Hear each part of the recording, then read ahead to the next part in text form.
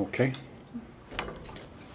Is there anyone from the public who would wish to make a comment about items which are not on the rest of the agenda today? Can't see who's back there. You want to come up to, if you want to come up to the table and then state your name for the record. Name's back here. Sorry about that. Hi, my name's Mike. I wanted to make a quick Your last We name? need your last name. Lyons. Mike Lyons, okay. Wanted to ask a couple of questions and then make some comments according to those questions. The questions seem rather basic. The first question is the county manager's salary 100% funded by county taxes? It'd be fairer to say our general fund is made up of both sales taxes, mill levy taxes, and fees for service. Okay. And so that's a percentage of all of that. And that would fund county salaries and county manager salaries? Yes. Then the other question is, in terms of elections, you folks are all elected on a county-wide election, is that right? Yes. Yes. So basically, everybody in the county can vote for, say, you, whether they live in Snowmass, Redstone, Aspen, Basalt, stuff like that. Mm-hmm. Yes. Okay. Where this comes into play and how these things come into play is I believe that you guys are taking the Aspen Ambulance District, and you guys are also the Aspen Ambulance District managers or board. Yes. You guys are basically doing taxation without representation or proper representation. Because let's say everybody in the Aspen Ambulance District votes for, let's say, you, and everybody in Snowmass, let's say, votes for you, and everybody in Snowmass is a bigger voter, and so you get elected. But you don't, even though you're the majority winner in the Aspen Ambulance District. So it seems to me that as a countywide election, you guys aren't properly representing the people and the tax money in the Aspen Ambulance District. Does that make sense at all? I do not agree with that. We're set up per state statute of how these things are managed. Sure. So we're not doing anything untoward or... I know you're not doing anything illegal, or I just would like to say that it's just not best practices, because the Aspen Ambulance District is a Title 30 district. And really, most districts these days are Title 32 districts and governed by their own elections and board of directors. And so the second part of this is also comes into play with where and how the county manager's salary comes into play. The county manager goes to the Aspen Valley Hospital to discuss Aspen Ambulance District business, okay? He's talking to Aspen Valley Hospital employees on county time. But really, he's only representing, for that period of time, only representing the Aspen Ambulance District. So the people in Snowmass Village are essentially subsidizing his time at Aspen Ambulance District functions, and the people in Redstone and the people in Basalt. And so what that does is they're paying for their ambulance twice in Snowmass Village, because in Snowmass Village they pay their Snowmass Village Fire Department taxes and they pay their county taxes. And a small percentage of those tax monies then are used to fund Aspen Ambulance District stuff. And again, muddy at best, but not best practices. I think this is a larger I might be discussion, and able you to- might be able to... Let's have John I still don't agree. respond to that. Yeah, and I think we had an opportunity to talk about this a while back, and maybe we left with some misunderstanding. But the ambulance district will pay an administrative overhead fee. So the county provides a number of services, not just management and oversight, but through our finance department and through other support service departments that are charged back to that fund in proportion, so that we avoid the kind of subsidization that you're concerned about. And that happens with all enterprise funds in the county, or any intergovernmental relationships, to be sure that we're keeping the costs for the services on a fair basis. And that's a process that's governed by Office of Management and Budget Circular A87, which defines how those overhead costs are to be calculated. We do that study every year, and we allocate those costs. Okay.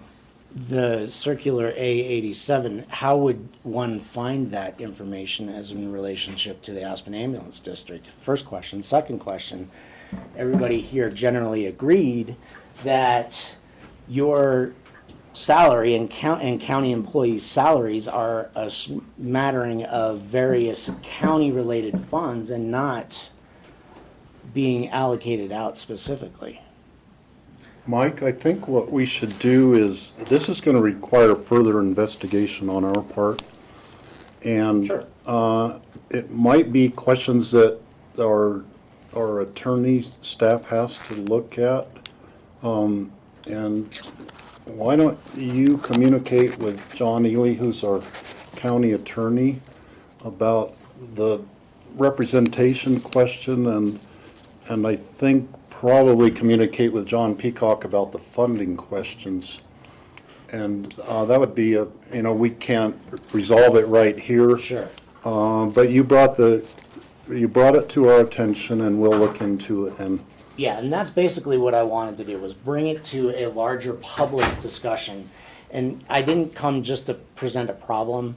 There's also two very good solutions to this problem. okay, and why don't you discuss that with our county staff members, and then we could set up a work session sometime if we need to look at it farther, and we could spend a whole half hour where you could come in and meet with us on a Tuesday sometime, if that's necessary. Yeah, perfect. Like I said, there are two very viable solutions Okay.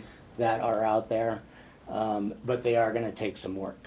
Okay, well, thank you for bringing that to our attention. And again, Rachel? I just have to go on the record, I don't know that there is a problem. I'd be glad to look at this, but, we're following the letter of the law, and we are not charging other agencies to subsidize the ambulance district. And I just need to go on the record for that. And if you need that verified more completely or more thoroughly, that's fine, and I appreciate you asking the question. But I just have to say, I don't think there's a problem.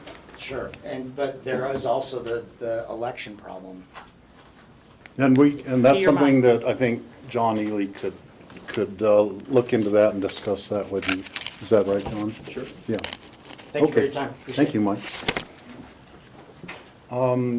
Kevin, you had your hand up. Do you want to? Yes, I do. Why don't you come up to the table here Okay, great. and state your name for the record. You're on Kevin We're Ward. on I'm public television on. right now. Okay. Kevin Ward, I'm on the Snowmass Capitol Creek Caucus Board, and I've been tasked with getting us internet service. And I have half a dozen people here from Old Snowmass, each with, I feel, a pretty compelling horror story of how bad our internet service is. And I just wanted to preface it by saying, having broadband in this century is not a good to have or a nice to have. It's an essential. It's like water, it's like electricity, it's like having roads to get to your home. So this notion that, oh, it's rural, it's out there, there are mountains. We put people on Mars, okay? Well, the mountains, we can deal with this technologically.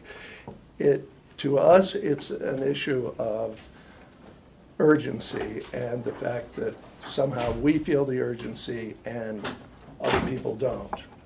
And I believe in government, and I feel I don't want Comcast or Quest, I don't want to be beholden to them to give me my access to the greater world.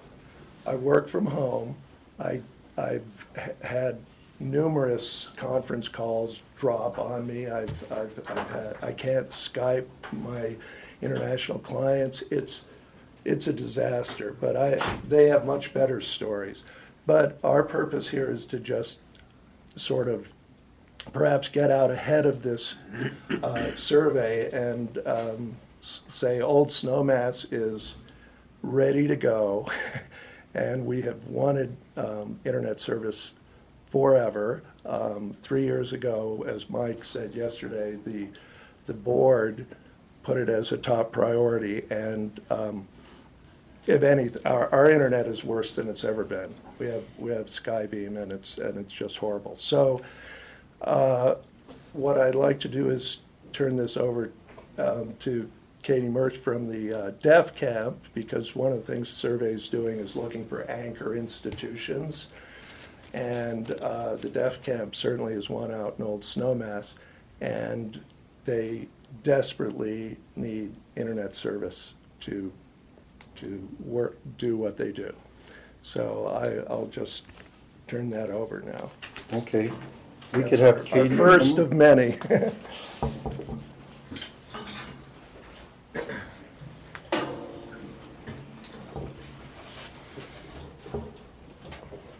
And if the interpreter will have you will introduce Katie for the benefit of the television and just for the public record. Yes, this is my interpreter, Kyle Larson. He works with me at Aspen Camp. I am Katie Murch. I've worked at Aspen Camp for about 5 years now. I was a camper back in the day as well. And the camp, I mean, it's made a big impact on the world, on myself, and the whole community. One thing we've been struggling with at Aspen Camp is it's terrible. The internet service is terrible. For example, we have CenturyLink. We pay $600 a month for that service, and we only get about 3 megabytes for upload and download. And to put that, to put that into something you can understand, in the city of Denver, they get maybe about 30 megabytes to upload and download for $30 a month. So that's something. That's a comparison. So $600 a month for 3 is kind of ridiculous. Even if we're work or even entertainment, just to access anything, we can't. For example, Kyle's the only interpreter in this valley, in this whole area. Means if Kyle's busy, I can't get an interpreter. So what we have to do is we call a video relay service, a VRS service. The FCC provides that free service to the deaf community. But to use that, I must have the internet. It's like a video zone. It's the same concept as Skype, right? So I have to pull up a video phone with an interpreter and sign to them so they understand me, and they communicate with me on the telephone. And because of the internet service, it's blurry, it freezes, it's, a 1-minute conversation can take 10 minutes just because of all that, the lousy internet. So one of my co-directors of Aspen Camp, or I'm a co-director of Aspen Camp, and it looks bad. The people are like, that's how you guys work? You know what I mean? So, and I'm stuck. It's not my fault, it's the internet's fault. And we've been fighting for this for about 7 or 8 years to get better internet service. And we've been trying to get the line up the creek. But they're like, sorry, tough luck. Nothing we can do. It's it's too expensive. It's not worth it to bring it up there. We want to be able to access the entire world as a deaf person. So that's one of our. So my biggest frustration right now is the internet.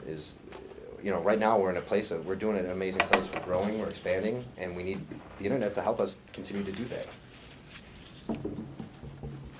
So we're trying to hire new staff, like our seasonal intern staff, and they have schoolwork during the summer, or they have, they're in college, or they have another job, but there's no internet. So it's basically one person can use the internet at a time. It's a terrible situation, and like Kevin said, it's really urgent. We really need to propose this problem, and I think it will not only help the community, the local community, but also businesses as well, and people with disabilities like myself, or people who are deaf. So thank you for your time. Thank you. Thank you, Katie. Okay, is there anyone else who would wish to speak? We have about 5, just so you know. And you, just to have it straight, you're kind of organized on, you're not all going to say the same thing, but They're all different. they're individual situations? Exactly. Okay. They're all completely different. Yeah, and we're trying to keep about 2 minutes per person. Right. Okay, thank you. Hi, I'm Elise Lepina. a resident of Smyrna, and my internet experience has been challenging as well. I'm a student. I go to school on the internet every day, and I have had tremendous issues with downloading the programs and applications that I have to have for these classes. I literally cannot do what I need to do as a student to get the assignments accomplished without these programs. It took me, just to give you an idea, roughly 3 or 4 days to get 2 programs downloaded so that I could do the assignments that I needed to complete. Then once I was able to do the assignments, I have had incredible difficulty uploading these assignments. It's an online form, so I've got to turn these things in via the internet, and that has proven extremely challenging, to the extent that I have a failing grade in one of my classes because the professor does not accept that it's an internet issue. So, that potentially as a student means that I'm going to have to pay to retake the course, and I'll lose my Pell Grant, which means I have to pay that back, and then I won't get it for the next session. So I would definitely like to see something happen to improve that. Do you have Skybeam Yes. service? Yes. Or Skybeam lack of service, perhaps? Yes, thank you. Okay. Yes. So. Okay. Does just out of curiosity, does everybody here from Old Snowmass who's having problems have Skybeam? Or if someone has something different, if you could let us know, we'd appreciate that. Okay, thank you very much. And next, anybody else? This next one is Susan Hawks, but I'm just going to read this. It's very quick. Okay. Why good internet service is critical to you or your business. It is impossible for me to work at home. I cannot configure a new computer at my house in a time frame that is an acceptable hourly billing. Depending on the software that needs to be installed, it can take 2 to 4 hours to set up a new computer system. To download the required Windows updates can take 1 to 2 hours using Comcast at any office in Aspen and Bristol. If I use Soper Surfers from my house, it takes 7 to 9 hours. As an example, to download iTunes, which is a 145 megabyte file, takes 4 minutes using Comcast and Basalt. From my house, using Soper Surfers, it can take up to 1 hour. Soper Surfers, $49 a month. I called to get better service, was put on Muzak for 25 minutes, then disconnected, left a message to get a call back, finally received a phone call. I'm supposed to get 5 down and 1 up. I get less than 1 meg down. Comcast at my Basalt office is 100 up and 20 down. A concrete example of how this bad service limits my productivity and enjoyment. I cannot work from home. I have to be at a client's office. I have DirecTV, which is $89 a month, no matter how I try to slice it. If I could stream TV via the internet, I could eliminate that cost. I cannot even play an internet video on my computer, so the internet is so slow it stays in refresh buffer mode. Contrary to all the emails earlier this year, well, this is the thing. Skybeam's been sending out blast emails saying, we just upgraded your service. You're going to get better service in the next week. I called my 22-year-old techie at Skybeam who hasn't learned to disassemble and prevaricate yet. And he said, oh, well, yeah, no, we send that out to the whole western slope. We haven't segmented out Old Snowmass. So Grand Junction and Glenwood Springs are going to see a little bump in their productivity. He says, but sorry, you guys aren't even on our radar. So Skybeam, I was told they have no plan to upgrade the service in the Old Snowmass area. So Susan concludes, the lack of internet speed basically means you cannot work from home, which is one of the biggest advantages of the internet, allowing people to work from any location. So that's just, and I have 10 more of these. I just read one. I'm not going to read any more. We've gotten some. I think we've gotten most of them by through the email. Okay. And are there any other live presentations too? Are there any other individuals who wish to speak at this time? No. Okay, thank you. George? I just want to make a comment. I want to thank you all for coming here. The board did identify this as a priority at a retreat in 2012. And it's not an isolated problem, as you know, just in the Snowmass Cap area. It's a problem throughout the entire county. There's places in the county that don't even get cell service, never mind faster broadband service. So it's an issue that we're tackling. I understand that there is an urgent need. We are moving as fast as the public sector can move, doing our due diligence, trying to gather more information from surveys, understanding the financial models that we're going to need to entice providers to come in and service these less populated areas. So I just wanted to mention that and thank you all. Steve? Rachel? Similarly, I really am glad to see that we're documenting these very severe issues. And as Georgia says, they're not unique. I would just let you know that the National Association of Counties in Washington, D.C. in February, I just went back and attended, and of all Coloradans picking their top 6 priorities to talk to our legislative staff about, you know, all the Congress people and our senators, broadband in rural areas was among those 6. And I can tell you there's a lot of competing priorities that are out there. But we went to D.C. to talk to them about how we are underserved and how it's affecting our economy and people's quality of life. Unfortunately, this is not just a Pitkin County matter or a state matter. It's also a federal matter with the federal regulations on this and a lot of very conflicting and I think not serving the public well rules. But particularly at the federal level, they've just changed the standard for the definition of high speed. And so people who don't have any service at all right now used to be the priority for spending. But now they've changed it to where high speed is a higher standard. So people all across the country who have some internet now can claim to not have high speed and compete equally for any sort of grant funds or things like that. And that was one of our emphasis to our federal delegation is that, you know, people who have none or close to none should not be bumped for people who already have a mid-range of service for funding. But that is occurring. And so we're working on that from a state and federal level. Secondly, our hands are somewhat tied by a bill that was passed at the state level, heavily driven by industry, over 10 years ago. It was Senate Bill 152. And it says that government cannot start its own service. It cannot become an IPS provider. And it even, other laws prohibit what you can, quote, give to subsidize a private business. No one in this room would like it if we said, well, you know, Woody Creek Tavern is so great, we're going to give them an extra $100,000 a year to make sure they stay in business or something. You are forbidden from actively picking winners and losers in the private business. You're also prohibited from even the level of service that government itself can deliver. And we are probably in violation of that law, as well as a lot of other people, with the free Wi-Fi at the library. And so we have introduced, through Colorado Counties, Inc., that's a state organization of counties, a bill this year to try to remedy some of the restrictions put in 152 about how we can spend our money to improve service in our own areas.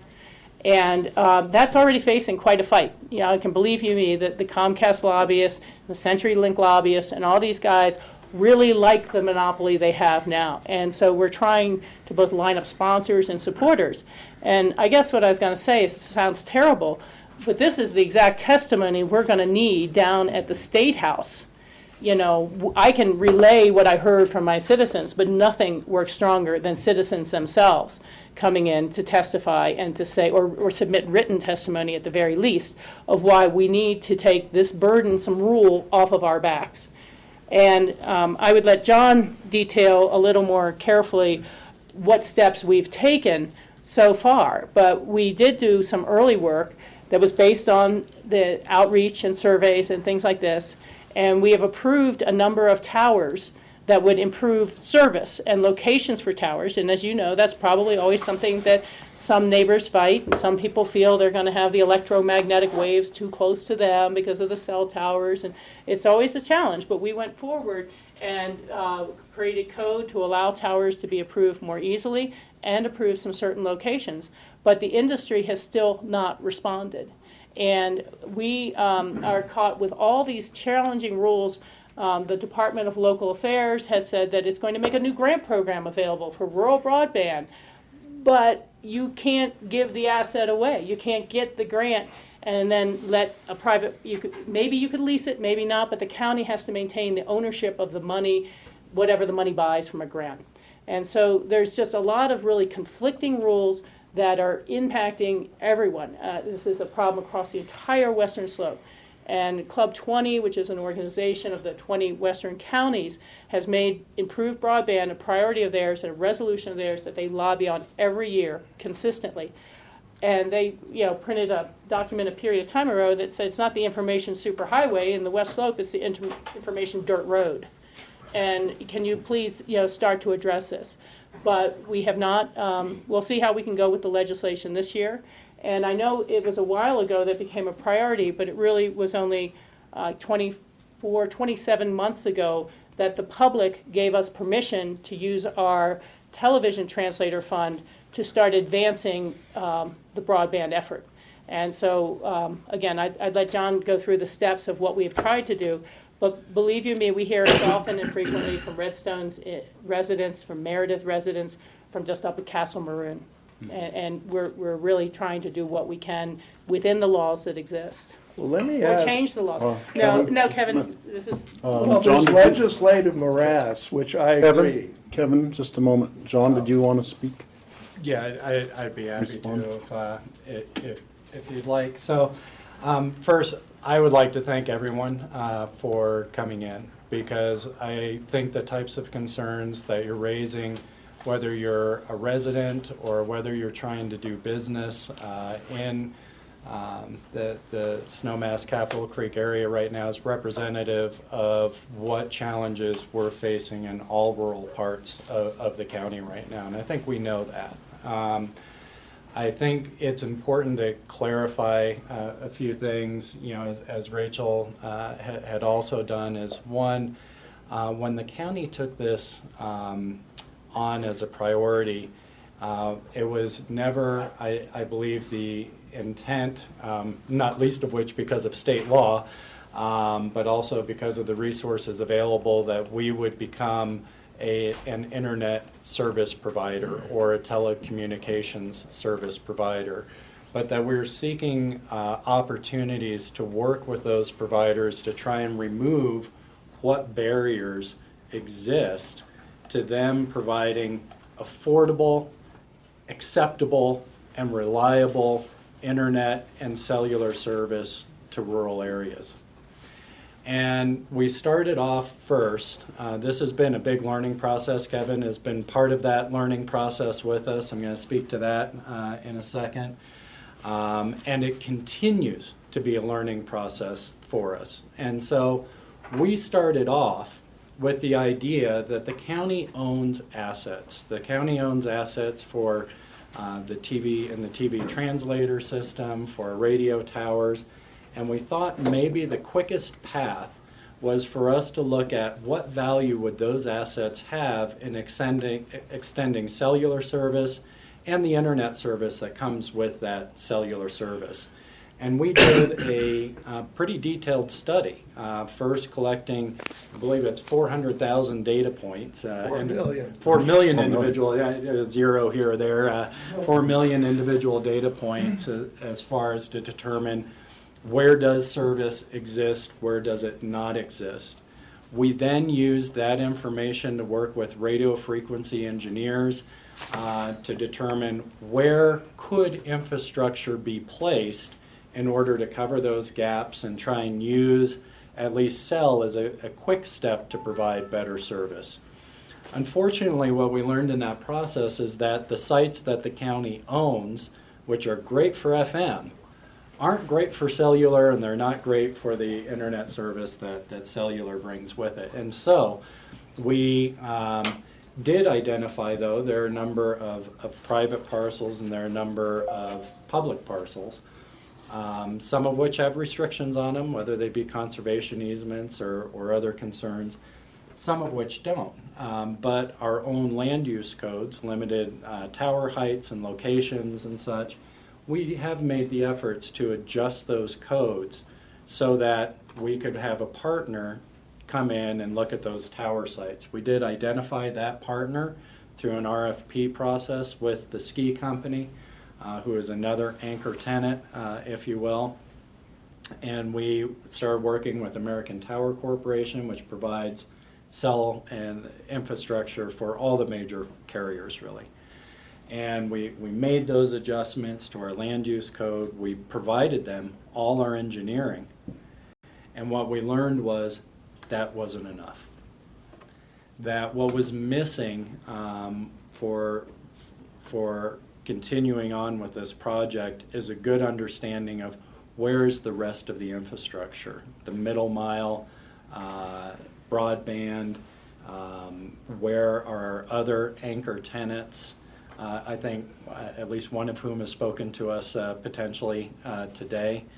And, you know, what kind of business models can we add? That's additional information that we don't have right now, that was not part of that original study, that we can add to the technical information that we've collected to really design and engineer not only infrastructure that we think will hopefully help with the types of concerns that you've raised, but also a business model that's feasible.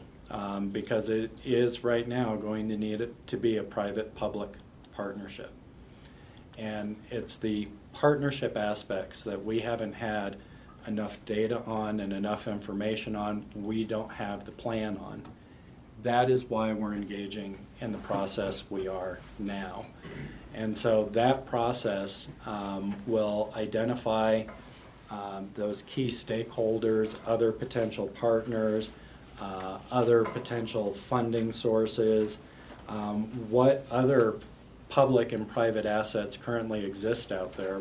There's probably unlit fiber that we could identify that has not been inventoried yet, that could be used, and you know, with a little bit of investment on our part and a little bit of investment from the private sector, all of a sudden maybe we're removing those barriers.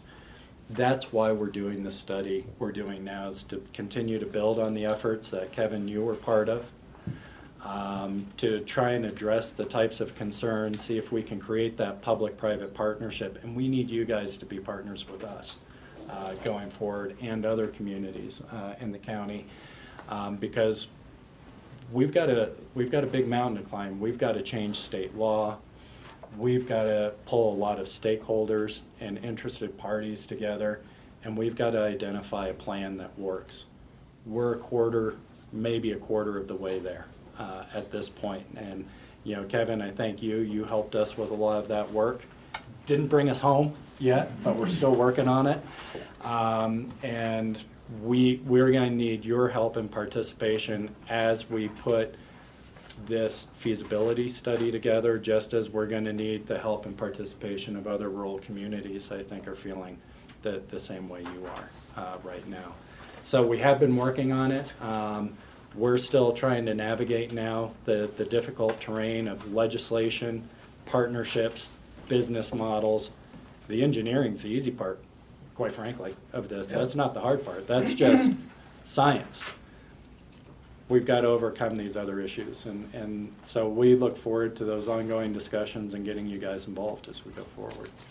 So we're going to wrap this up now. We have a long agenda ahead of us. This survey is going to be released at the end of this month to a random sampling of residents of 4 counties in the Roaring Fork Valley. Anyone who does not receive one of these in the mail can go on to our website at pitkincounty.com and go to Pitkin Connect.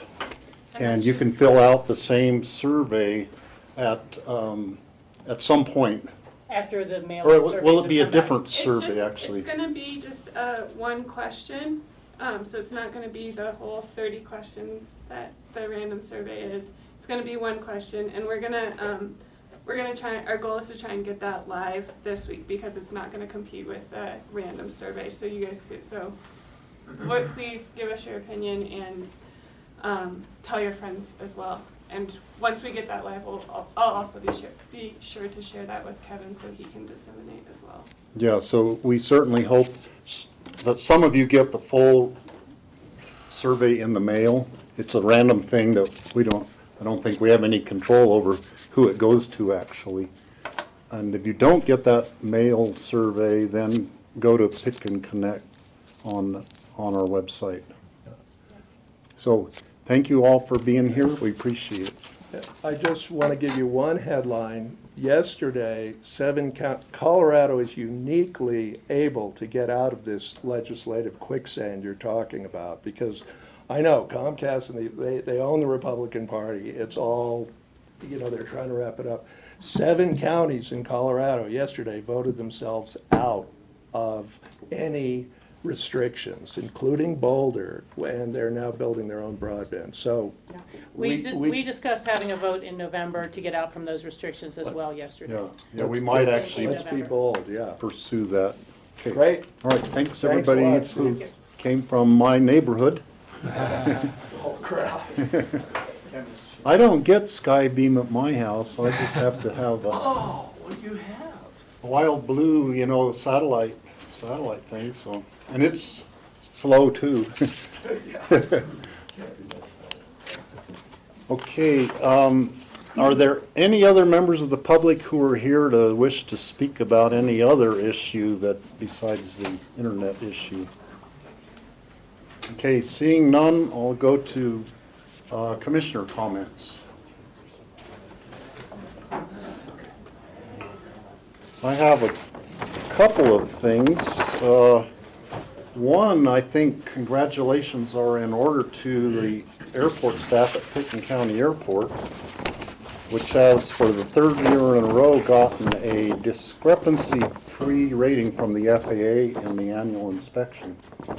And I consider discrepancy-free, I call that A+ in my lingo. And they're very, very rare to have a discrepancy-free audit, so to have 3 in a row is very impressive. Yeah, so I think congratulations to, I don't think we have any airport staff here right now, but. I will pass that along. Okay. The second item, this Saturday, March 28th, at the Wheeler Opera House at 6 p.m., there's going to be a free screening of a movie called Merchants of Doubt, The Science of Denial, How a Handful of Scientists Obscured the Truth from Tobacco to Global Warming. And this is presented by ACES, Aspen Center for Environmental Studies, the Aspen Ski Company, and Protect Our Winters. And the filmmaker who did this is going to be there for question and answer. So it's a free thing. I think it would be very interesting. And this Saturday night, 6 o'clock at the Wheeler. So any other commissioner comments? No. Okay, moving on to our consent actions. Approval of minutes of work session of March 3rd and regular meeting of March 11th. Move to approve. Second. Okay, and I'd submitted some little minor changes to that to Jeanette. And Jeanette, did you get that yesterday? I did. And that's it, you entered those? Okay, it was just some minor changes to it that didn't, the correct spellings and a couple things. Thank you. Okay, any further discussion? All in favor, say aye. Aye. Aye. Next is an emergency ordinance authorizing an amendment to sections 6.48.140 and 6.49.140 of the Pitkin County Code, establishing the fee schedule for retail and medical marijuana license applications. And this is an emergency ordinance and set for confirmatory hearing on April 8th. And John, could you go fill us in on the details of that, or fill more of the public in? Sure. Steve and the rest of the commission, what is proposed for the board's consideration in the form of an emergency ordinance is a modification to the county marijuana regulations, both the retail and the medical marijuana regulations, in regard to a fee schedule only. The motivation for this particular suggested ordinance is the fact that when an individual licensed premises for any type of operation regarding marijuana comes in for a modification of those premises, the fee can be quite steep. The reason is that those fees are scheduled based upon the event as being a new license issuance. As a consequence, the request would have to be paid for in the form of a license fee of many thousands of dollars. The emphasis or the tone of the state regulations, the state statutes regarding marijuana is to treat the licensing of marijuana establishments similar to the licensing of liquor establishments. And in fact, the state regulatory and licensing scheme refers to liquor licensing quite frequently. In the realm of liquor licensing, a modification of premises is accompanied with an application and a fee of only $150. Given that the county strives to set a fee schedule that reflects the amount of work that staff must put into responding to and evaluating an application, it seemed more appropriate to staff to reduce those potentially very high fees down to something that is more in line with what is anticipated in referring to the liquor licensing regime as an example. So the reason it's on the board schedule today is because of the very next item on your agenda, which is an application for a modification of premises. And it was placed on the agenda now such that that application could be reviewed under a new fee regime if the board elected to go in that regard. If the board elects not to adopt this emergency ordinance to reduce the level of fees associated with a modification of premises application, then the applications, such as the one that follows this one on the agenda, will simply be processed under the existing fee schedule. And that's all. Okay. Michael? So, John, it's an emergency ordinance because, It's basically to afford some relief to this very next item on your agenda, which is an application for a modification of premises, which is what this ordinance refers to. so we can enact this ordinance immediately upon or not today. That's correct. And then subsequent applicants can proceed on the basis of that new ordinance. That's correct. And so we're asking for $150 fee for a change of premises Modification of premises. modification, and that's regardless of size of modification of the premise, Correct. but it's still underneath the community development supervision also? It depends on the type of modification of the premise. If the modification of the premise involves, for example, a new structure or some other incidence of use that would implicate the land use code, apart from the marijuana regulations, then the community development review would stay the same. And whatever fees are associated with the ComDev or Community Development Department review would be applicable. This fee relief applies only to the regulatory steps of a licensing event only. So it does not affect the Community Development Department's review or fee schedule at all. And this fee is commensurate with an alcohol license fee? That's correct. For a modification of premise? That's correct. So it's exactly the same dollar amount as it would be for an institution serving alcohol? Yes, that's correct. Okay. Okay, I feel that this change would be reasonable. I always felt like the marijuana rules should more or less mirror what the alcohol regulation rules are. And this is bringing one more aspect of it into line with that.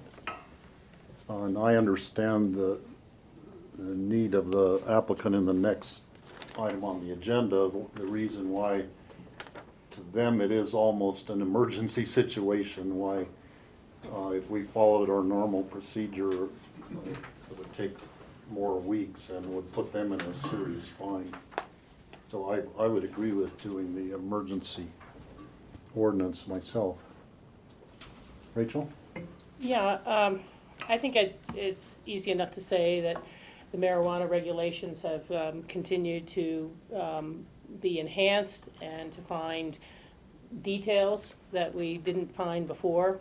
We really didn't have a modification of premises type of consideration in our lengthy discussions of the overall regulations. You know, the one thing I'm kind of thinking, and it may be following Michael's comments, but, and I'll ask the attorney's opinion on this, is whether it should be stated as a minor modification of premises. And I don't know then if we get into a lot of tough technical details, but and I think this may already be covered. So if someone had one license for one activity today, and they came in to modify their premise by requesting a second license to do something else. So it was just a cultivation, but now they want to have a retail room, or it was just recreational marijuana, and now they'd like to do medical as well. That modification of premises would incur the full fee for the larger change, as opposed to this is adding a waste pile dump area secured. That type of scenario is actually not a modification of premises. That is an application for a brand new license. And so there would be a different, the existing fee regime would be implicated, and there would be an entirely different review, simply because you're expanding the use on a given piece of property. So this is a modification of premises, which is provided for within our regulations. It's simply set up as a new license in the fee schedule.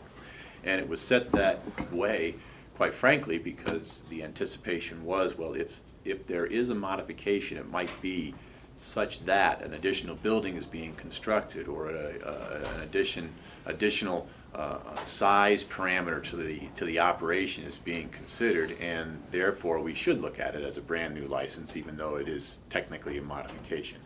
What was not anticipated originally is that modifications coming in that would be of such a scale and size that the original license is still applicable. In other words, the original activity, the original facilities are all staying the same. This modification allows for a deviation from the original parameters of the original license. If the board wanted to add the term minor, that would be acceptable, and perhaps for the purposes of going forward at this point, at least in terms of the next item here, the term minor would be defined as those modifications not requiring any additional or the construction of any additional structures on the property. Okay, but would a fenced-in disposal and mulching area of the waste product be considered a structure, even if it's fenced at all, or No, it would not. anything like that? But if they end up saying, hey, you know, the mulch is getting all wet, we really need to put a roof on this and That's a do it structure. indoors, then it would be a structure. Right. Okay. I just think it may be worth having some distinction between minor and major. And if we passed it today as minor, would we be able to add language on the confirmatory reading that clarified what is major, or would we just have to come back later? I mean, we could obviously do minor today for the issues that are in front of us, but we could then come back and add a language that really defined what a major change would be. The issue with an emergency ordinance or an emergency resolution is that it becomes effective immediately upon the vote of the board. Therefore, whatever we're going to do, whatever the board would like to see happen, has to be done with some finality, because the latter event of confirmatory reading is basically either to reject the action taken or to confirm it. And so we would have to define what we meant, at least in some regard, by minor, or the action simply would not be complete today. And that's why I threw out that suggestion that a minor might be interpreted, at least for the current time, until we think of a better way to do it, as a modification of premises not involving the construction of a new structure on the property. That way, if there were additional structures on a property that the license holder would want to incorporate in the operation, they could apply for that as a modification, or a use of the property that did not involve a new structure, then the modification could apply for that as well. Is there any distinction in the liquor license for distinguishing Degree of between modification? or a minor modification? No. That's a good point, Steve. Okay, that was my really only question on it. Okay, I would entertain a motion. It's a public hearing, so. Oh, this is. Actually, it's not, but Oh, of it's not. course, you can always entertain public comment. Oh, okay. I'm sorry, I was at the reading the notes. discretion Yeah, of it the is. board. It's not a public hearing. Is there? I would make a motion to approve the emergency ordinance and set for confirmatory reading on April 8th. Second. Okay, it's been moved and seconded to approve the emergency ordinance. Is there any further discussion? All in favor, say aye. Aye. Okay, that's approved. Thank you. Next item is an application for a modification of premises to a retail and medical marijuana licenses submitted by Cooper Mason Ventures. And Jeanette is our staff person leading that.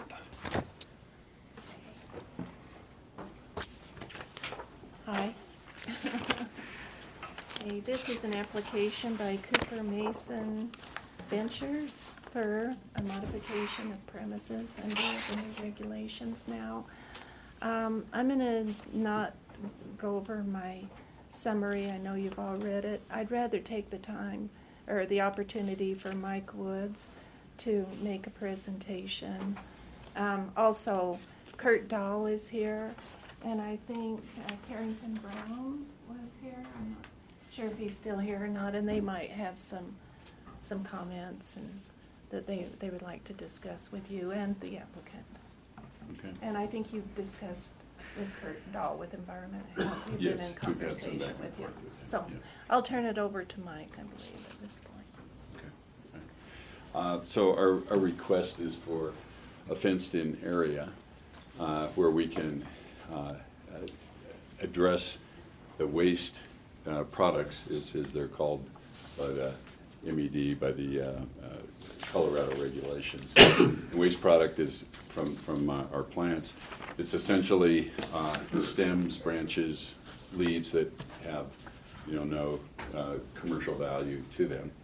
And the MED, Marijuana Enforcement Division, calls for a fairly specific process for dealing with this waste. So it needs to be shredded, ground up, shredded, so it's unrecognizable and unusable, and then it needs to be mixed with something, and they give a variety of things you can mix it with. We mix it with our, it's a cocoa mix that the plants, actually grow in, and then at the end, it's a root ball, and it's some of this cocoa mix, which is basically the fibrous material from the outside of a coconut shell. And then we mix it, 50-50, and then we put it in the dumpster. The grinding part is the part that what we're asking for the fence for. And the volume that we used to do before we got into this facility, we could feed through an electric piece, and we just hand chop up the other stuff. But it's a lot safer to not have blades in people's hands. So we've got a machine to take care of the shredding. And then what we do is we turn the machine on, and we'll feed in, a certain amount, and then we stop the machine, and we mix it, and then we put it into the dumpster. And the dumpster, Waste Management comes, once a week to pick the dumpster up. And it's a locked dumpster by the regs. It's just what we've been doing for, since we started in 2009, I guess 2010 or so for the other crop. So, yeah, the machine will run probably like, 10 to 15 minutes at a time, and it would be between the hours of 9 and 3. And we're just getting into our routine to determine whether we try to do an afternoon disposal of it or a morning one in the morning, say after 9 o'clock.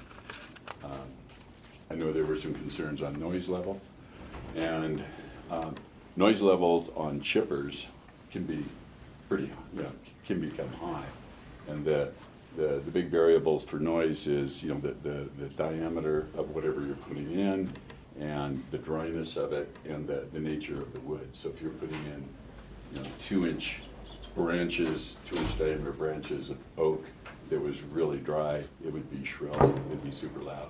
This stuff is fibrous material, or it's leaf material, and it's for the most part it's damp, if not wet. So it goes through softly. There's not, it's not much more than the motor running.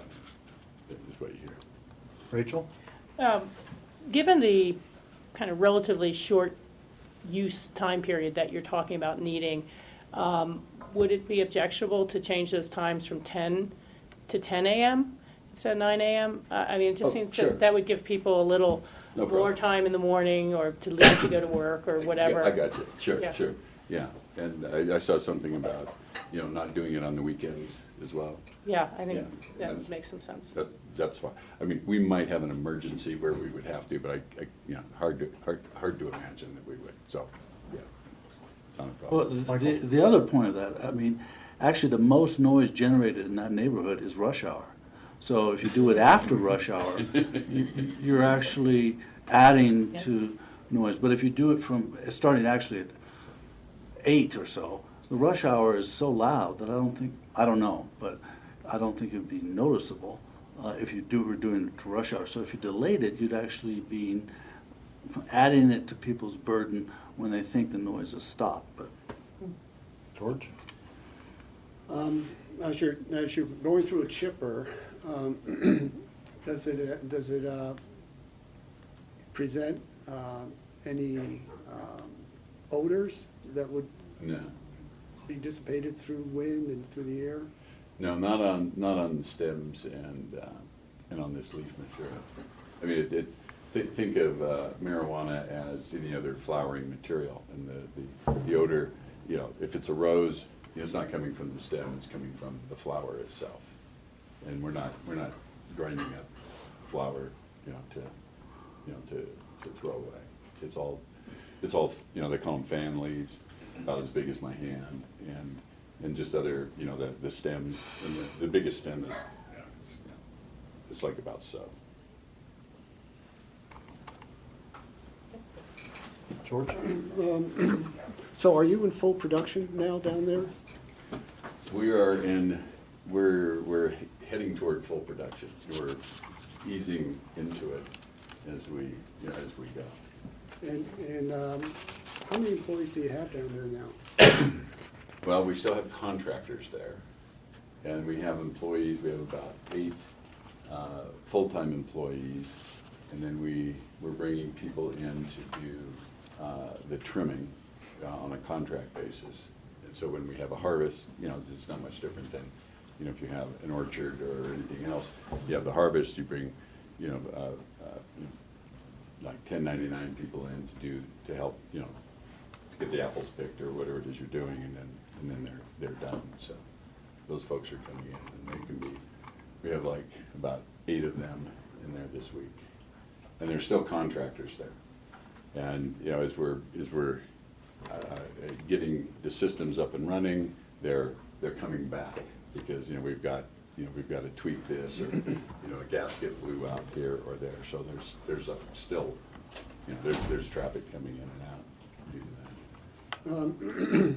This is another issue that we don't have the time or need to address right now, but I'm going to raise this issue up, and especially in light of our last vote in terms of the modifications for licensing as we look to adjust our marijuana licensing fees for modifications similar to our alcohol fees. And the point I'm going to make is that currently this operation is being considered as an agricultural operation. And what that means is that the operator does not have to mitigate for employee housing as one mitigation that they don't have to address.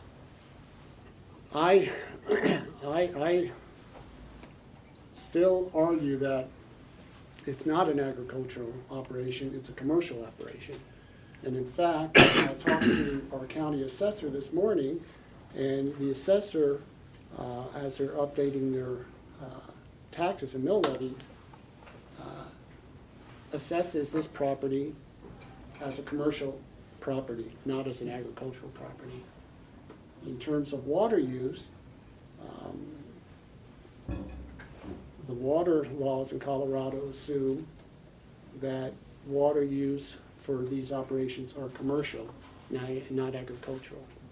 So I would suggest at some point that the board revisit this policy for any greenhouse operations, grow operations, that they be considered commercial, not agricultural, and they have to come up to those other standards that we impose on any other businesses.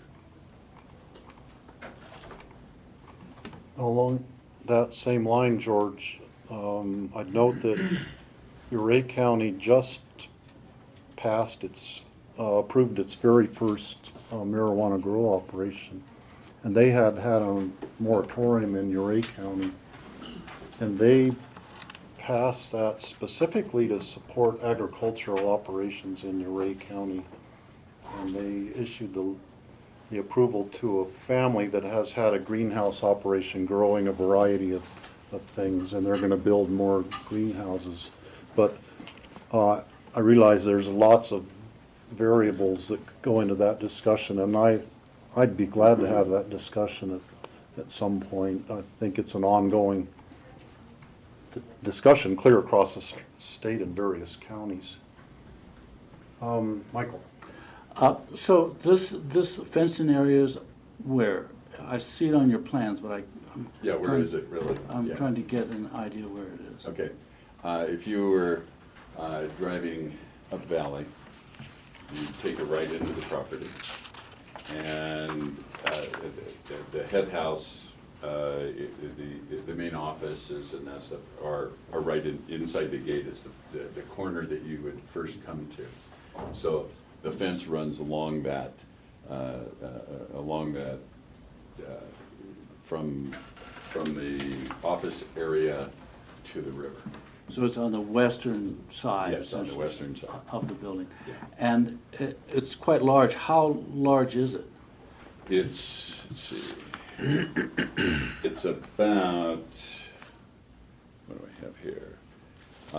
In terms of width, it's about 10 feet at the narrowest, and then at the widest, it's around 13 to 14 feet, and it's about 100 feet long along the building. And that whole area is going to be used for shredding? Well, part of it is to get down to, we're trying to figure out how to still have some parking, and where to have the dumpsters, so that, because we're going to have to, it's going to be fenced. We'll probably have some sliding, a sliding gate, so Waste Management can get in and dump it. And then probably down where it's a little bit, it gets a little bit larger. That's where we would do it. So you're enclosing dumpsters, the shredding, all of the operation behind the fence? Yes. Is that what you're saying? Yes. And what's the fence constructed of? We'll TBD, something that is congruent with what we've done already. Because I noticed on the front of the building, there's quite a bit of sort of architectural Stone, enhancement. really on it. nice, yeah. So we're not gonna work against that by putting up a hurricane fence? No. On We'll, the we'll, side? we'll go through the. And I can't remember what the landscaping was on that western side, but are you gonna enhance the landscaping since you've changed this plan? That's a good question. I don't know the answer to that, but it'll, at the end of the day, the aesthetic will be in keeping, and, because I'm sure if it's not, we'll hear a lot about it, so, we want, our intent is not to cheap out, on things at this point. And this material, you said that Waste Management picks up, how do they treat it? Do they treat it as garbage, or do they treat it as compost material that can be added to the compost material at our facility? I'm not sure. But we do keep it separate from the normal waste. So you don't put trash in it? No. It's just compost-ready material? Yes. I had a similar question, just wondering what happens to the ground up material that's mixed in with the coconut shreddings, and sounds like it would be something that could go into our composting operation at the landfill and be mixed in with food waste and a wide variety of things and made even more unrecognizable, and then it would be composted and turned into dirt. Yes. Yeah. I don't know what happened. I don't know what they do with it, but it's a Okay. question. We should I had a question about the name. I've seen two different, the facility referred to as Happy Valley Farms and as High Valley Farms. And I'm just curious, what is the, The Happy High. I don't, Valley maybe Farm. Happy Valley's after work, I don't know. I didn't see that in there, but it's High Valley Valley? Farms, yeah. okay. Yeah, on the one page it says Cooper Mason Ventures / Happy Valley Farms, which either one of them is kind of an appropriate kind of a term, I guess. I must have been happy when I was writing it. High Valley, okay. And just the actual marijuana license from the state is issued to Cooper Mason Ventures? Yes, And it doesn't mention the High Valley Farms? yeah. So is High Valley Farms a subsidiary of? It's the landlord. Yeah, we call it High Valley Farms as, because that's the property So it's being Zone. leased to Silver Peak? to Apothecaries Cooper or Mason Ventures. Cooper- Okay. George? I wonder, Jeanette mentioned earlier that Kurt Dahl is here from our environmental department, as well as Karen Jim Brown from our enforcement, and I don't know if they have anything to add to this or not. Not really. I think you guys have covered it. The noise piece is covered. And Mike had addressed a couple of wastewater issues that I just had some questions about.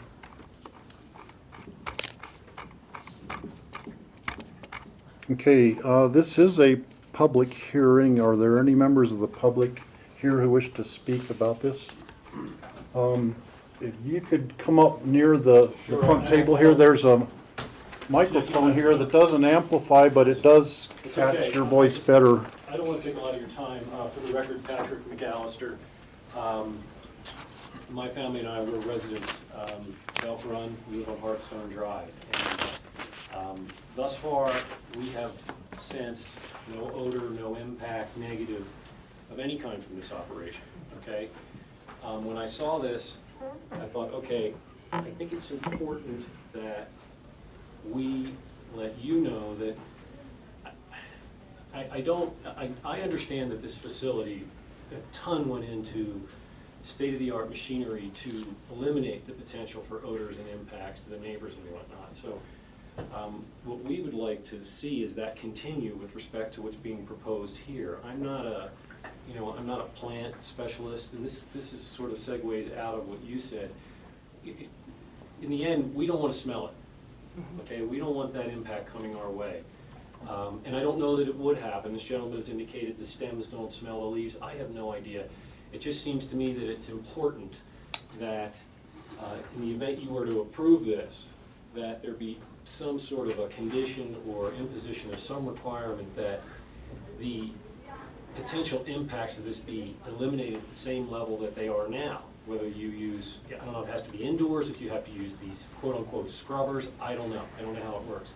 But like I said, we don't want to smell it. We think it's fair that we should have to. I don't know that any such odor would ever happen from this. I really don't. But that's the concern we have. I submitted a letter here. I gave it to Jeanette. It's really short, and essentially it just says that. So Okay, that's it. thank you. Thank you. Okay, there were a couple more hands up. Should I come forward? Sure, please. I'm Kent Schuler, live in Holland Hills since the 70s.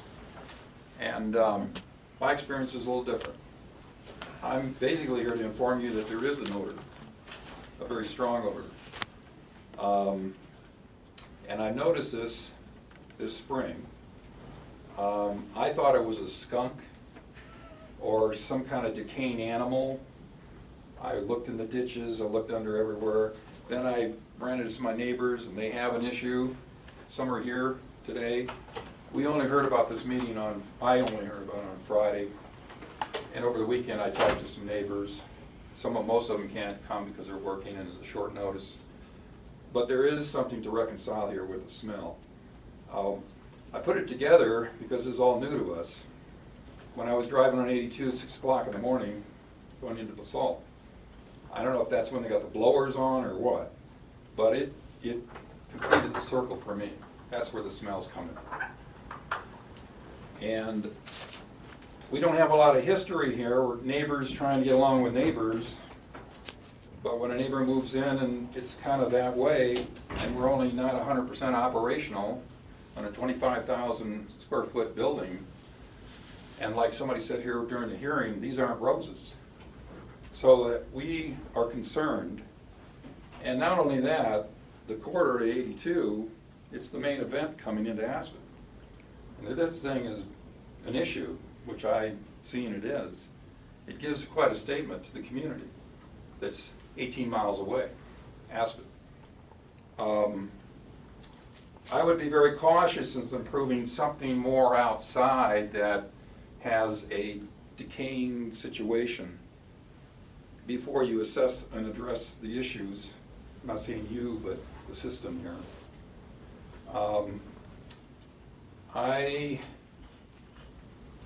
Because of 82 is so important, and I've been living here for a long time and I really enjoy our community, I think this is really a strike against us. And I think it needs to be addressed. And I don't know what kind of equipment. I go online and I can read about all the technology. I don't care, but it is an issue for us. And it's not just Holland Hills, it's some other areas around. And I was just, since Friday, starting to look at this stuff. So I think there's more to talk about. So I'd be very cautious. Thank you. Okay, thanks, Ken.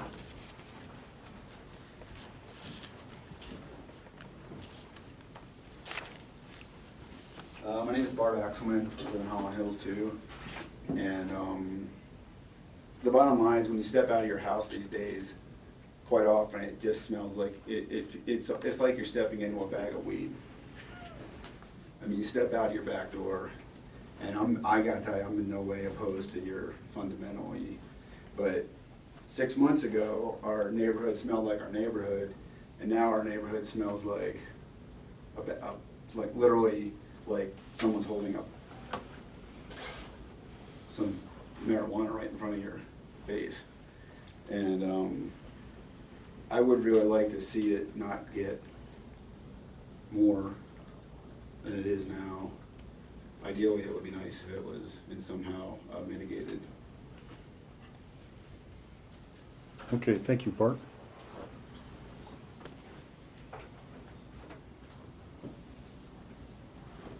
Okay, I'm Dee Schuler. I live in Holland Hills.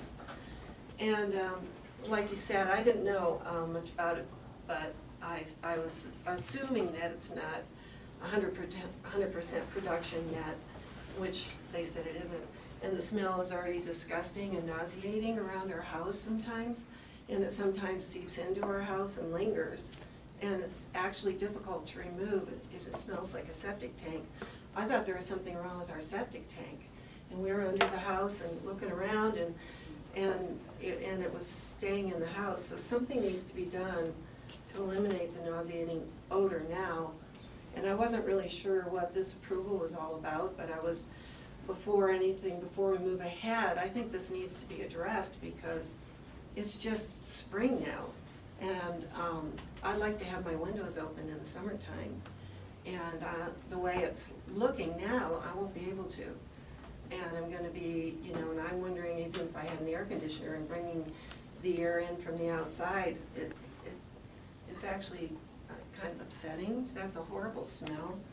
And I've learned, since I've been online researching this, that cannabis is known to have a putrid smell for 4 weeks when it's maturing. And so that's interesting. So when the pot factory was approved, I was just wondering if there was a provision, but I guess from what I heard, I guess you guys did know that there was going to be a smell and that there is something in place to eliminate that, supposedly. I don't know. But, and then during the approval process, I was curious if you guys even addressed that potential problem. And if so, it doesn't seem to be working, and so something needs to be done to resolve this problem. And then as far as going ahead and approving this next thing, wasn't that considered during the approval process to have to break down these stems and all that? I mean, it sounds like that's part of the whole production thing. Wasn't that brought up then and talked about, rather than having, with what was the final approval? Or is this something new? I mean, it can't be a surprise that you've got stems that you have to go through this special process to eliminate.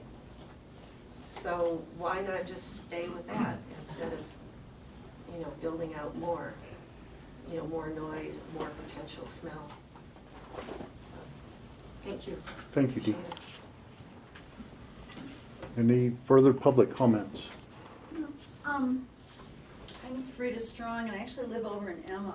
And I became aware, before I even heard about they're asking for this special fencing area, became aware because I do a lot of composting with agricultural products. And you're able to take them quite a few places in the valley. And in talking to people that do receive, other agricultural products for composting, the talk out in the valley is that what they are composting by apparently state law or some regulation is not allowed to go to certain composting facilities. And I just want to make sure that my information is correct and that you all are aware of this. And I was a little taken back as I sat here and heard that Waste Management is just picking this up, because I had gotten the impression prior to coming here that there was some sort of regulations on where this could actually go. And I haven't heard any discussion about where, whether the dump is really, Pickens County dump is regulated to take it. I don't think it's something that can go just into from what I've heard, into their general composting issue. So I think that needs to be looked at. Thank you. Thank you.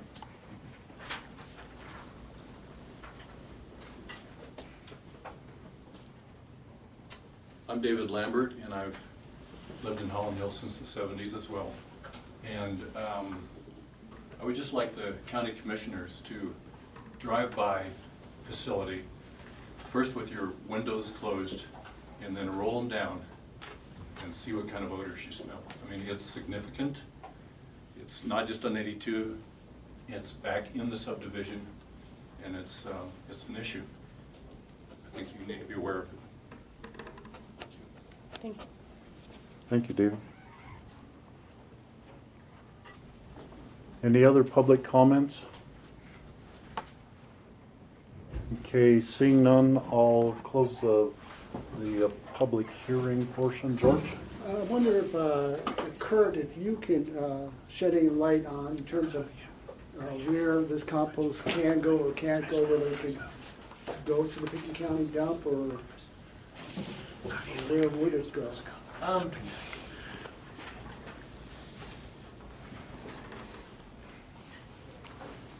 I actually don't have an absolute answer for where it can and can't go. I know that there were regulations discussing where you can take that material, but I don't know absolutely if it can go to our landfill. That's something we'll have to check in on. I did want to make an additional comment about the odor, just because that's something yesterday Carrington and I had received complaints on, that we do have in our air quality regulations in Title VI a general nuisance comment that actually does discuss odor as part of several other pieces. So it's something that we had some email exchanges yesterday. The complainant had talked with the facility. What was indicated in those emails was the facility made some changes and then the odor went away. I suspect this is something that's going to be ongoing, and we're going to have to work with them on those odor issues. The general nuisance that's in our regulations is a very general and difficult piece to address, but it's something that we're going to have to work through with the facility on. So if you're going to start shredding and shipping, and Waste Management is going to pick that up, where are they going to go? To dump it? Don't know. I don't know. It can be received at a landfill. What cannot happen is that the plant itself cannot be taken off the property. So this shredding and mixing type process has to happen on the property or in a secured location. And, but once that does happen, then the material can be taken almost anywhere. Rachel? Yeah, I'm getting the impression from this, but I'd like to look at it further, that if the composted material that's shredded to non-recognizable on site is not suitable to be merged into someone else's compost for a variety of reasons, which we should be very careful about, then it's treated just like regular waste that would be buried in the landfill or used as daily cover. So I think the real demarcation there is hopefully how can you compost it in such a way that it really can be used as compost. I mean, I was a little nervous when I read that shredded paper could be in there. Now, I understand shredded paper will compost, but does the ink cause problems with the soil quality later, and things like that? What was the printer's ink made out of? Was there lead in there? Was there this or that? So, I think that really is an area for further investigation of whether, although it's composted, will it become usable compost, or is it become, waste, like any number of restaurants and households create true waste that just gets buried at our landfill, or whether sometimes Waste Management hauls all the way down to Glenwood. We just don't know what the contract specific to that is doing. The other comment I would make in listening through this, and I really would like to thank the neighbors for coming in and letting us know this. I think perhaps some of it is fine-tuning the operations of the machinery. On the other hand, perhaps additional measures are needed. And I would just point out that the licensing for this facility or any facility is subject to annual renewal. It is not a lifetime commitment. Now, these guys have made a pretty hefty investment in that property, so I would imagine that they would want to get it right so that there are no questions that come up when the annual renewal and review of your license goes forward. And if that means adding additional scrubbers or whatever the processes are, I would hope you take what you've heard from neighbors who've been very polite and are simply asking for the quiet enjoyment of their own homes very seriously. We do, and I'm glad that everyone came forward, and I want you to know that we are working on it. As we get up to, as we're getting our systems up to speed, we're finding out how they work, and there is some. There's a lot of tuning left in the odor suppression part, and we've been working on this for about a month now already, because it wasn't even in the early stages. We were detecting odors that were, shouldn't have been there. So we've been in with the engineers. We've got parts that were on order. They had to come in from Holland. They arrived last week. So there's a lot more work to do, and I won't go into the technology of how it works, but we're using organic materials to neutralize the odor. Basically, it changes the molecular structure of an odor molecule so it doesn't smell. And they use it, they would like applications that are in situations that you would definitely not want to have near your home, and it mitigates it. So there's a lot more left for us to do, and we're actively engaged on it. So. George? A couple of questions and a comment. So when is your license up for renewal? That's a good question. Do we know? I don't know off the top of my head. Do you know, Jenna? September. In September. Kurt, do you have the ability to be able to follow up on these odor complaints? Do you have a way to measure, or is just sort of a nose you're using? We certainly don't have a way to measure the odor.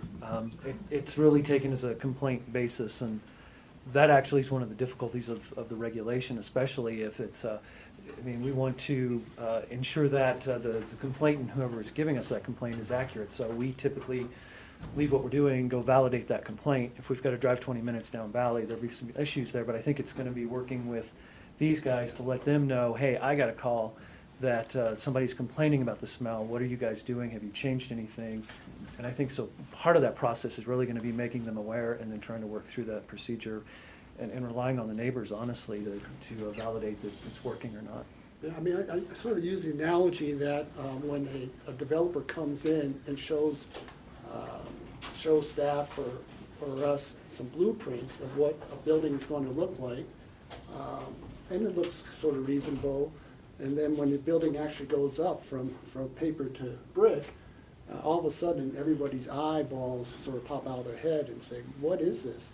And this was a concern of mine way back when, in terms of having this facility, this commercial facility in this neighborhood, residential neighborhood, that odor may be a problem. And at that point, of course, we were told that, well, we're going to be able to mitigate this. We've got the technology. It won't be an issue. And now that we're coming into almost full production, it is an issue. And I'm going to say that, at least for me, that if you can't mitigate this, I will not be supporting a renewal of your license. We are in the process of mitigating it. I understand the concerns, and for us, it's a matter of getting up to production where we have enough of enough material to work with to understand what's working and what's not. So we understand what you're saying. And we're working on it. Yeah, I remember, for the public, there was a long discussion about during the approval, what the impacts of this operation could be, and odor was one of them. And so we required that they have no odor. So that's something that we investigated. And I think the issue here is, does this modification for premises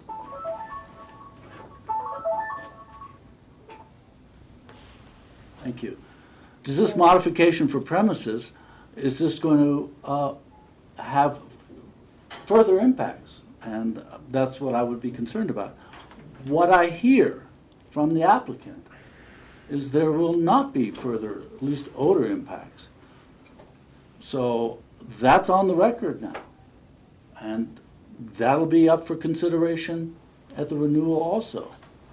So that's something we'll take into consideration. And I guess just follow up on that, I'm not sure how we can tell. So we already know there's an odor problem. And so by allowing this modification to occur, we don't really know if it's going to have an additional impact or no impact, because there already is an odor problem. So how do we differentiate between the production versus the chipping? Well, George, I don't think we have to differentiate. We asked that there be no odor impact whatsoever. The applicant has said there is not going to be an odor impact. We have the renewal coming up in September, and we'll know by then whether they've gotten under control or not. And we don't have to renew the license, so. I would think that if there is an odor from the grinding chipping operation outside, that we put a condition that the operation be moved inside. And that might mean displacing some of your growing area, but you would have the ventilation in there that could deal with that. Yeah, that's not a problem. I mean, I invite you to come down, we'll set it up. It can be provisional if you want. We can set it up and go through some grinding. I think you'll see that it's not coming from. Also, another possible condition would be if you were grinding one day a week, that Waste Management takes the dumpster The same day? right after you do the grinding and fill the dumpster up and then have them remove it. If there is any odor in the dumpster from, whatever, maybe it starts composting in there with the other material, and it's like an experiment. We don't know what's going to happen. Yeah, we don't. And we're in the spring right now, and summer could be different.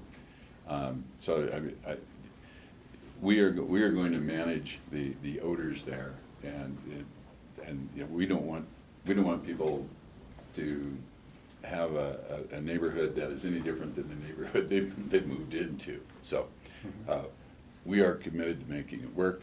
You're right, we have a lot invested here. We're not going to do something inconsiderate and dumb, and we have been working on it for 30 days.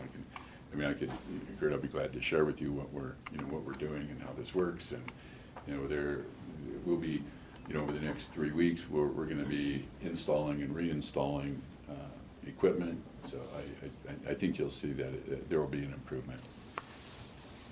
George? Just to answer one of the public's questions, you must have known initially when you started this operation you would have needed to dispose of the roots through some sort of mechanism.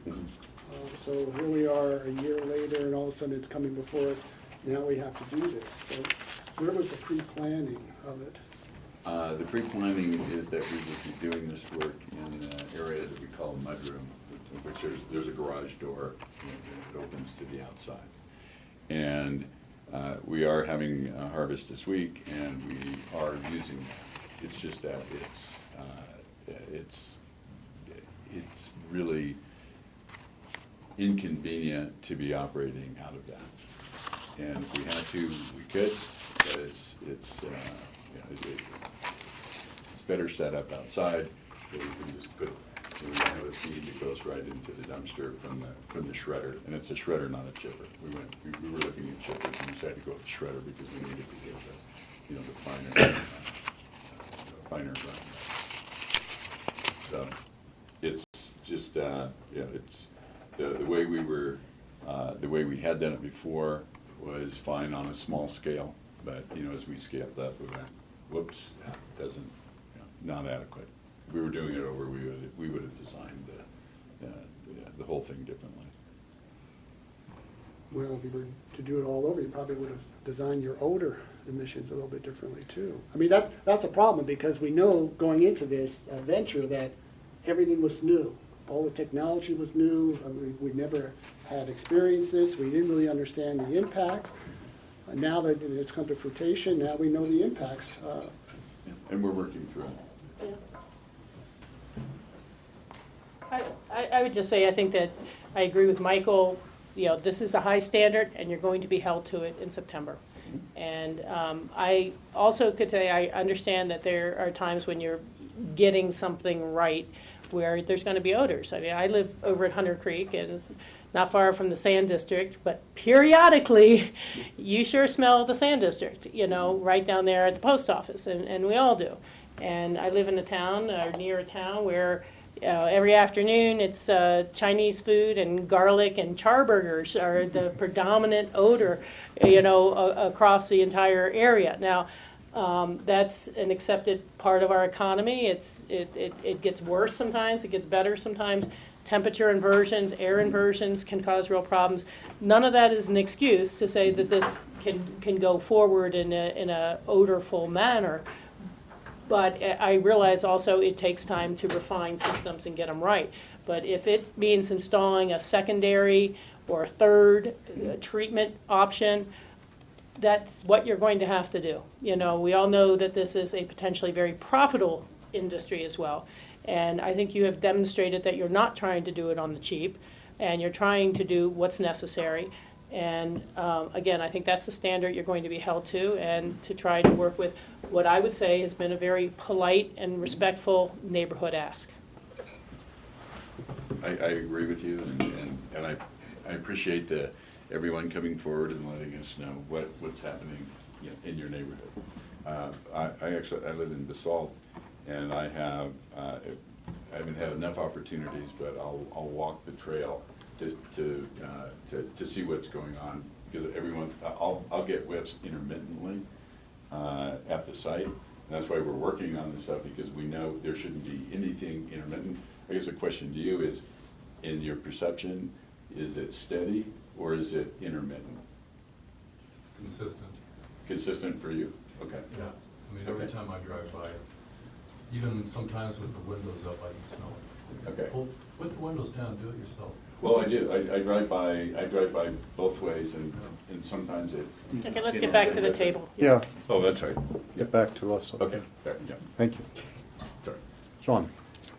Just a couple of points for the board's consideration. In the review of an application for modification of premises, what the result is, if the board favorably approves it, is that the original license is structured slightly different based upon the request for modification. So one consideration for the board is, if the board wants to approve this application, this request, is to simply state as a condition of this approval, which the regulations that the county has in place allows, that all of the terms and conditions of the previous license carry forward to this modification. In particular, you can reference the elimination of odors as well. And the other point is that the board can review the operations of any licensed marijuana facility at any time. You don't need to wait until the expiration of a licensed period. That is available to the board as well. So I'll make a motion to approve this application for modification of premises to a retail and medical marijuana license with the condition that John outlined, that there shall not be any odor from this, and that from this operation or from the existing operation. So that's my motion. I'll second, and just as a fair clarification to your motion, Michael, you're stating that all previous conditions of approval carry forward with this, and okay, so, and that's my second. Let me ask a question of John. Were you also implying that by approving this, then the actual renewal of the overall permit would be a year from now, No. or it would still be in September? Yes, it's still in September. Just wanted to be clear on that. No, the only point I was making is that the board can review the Prior to that. conduct of a facility prior to the expiration of a license. That's all. Well, you know, I would just put this as something for the board to consider, perhaps sometime this summer, July or August, that we do a site visit. Perfect. You know, Yeah. I give you a little more time to work out your filter systems and make sure they're running the way they should be.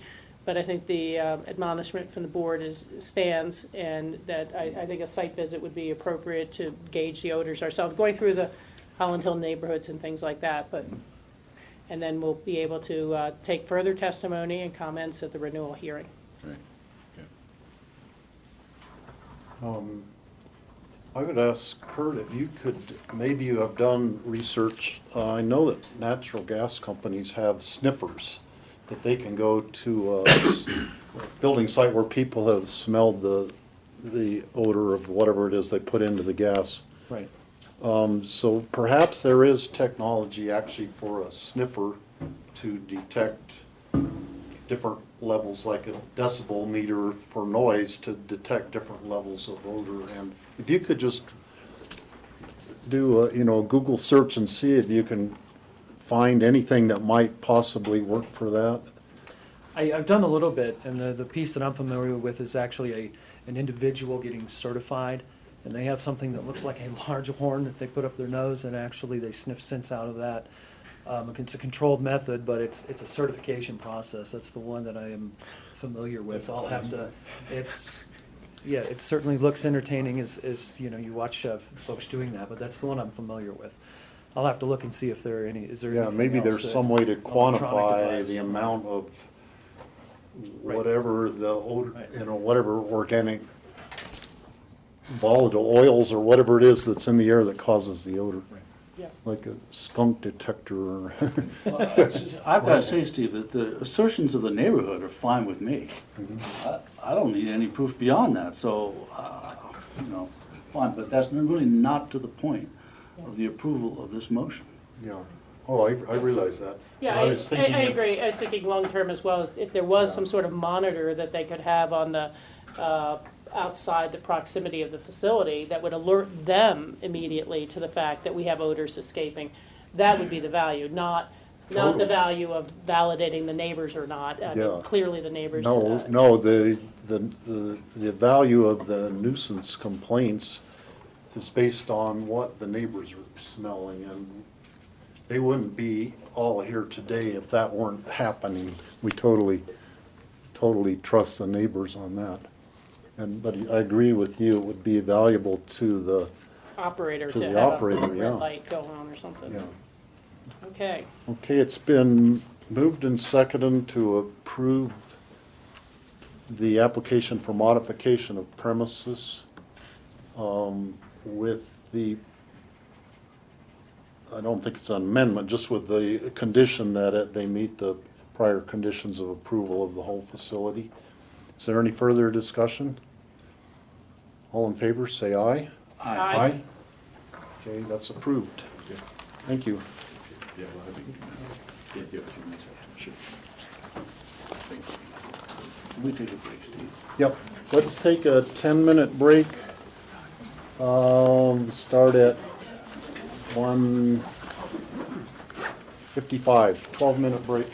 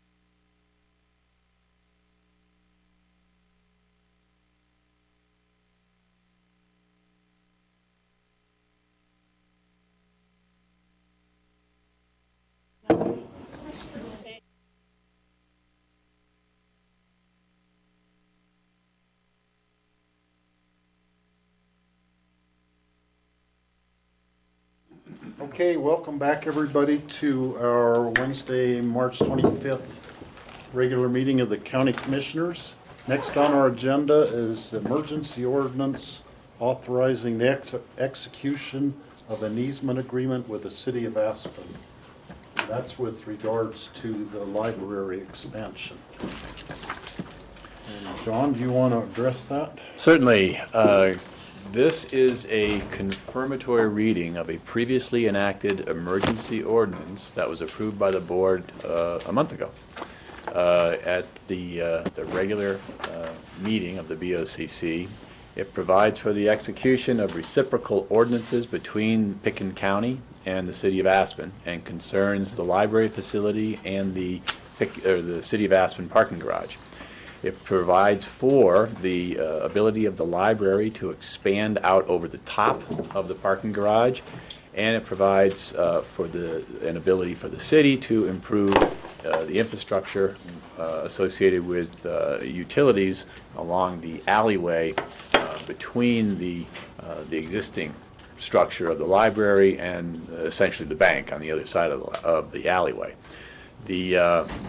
As I said, the ordinance was approved and became effective upon adoption and an affirmative vote of the BOCC, and in fact, work has already started. So I strongly advise the board to confirm the ordinance. I just wonder, since I see our librarian is here, if she could just give us a quick update of how that construction is going and if things are on time and we're enjoying it. And Well, we're loving it, thank you. I'm Kathy Chandler, County Librarian, and I was just sitting here thinking this started in 1988, so this is a big day if we can get this approved today. But they're working on removing the roof of the parking garage close to the library. They're running into a lot more concrete and rebar than they had expected. So the jackhammering is going on, and it's, I think, pretty impactful on the people working in the ACRA building more than the library. It's not very noisy in there with the, if you go outside, it's kind of shocking how noisy it is. So anyway, they feel bad about having to spend so much time jackhammering. They weren't anticipating that much work. And they're going to start taking down the east wall where the new children's library will be. They'll be dismantling that in the next couple of days, so they're starting to put up a drywall barrier so in the Spanish language collection area. So it's kind of your update. So have you had to move any of the collection at this time? Not yet, and Jody Smith has put out a request for proposals from moving companies. She just issued that yesterday. We are still very pleased to have the loan of a lot of the parking garage space in Snowmass Base Village. They're letting us use about 4,000 square feet to box up and store the books. And then we're also working on a lease agreement for the power plant, formerly known as the Art Museum. And we will, because we're still in fundraising mode, we're looking at value engineering and really trying to decide how much of the renovation we can do on the interior of the building. That will drive the decision as to whether or not we actually move out of the building or if we just mothball part of the collection and try to move out of the way of the construction, because the move is going to be expensive in and of itself. Michael? Kathy, weren't there plans for the existing parking garage that could be checked? There were, but anyway, they didn't show this much rebar and concrete on the top of the structure. Okay. There were two different things I noticed in the, I guess it's actually in the easement agreement with the city that I wanted to ask about. And one has to do with the garage air vent, and I just don't, I mean, I recall it says that the garage air vent will stay where it is. And does the children's room wrap around that somehow, or is it all off to one side, or what? I Yeah, can't quite it does. remember We've that. had to build around that bent. And So will that be a projection actually into the children's room a little bit, or is it totally separate? well, the building will go around that bent. So we just leave the vent in place. And it's a vent, you can see when you're walking over there, you'll notice Mhm. it, yeah. Yeah, okay. The second thing mentions provide for the reimbursement of lost revenues as a result of the construction. This is lost revenues in the parking garage. Correct.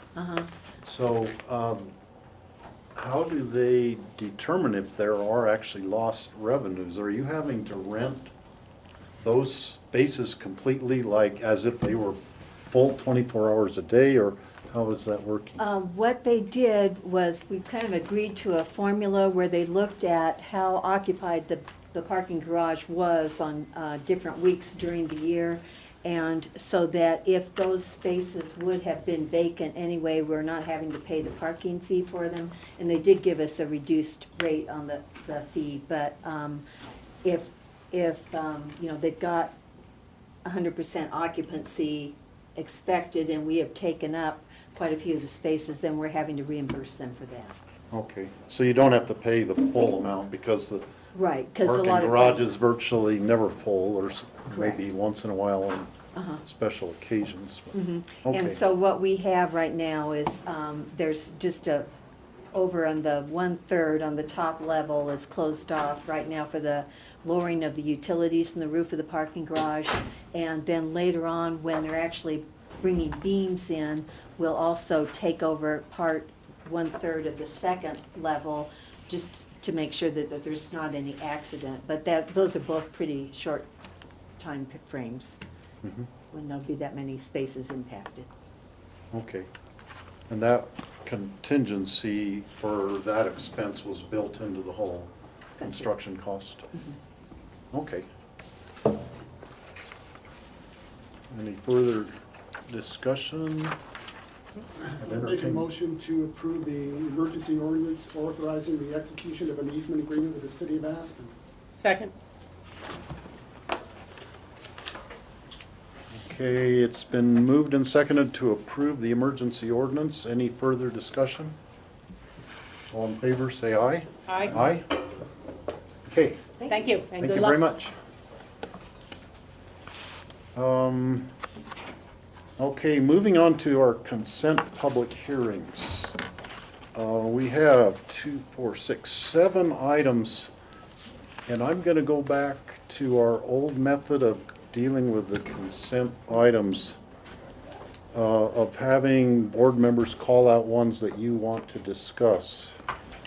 And I'll read those off right now. Steve, this is a public hearing. We so- have to have a public hearing on each one of them individually, so. You can just open them for the entire list and take comment as offered.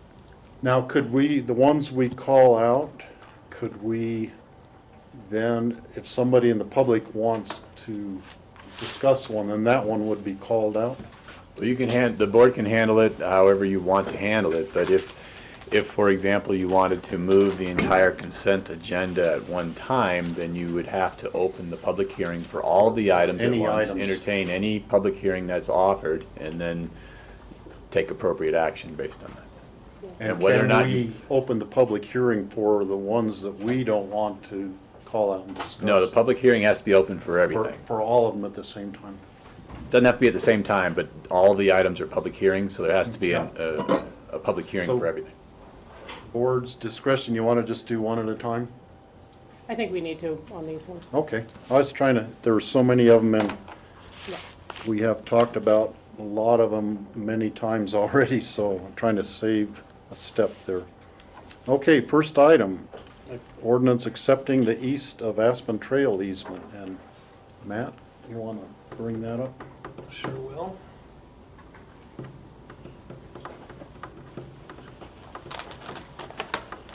This is the second reading, public hearing for the East of Aspen Trail easement vacation and easement agreement.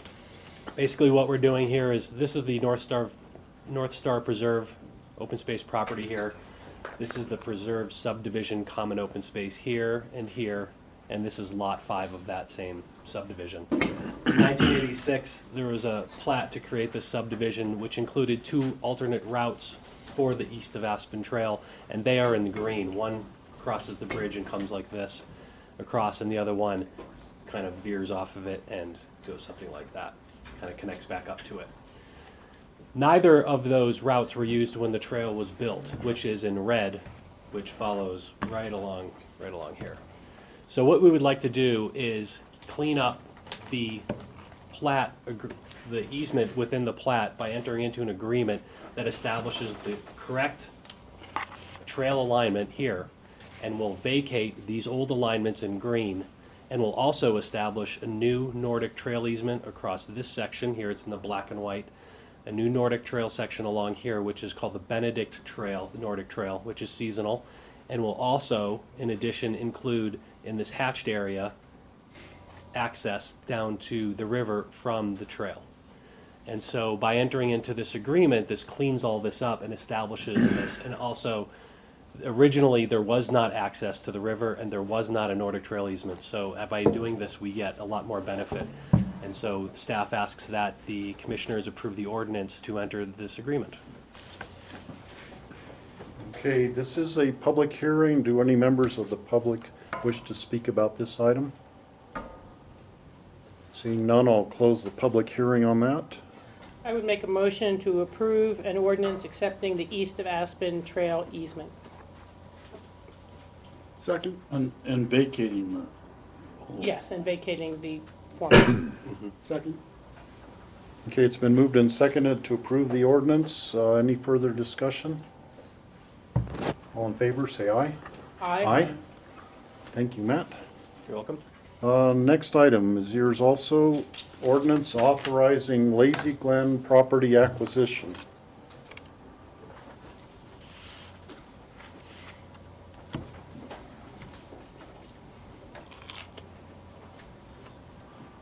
Matt Adeletti again, Open Space and Trails. This is the second reading and public hearing for the acquisition of the Lazy Glen property. This property is highlighted in the turquoise. Goes right along the borders of the highway and then up and then comes like this. The Rio Grande Trail is right along the alignment here. And there's about 8/10 of the Roaring Fork River, which is actually within the property, right along here. The acquisition is for $2,585,000. There is a house located down in this section here and a good-sized barn with some horse stalls here that the county would acquire. The acquisition would include the opportunity for the county to carve off a lot around the house there and potentially sell the property off, sell the lot off with the house on it, subject to a conservation easement. We would like to leave that opportunity open in the event that open space staff can't find a use for the house. This property offers some amazing benefits. It's got, like I said, it's the river, 8/10 of the river goes right through the property. We have access. There's an access road coming along here. We've got RAFTA, which granted the county licenses to cross the property to enter it. This property also has agriculture potential, has great viewshed potential, and there's some good riparian habitat along there. It could also open it up for the possibility of having a bridge crossing from the Lazy Glen subdivision over into the Rio Grande Trail, therefore giving access for the residents of Lazy Glen to get actually onto the trail, which right now, as you all know, they are isolated from that. So staff asks that the county commissioners approve the ordinance to acquire this property. Any discussion, board? Just want to hear the public comment. Oh, this is a public hearing. Any members of the public wish to speak about this at this time? My name is, do you want me to come up there? If you could, you'd be closer to the mic that passes your voice on to the television. My name is Margot Cutita, current resident for the last 17 years in Lazy Glen, current board member of the Lazy Glen Homeowners Association. Open Trails did come to us at our last meeting and showed us what was going on, and right now our board is in full agreement that we want to go forward with this. We're very excited about possibly having a footbridge there. We're willing to create whatever it was a handshake at the time of 2 public parking spaces. As for working out how to get back and forth to the tunnel to get to the bus, it's pretty straightforward. They can just walk down the street. But I'm sure you guys might have something more in plan. I'm not sure. But I'm just here to represent our board and say, yeah, we're really happy about the idea. Thanks for coming to the meeting. Thank you. Thank you. Thank you. Let's see. Steve? Yeah, George.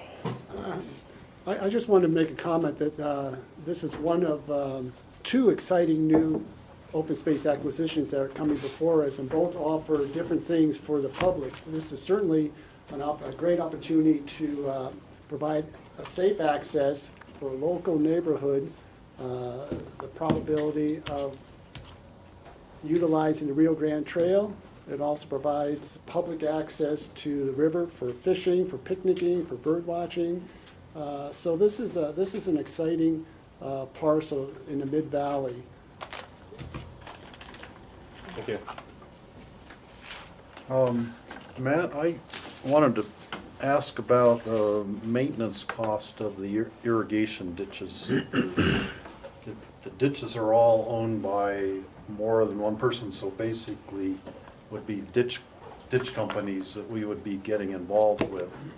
And has that been considered? I think actually John Neely might be able to answer that question better than I could at this time. Steve, actually, they're shared ditches. They are not ditch companies involved with any of the 3 ditches that serve the property. And in fact, the ditches are all in great shape right now. And so going forward, don't anticipate any problems other than routine maintenance. Yeah, the reason, the thing that brought that to my mind was a couple proposals I've seen for replacing siphons on different irrigation ditches, and the Albany ditch actually has a siphon that crosses the Roaring Fork River from Snowmass Creek to get over there. And I remember it leaking like a sieve years ago, and whether it was repaired or not, I don't know. But that one item alone could be costly if and when the siphon needs replacing, and we'd be party to taking up some of the cost of replacing that at that time. That's right.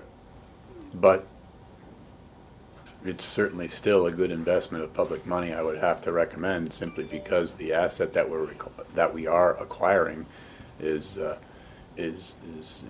utilizable by the public at a lot of different levels and in a lot of different types of uses, including the water. Steve, is that a siphon or is that just a pipe that's way up in the air? It's a pipe, but it is a siphon. Have you seen it? It goes down, crosses the river, and then goes back up. Yeah. And it is elevated way above the Roaring Fork River, but it is actually siphoning the water. Yeah. Do we have a motion on the table yet? No, there's not. I would like to move to approve the ordinance authorizing the Lazy Glen property acquisition. Second. It's been moved, and let's see, I don't know if I closed the public hearing. I'll close the public hearing at this time. It's been moved and seconded to approve the acquisition of this property. Any further discussion? All in favor, say aye. Aye. Aye. Thank you. Okay, thanks.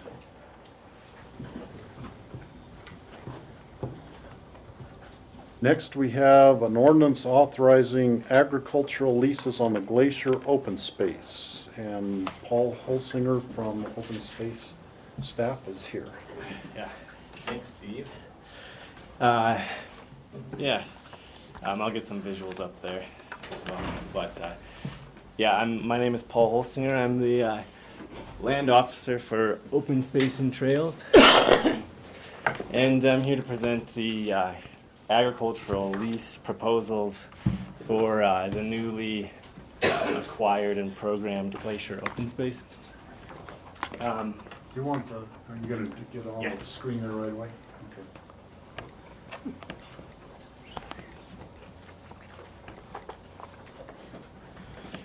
So to set the stage a little bit, because it'll help help with how we got to where we got with all of these leases.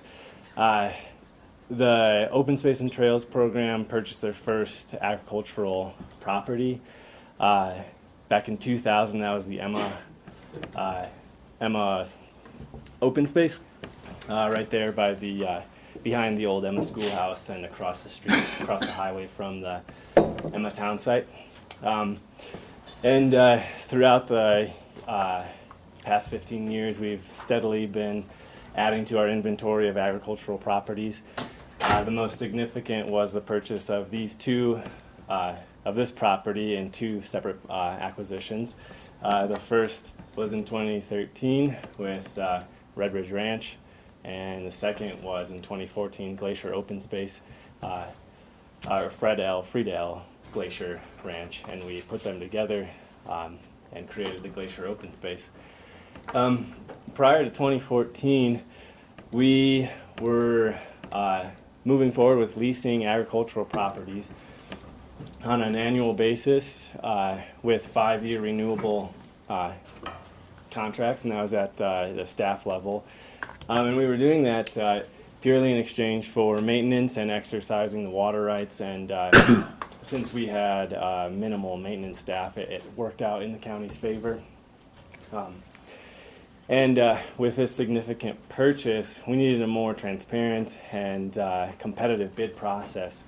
So starting in February last year, we started going out to public, seeing what they would like to see with a process of how we could lease this property out to folks.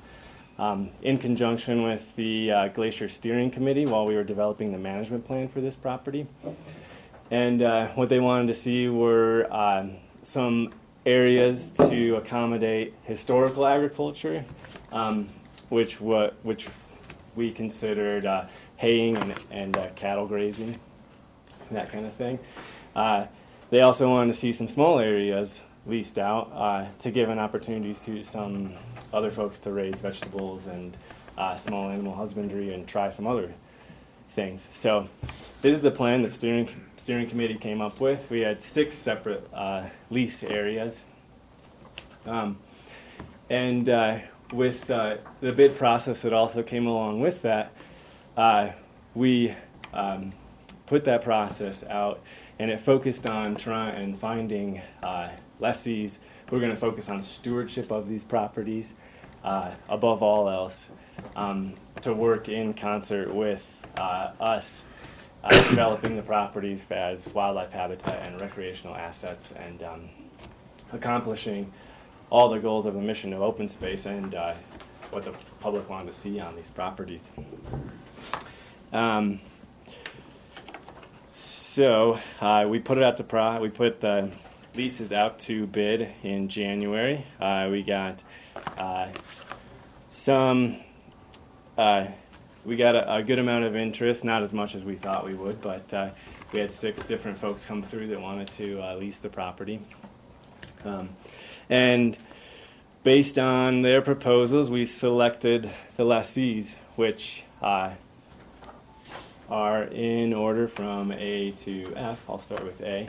This 45-acre piece, we had 3 folks come through who put in proposals to lease this area, and the one we selected based on their answers and selection criteria was Alec Parker, who has been leasing the property in the past and managed the property when it was under private ownership.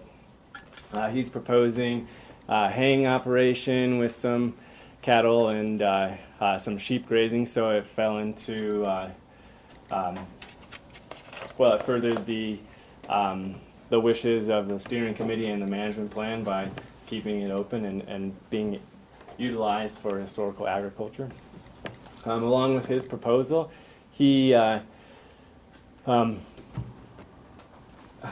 that he would, are committed to improving some ditch maintenance that they had been working on when it was under private ownership, and that was piping a section of this ditch right here that has some significant erosion problems. So he said over the term of his lease he would continue that and finish out that project, as well as he committed to cleaning up these 2 home sites, which last year we had these modular homes removed, and that was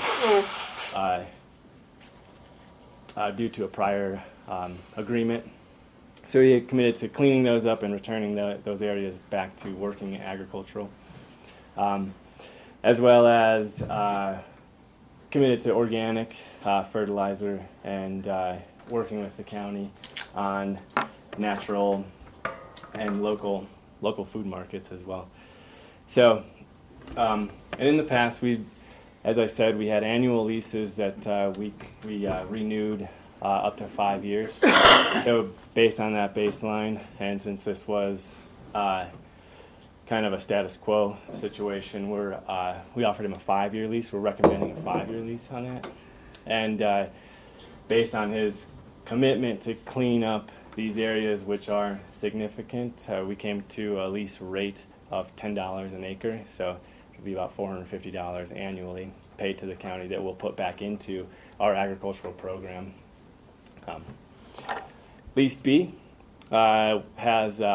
we had 3 proposals come through on that one as well, and the selection criteria, based on selection criteria, Rory Cerise was selected to manage and lease this area. He had been managing it and leasing it for the last 15 years while the property was in private ownership.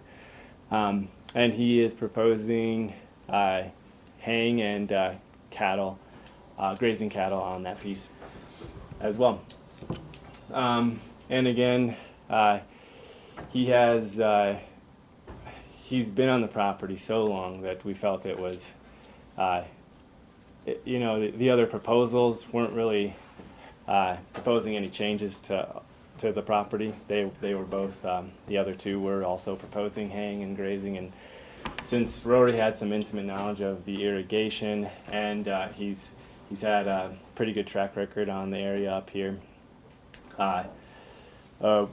we felt comfortable recommending he get the lease. Again, status quo, so we recommend a 5-year lease.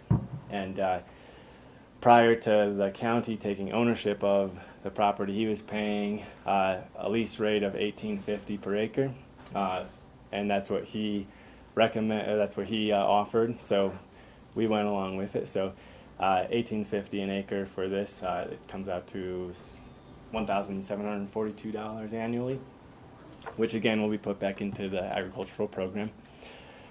So that's what we're recommending for B.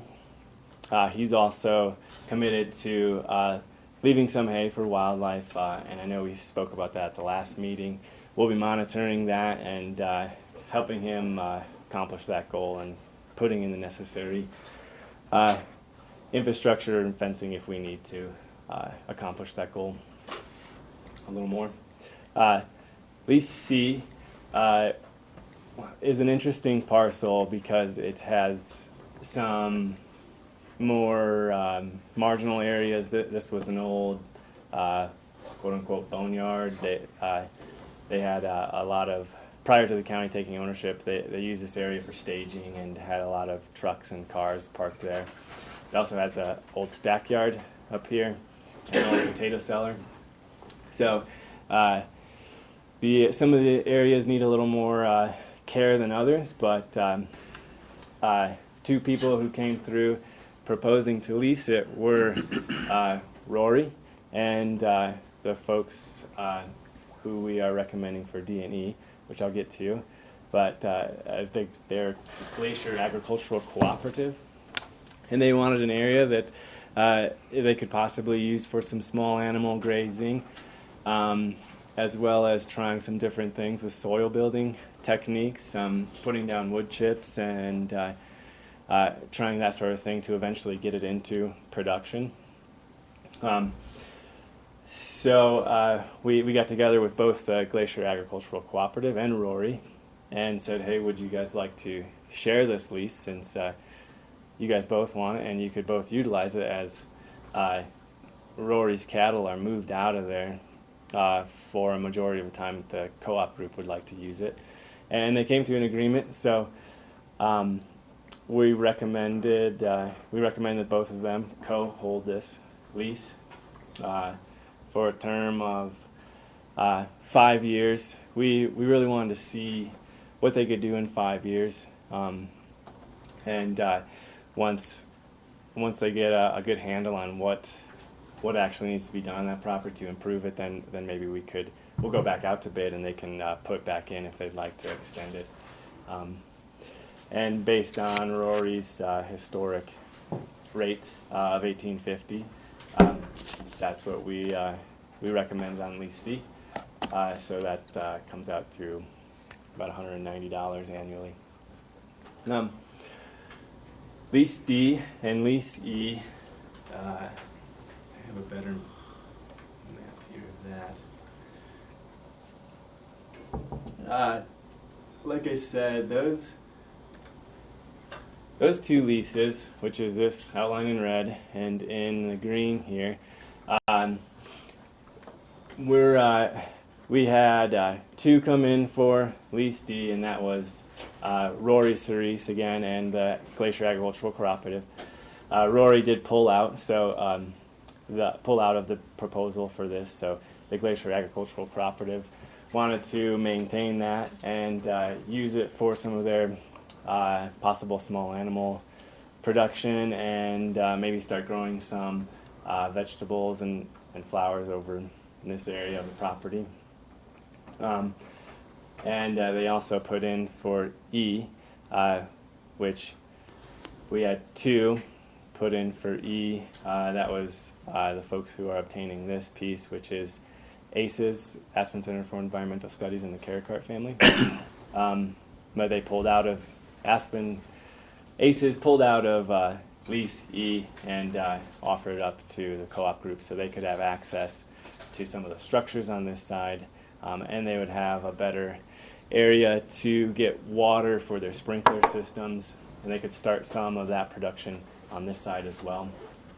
So in these two areas, the Glacier Agricultural Cooperative are proposing starting their operation, their production really, which is consisting of flowers and some vegetable production. This year, I think they're going to be focusing on cover cropping and just monitoring the property and seeing where they can start some of that soil building on those two pieces as well as some fruit trees. And based on all of the plans that they're proposing, the Open Space and Trails Department recommended that they get these two properties for 10 years so they can see these fruit trees actually produce and market them, which will take at least 5 years on a best case scenario. And it will take some extra infrastructure, fencing, and they might put in some agricultural structures to help them with their production as well. And they offered a lease rate of $23 an acre, which we felt comfortable with. So both these, lease D and lease E, we're recommending that lease rate, which I think comes out to $190 annually. And finally, lease F is, as I said, Aspen Center for Environmental Studies and the Caricart family. The Glacier Cooperative group did put in for this, but they pulled back out of it in order to share and work with each other and maybe share some of the labor and equipment and that kind of thing.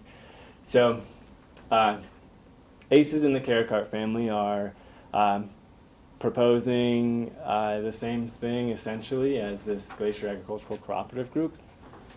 And which will consist of vegetable production, probably some small animal husbandry, probably some fruit trees, and maybe an apiary for honey production.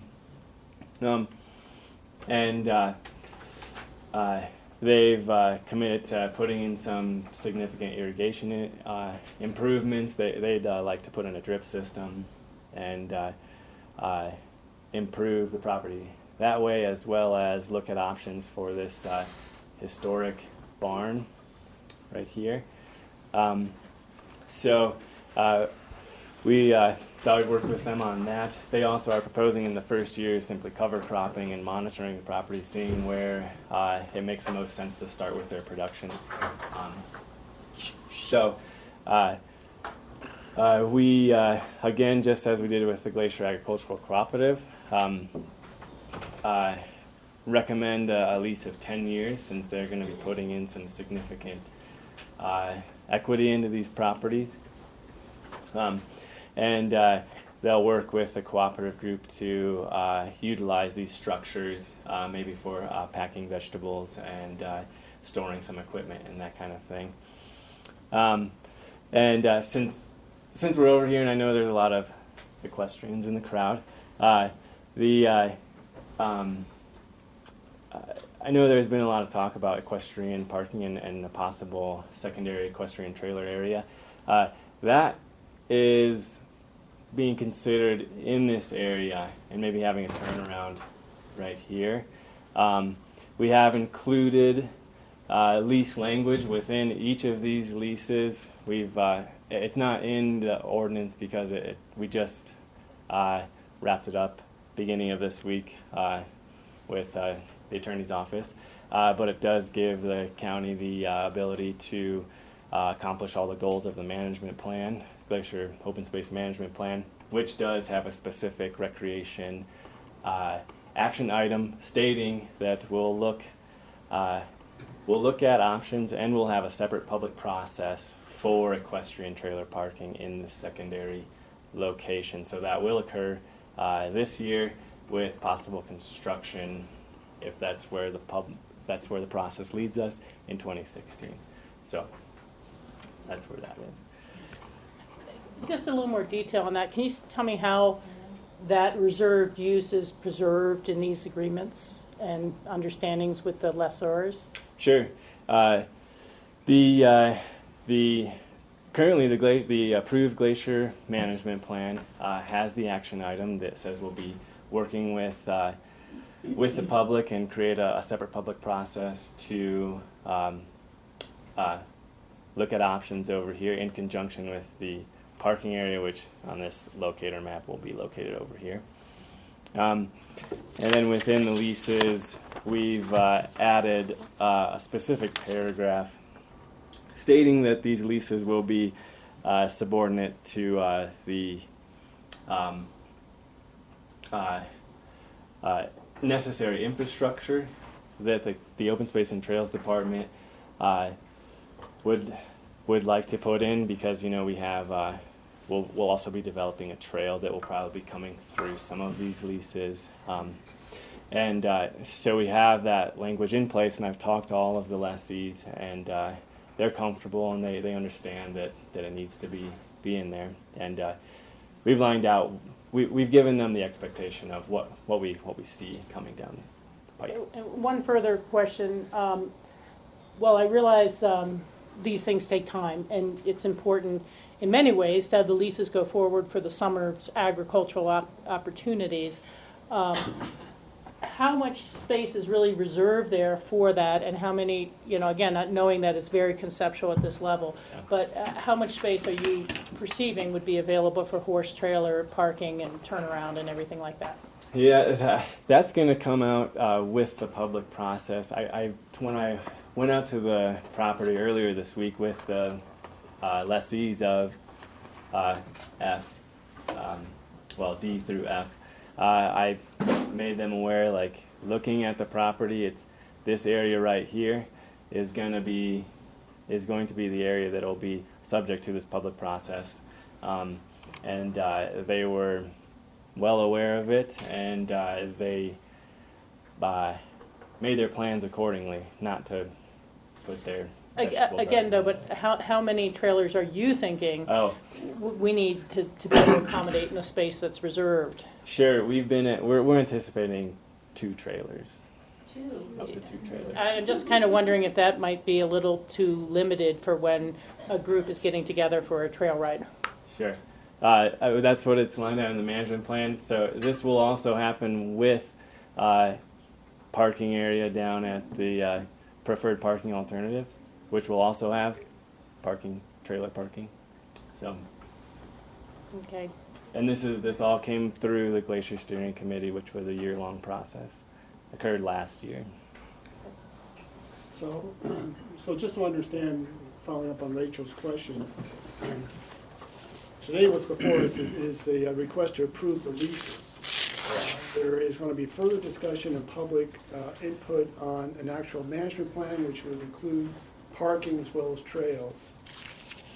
And that's not what we're approving today, but there will be a process to look at that, and that management plan will eventually come back to the Open Space Trails Board and then to the BOCC, Dale?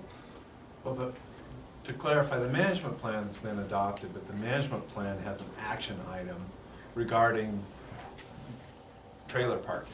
And we will undertake a subsequent public process to look at the optimal location and sizing for trailer parking. And then, who approves that ultimately? Is it Open Space and Trails? Do they approve it and then go up to the BOCC, or is it just the BO? How does that work? Well, under the county code, that authority's been delegated to the Open Space and Trails Board. Now, it's delegated by all of you, so if you really want to have that job back, you can arrange for that too. All right, thanks. I'm just concerned that there hasn't been enough space reserved for, it sounds like it's already constrained to being about enough for 2 trailers. And what if during the study area, it turns out you need room for 4? And I realize there's some additional adjunct parking, and, that might be how, people who do have to split up a little bit while they're doing the parking and before they meet at the trailhead. But I'm just concerned that we're locking in a 5-year lease on areas that, again, it looks like the area where the parking would be is going to require a lot of tree removal and brush removal, at least from this, Google Earth type of look. And that all what are currently open and, somewhat available are, and I realize it's balancing the goals of putting things into production or not, but it still seems, that we would perhaps be very limited for at least a 5-year period because of the lease terms. To clarify, Rachel, the lease language that we have developed authorizes us to take some land back from these leaseholders if it's necessary to implement our management decisions. So we really aren't locking anything up in these leases. If we chose tomorrow, or the day after the leases were executed, we need a piece here or there to accommodate the trailers, we can do that. And then we would have some sort of reduction in their lease fees, obviously. Correct. Concurrent with the land that they had lost. But that is a full option, and it's not going to be a dispute or a lawsuit later with the lessors. Well, I can never be sure who's going to do a lawsuit. John is working with us on the lease language, and the intention and the way it's drafted is to give us that flexibility to withdraw an area from the leases for anything that might come up, whether it's a fence or a pipe or a trailer parking or what have you. George? So then, Dale, again, back to Rachel's question. If we think that we may need more space for trailer parking, would we want to let the lessees know so they don't cultivate that piece of the land? Certainly, and again, we have some space that's outside the lease areas presently around the house. If a determination is made that that's not the appropriate place to put this, there's this area that's highly impacted that you can see in the kind of upper corner of this lease area that I think is going to be the last area that co-op and and Rory are going to put effort into, because that's where the Glaciers had their collection of vehicles parked for a long time. And it's already pretty well compacted. The only other comment, though, I'd make about that is that when we went through the public process to adopt the management plan, there was a pretty strong consensus from the neighbors down there and on the steering committee for the management plan not to see a parking area developed in that location. So if we reopen that discussion, that'll be a larger discussion than simply where to put the trailers. It'll also be reopening what the steering committee on the management plan felt was an agreement from us not to use that area in that way. We have the flexibility to do it. It'll just require a public process that's a little broader than the discussion we're having here. Okay. This is a public hearing, and this could be a good time to segue into that. So I'll open the public hearing, and anyone wishing to speak about this process, I'll have you I'm first. Terry Murray, and they certainly have been, the OST people have certainly been so open to hearing anything that we horse folks had to say about parking trailers. I've read that management plan, and it was pointed out to me by the, oh golly, I forget that. No, not you, it's the other Gary. Pointed out to me that in the management plan, it's only allowed for architectural use. So this action item that you have attached to it is something that he didn't point out to me. And in fact, he pretty much made clear to me that it was only for agricultural use. So that was either an error on my part or a new development on yours. I'm not sure which. But whatever it is, that's good to hear. I don't know, there's some horse people here who like to have that place. So hard to do this, isn't it? Can I have that little thing you point with? How do you make that work? Ooh. Okay, there's some people here who just love this, and I see lots of reasons for that too. But I'm not here for this. I'm here because, and I want to make sure, there's a house right here somewhere. Where is it? Is it here? White roofs there. Okay.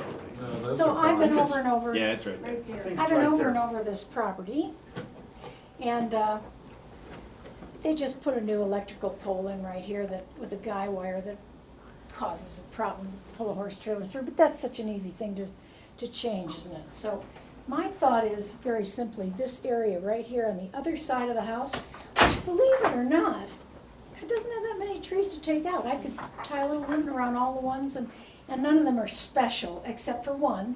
It's a pine tree that's already been skirted on the bottom. I'd like to leave that because I like pine trees, and by golly, I think we could do that easily. And if that was left and you could approach from this side and do a U, make a U, and come out here.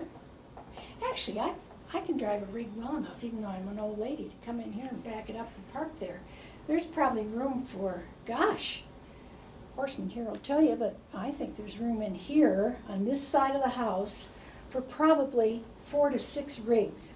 If you moved those very small, and by moved I mean cut them down, those very small trees, really none bigger than this. Removed as opposed to moved. There's an old hanger that's laying over that needs to come down anyway. But that, from my thinking, is your optimum area right there. And you could actually, if you put in another culvert here, you could actually have your in and out right there. But in time, you're going to want this. Now, I'm sure those agricultural people are going to want to park pickup trucks and all the stuff you want to park, and maybe they want to park it over here. Maybe they don't want it in here.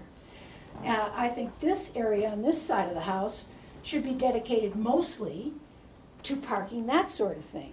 And any overflow of trailers could possibly park over here. But I think to start out with, that's the premier. I mean, geez, just, you know, I'd be happy to drive anybody out there and buy you lunch to take a look at that side of it, because it's perfect. Perfect. Even for someone who, you know, doesn't want to do the big U around the house. Okay, Holly. I'm going to make it quick. I'm Holly McLean. It's perfect if they give us enough room. Right now, that parcel, what is it? D? With the house on it? No, the little part, that parcel, what is that parcel? E. E. It encroaches in into the parking area.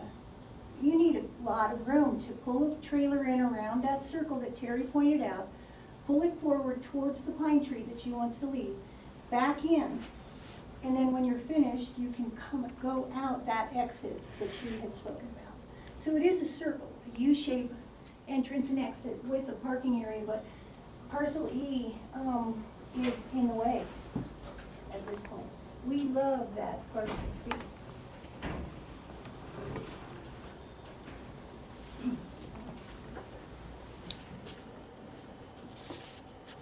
Thank you. I'm Valerie Moore Kelly, and I'm here with some pony clubbers. I'll ask them to stand up. We have the Roaring Fork Hounds Pony Club. And we just wanted to say thank you so much for supporting the equestrians in the valley and keeping access for the kids. I was born and raised in Aspen, so I get a little nervous speaking. And I just, to be able to go trail riding up on the Crown and to have access from a location like this is really valuable to the kids and our families. And horseback riding's been such a part of this culture in Aspen. I used to live on McLean Flats and would ride in on the railroad Rio Grande Trail, and there was actually a stable here. Does anybody remember the stable behind the courthouse? And so I would ride my horse in as a kid and put him in the stable and go into town. And, so it's wonderful to have your support. So thank you for helping the equestrian community have access to the trails and for the kids to be able to have a safe and novice level trails to ride on. Of course, trailer parking, they are big rigs and big vehicles, as you seem to understand. And so to have access to the Crown from this location is really exciting. And I also love the whole concept. I think it's wonderful what you've been working on, and thank you for keeping the agricultural traditions alive in the valley. And so to have a safe, ample parking area, it is true we would like to go in a group. Each year the Pony Club takes a trail ride. So this would be a great opportunity for us. Right now we have, how many kids? 16. We have 16 kids in the Roaring Fork Hounds Pony Club now. So that's quite a few trailers to get 16 horses.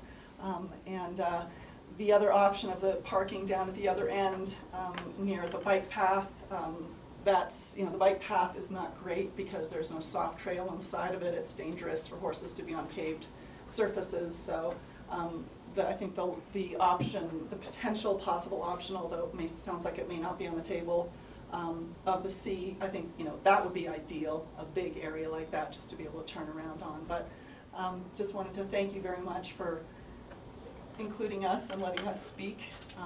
Does any of the pony clubbers want to say anything, add anything? You speak volumes by being here.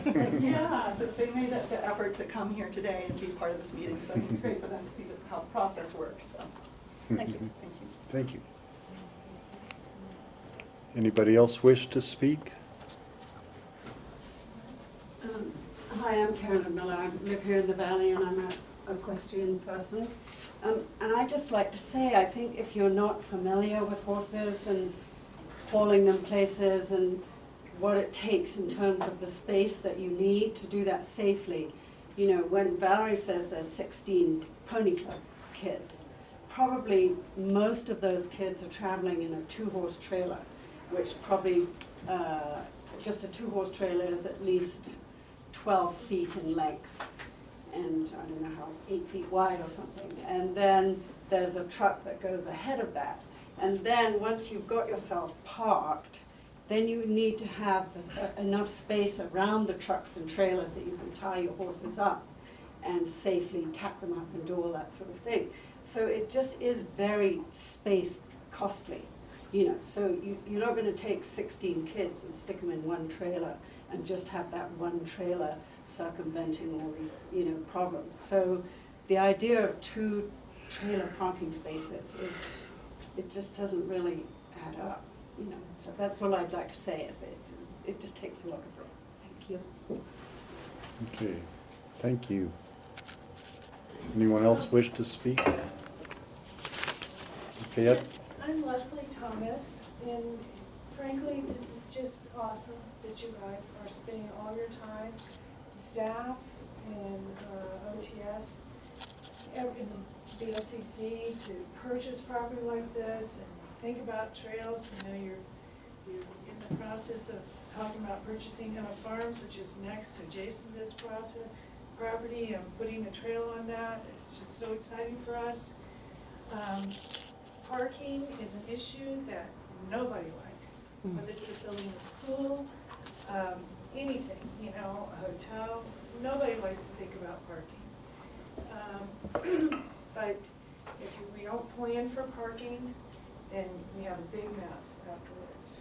Either nobody can go use it, or you end up with some other kind of issues. So I really am strongly asking you, begging, please.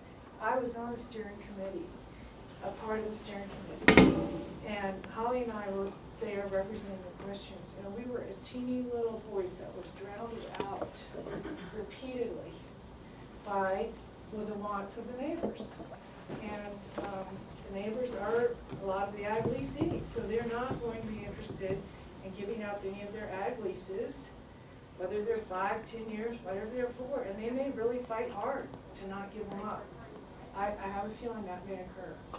So I'm begging you, please, to think about not waiting until you've already got all this signed and legal stuff signed, and making sure that you have some language in there now that gives you the flexibility if you see that people do want to come here and use it, which I think you're seeing that there are people who are really interested in using this.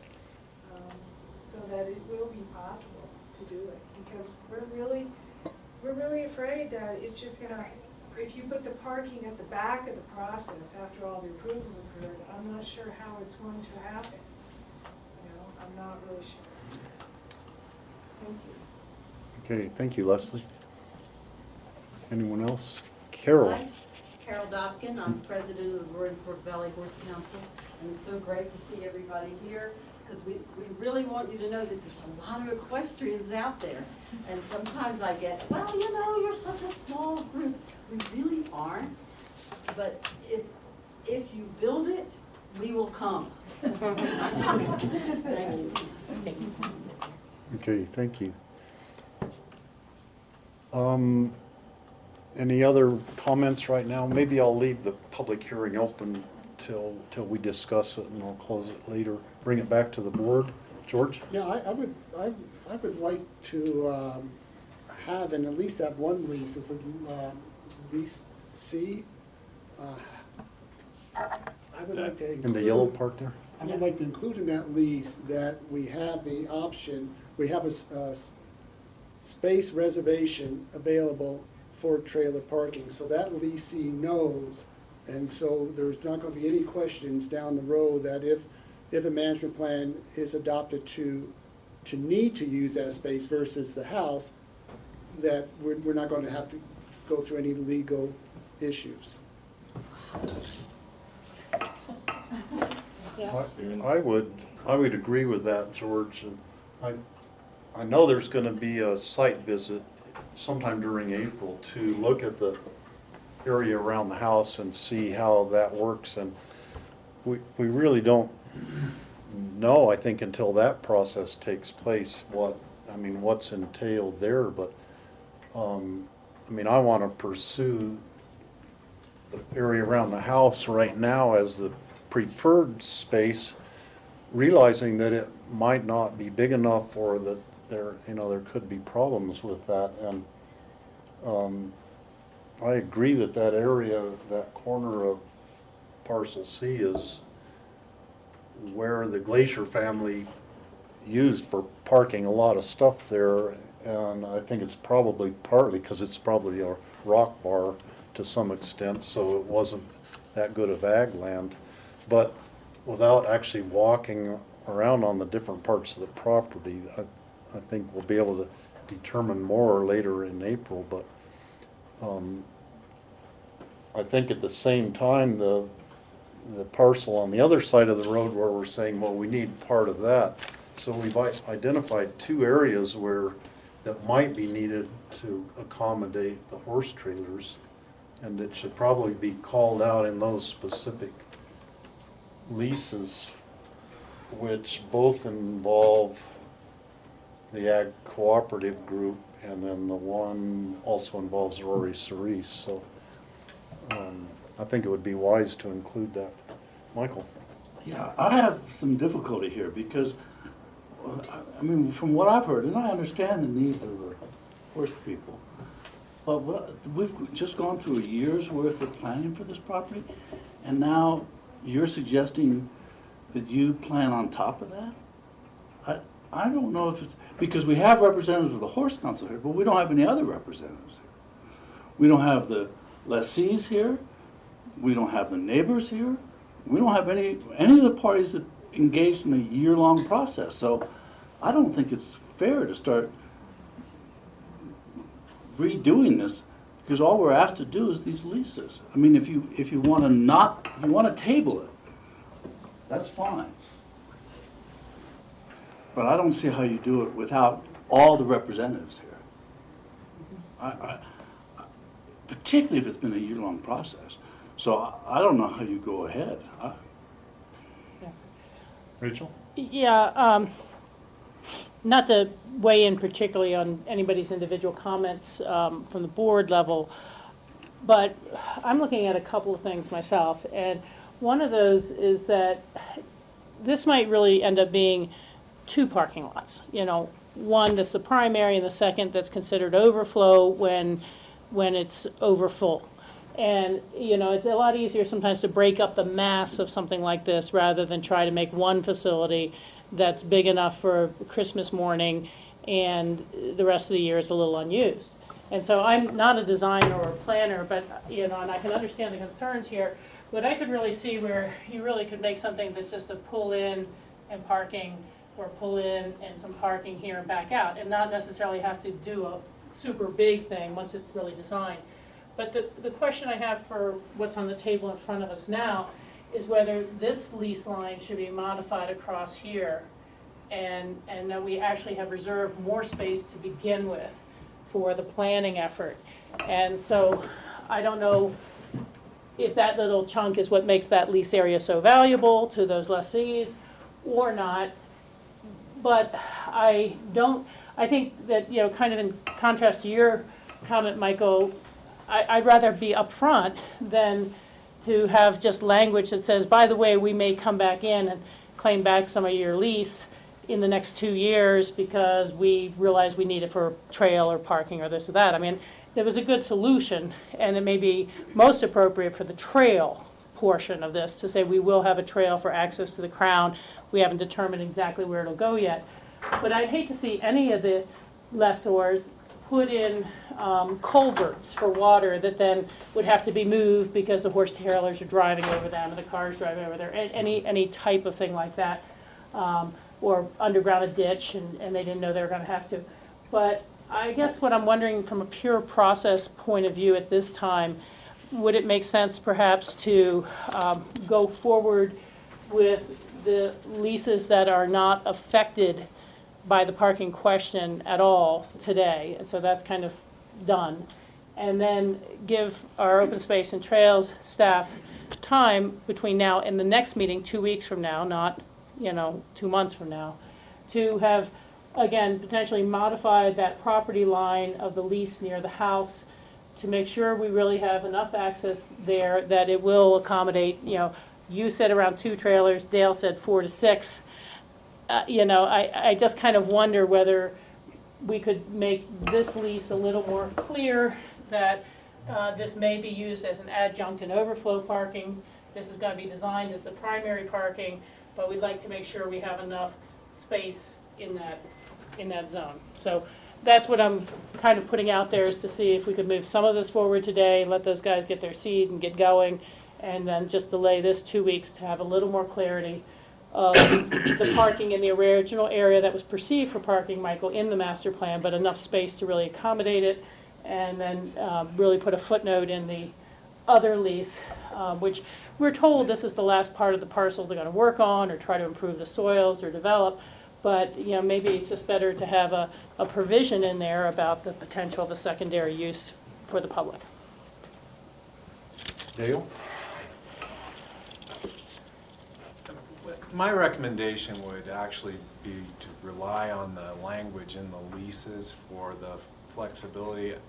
I appreciate wanting to capture everything that we need moving forward. On the other hand, to Michael's point, we did put a lot of time into that public process, and we defined these lease areas through that process, and consequently there is kind of a fairness question in my mind if we start modifying provisions of that management plan in this way at this time without reopening that to every other potential constituent on here. It feels like it's going to cost us in terms of our credibility in the long run. So my recommendation is that we can build the flexibility into these leases to do everything that we've discussed here today, and leave the adopted management plan the way it is. Paul? Yeah, and another suggestion is that we do have the lessees and lease areas are going to be managed by operating plan, which in the operating plan we still have time to specifically state, it was discussed in this board meeting that this area could be used for overflow parking, so that it's very clear the expectations of the Open Space and Trails Department and the county as a whole. But I think if you go down there, that they're ready to go right now. I mean, they're ready to start, covering some of that grass and putting it back and doing some soil mending. So I'd hate to further hinder this. George? I hear what you're saying, Dale. As long as there's flexibility and the leases know, because what I'm concerned about, and we've seen this time and again in terms of trail access, is when parking lots are full, the overflow ends up on county roads. And what I don't want to see is the start of a series of trailers that are being parked along the side of that road when we could look at a better parking plan through a space reservation system. Doesn't mean we're going to use it, but a plan that will make sure as best as we can that there's going to be ample parking for trailers and it's not going to end up on the county road. Is that a county road? Oaks Lane? It's an Eagle. This is an Eagle. Oh, well, never mind. That's okay. Eagle County is a partner in this. Yeah, so they don't want trailers on their roads either. Yeah, so that is important. I would agree with what I've heard. 2 trailers are not going to cut it. And especially with our next agenda item, which I'm really excited about, that's going to probably add another trail system that hikers and equestrians are going to take advantage of, and we know we're not going to expand any parking up in that area. And George, I agree, and I think that we have the right tools to look at sizing this properly, both through the reservations and the lease, as well as the operating plans that Paul's talked about, to make sure there's no improvements placed on this gray area, if you so to speak, until we've sorted all this out. Dale, could you direct us to the specific wording on the reservations that's in the lease? Let's see. It's not actually in that. Is it in this copy we have, or? No, we just got it done earlier this week. Okay, could you at least read it? Sure. It's county improvements and infrastructure. The lease is at all times subordinate to and subject to any and all current and future county improvements and infrastructure as may be needed to accomplish the goals and management actions of the county for the leased premises. County improvements and infrastructure may include, but are not limited to, parking areas, trails, picnic areas, informational signs and kiosks, and fencing. Prior to any improvement or infrastructure development, the county will work with the tenant to locate improvements and infrastructure to minimize interference with the tenant's agricultural activities. Decisions relating to improvements and infrastructure development will be made by the county, and all such decisions are at the full and complete discretion of the county.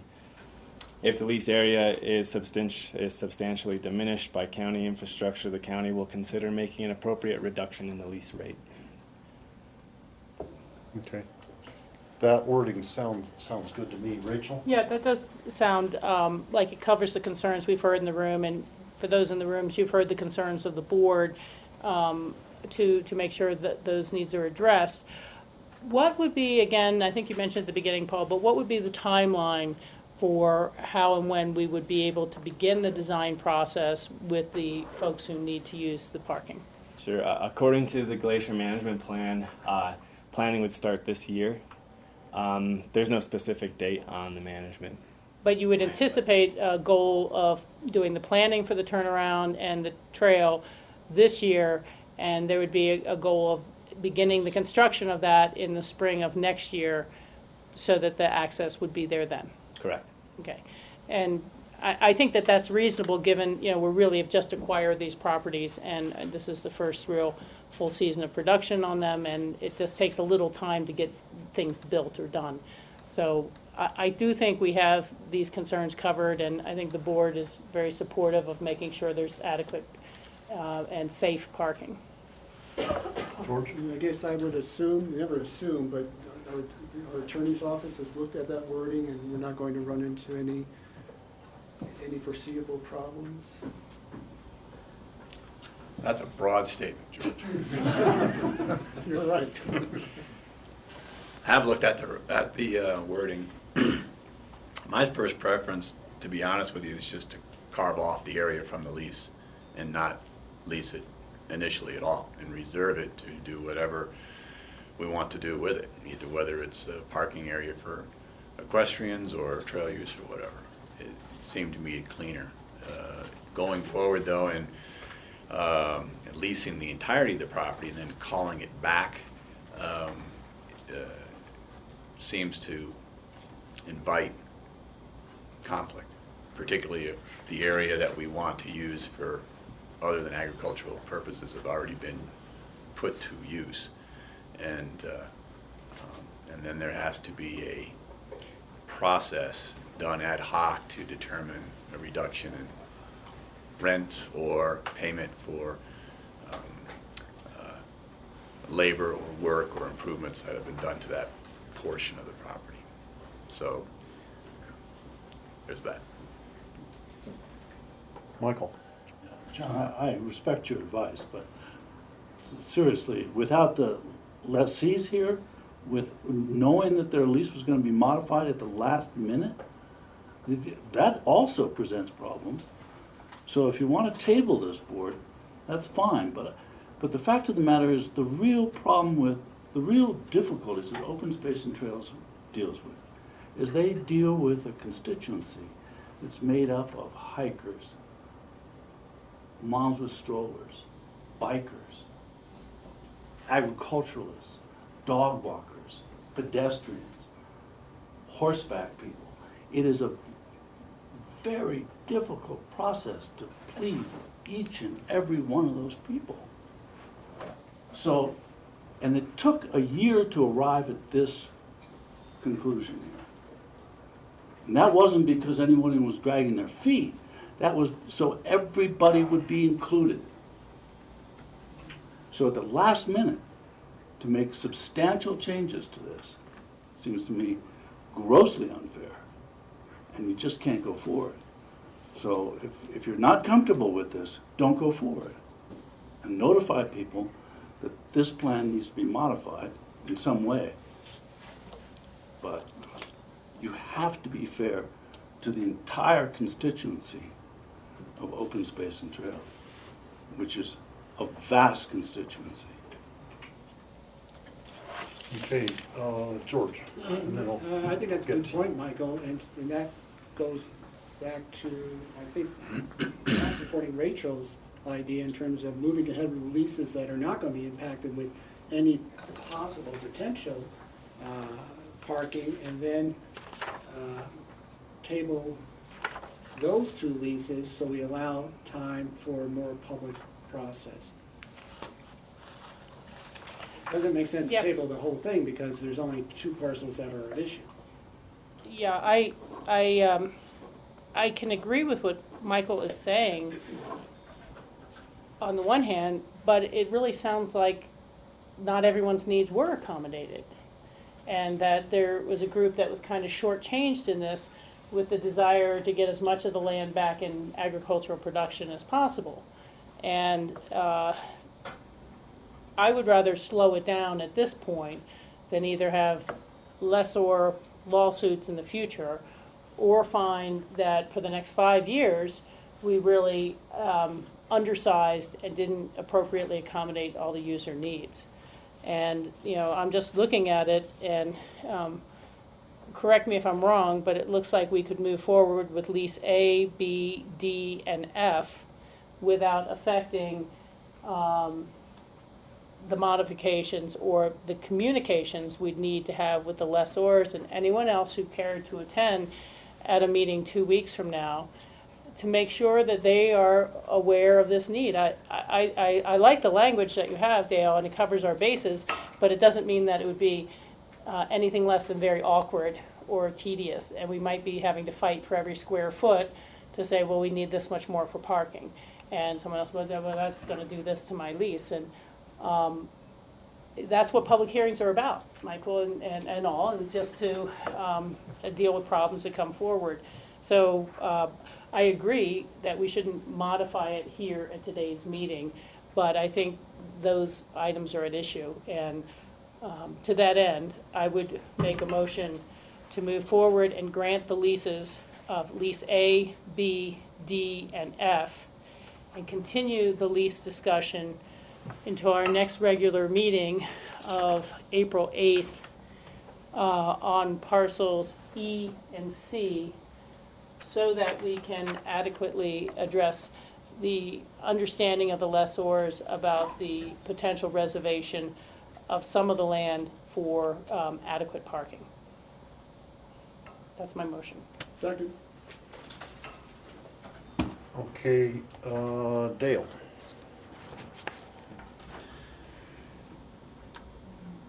I just want to share an observation, which is that if we, at the next meeting, propose taking this corner off of lease area C as a potential parking area, we are going to need a bigger room because the number of folks that are going to want to weigh in on that won't fit in this room. And it will be a suggestion to everybody that we're about to reopen the management plan and change it, which doesn't currently have that reservation for that spot. It has a reservation for the spot over at the house. So I'm just noting if you can do it this way, but it's going to be a big process that's a much larger group than we have here today. Michael? Yeah, I don't say I can do it, quite frankly. The idea of getting together a steering committee and to get all the constituents together and to do it for over a year was part of a process that you were going to try to satisfy all those members, but possibly couldn't. There were going to have to be compromises. So this is the result of all that public input. Now you're saying, in an afternoon, in a matter of hours, to the people who participated in that steering committee, that we think you lack judgment. We're gonna rethink your year's worth of work because we have a lobby in front of us that wants parking of a certain nature. That is not fair to every single person who participated in it. And in the future, nobody will join the steering committee. Not a single person, because they know it's nonsense. If that's the Because case, why don't we now- let them approve the leases, Michael, and take it Rachel, away from the board? Rachel, I have the floor. Thank you very much. I didn't interrupt you. Don't interrupt me. So you have a year's worth of work. It's going to be undermined. I understand the good intentions here. But the overall intention is to include people in an open, honest process, that they can have their opinions known, that they can come together and forge an agreement amongst all different opinions that works for the community. So at the last minute, to undermine that, you are undermining the entire system that Open Space and Trails put in place. I can't agree with it, not in the least. Steve? Oh, yeah, Rachel. You know, we had a very, very long process with the public involved on the Rio Grande Gorge area, and it suggested a bridge that we rejected. There have been any number of management plans that have been modified or changed over time. I will be the first to grant the agreement with the concept that all parties and players should be able to participate in a dialogue, and that we shouldn't do something here today. But I am not sensing that everyone felt their needs were met in the plan.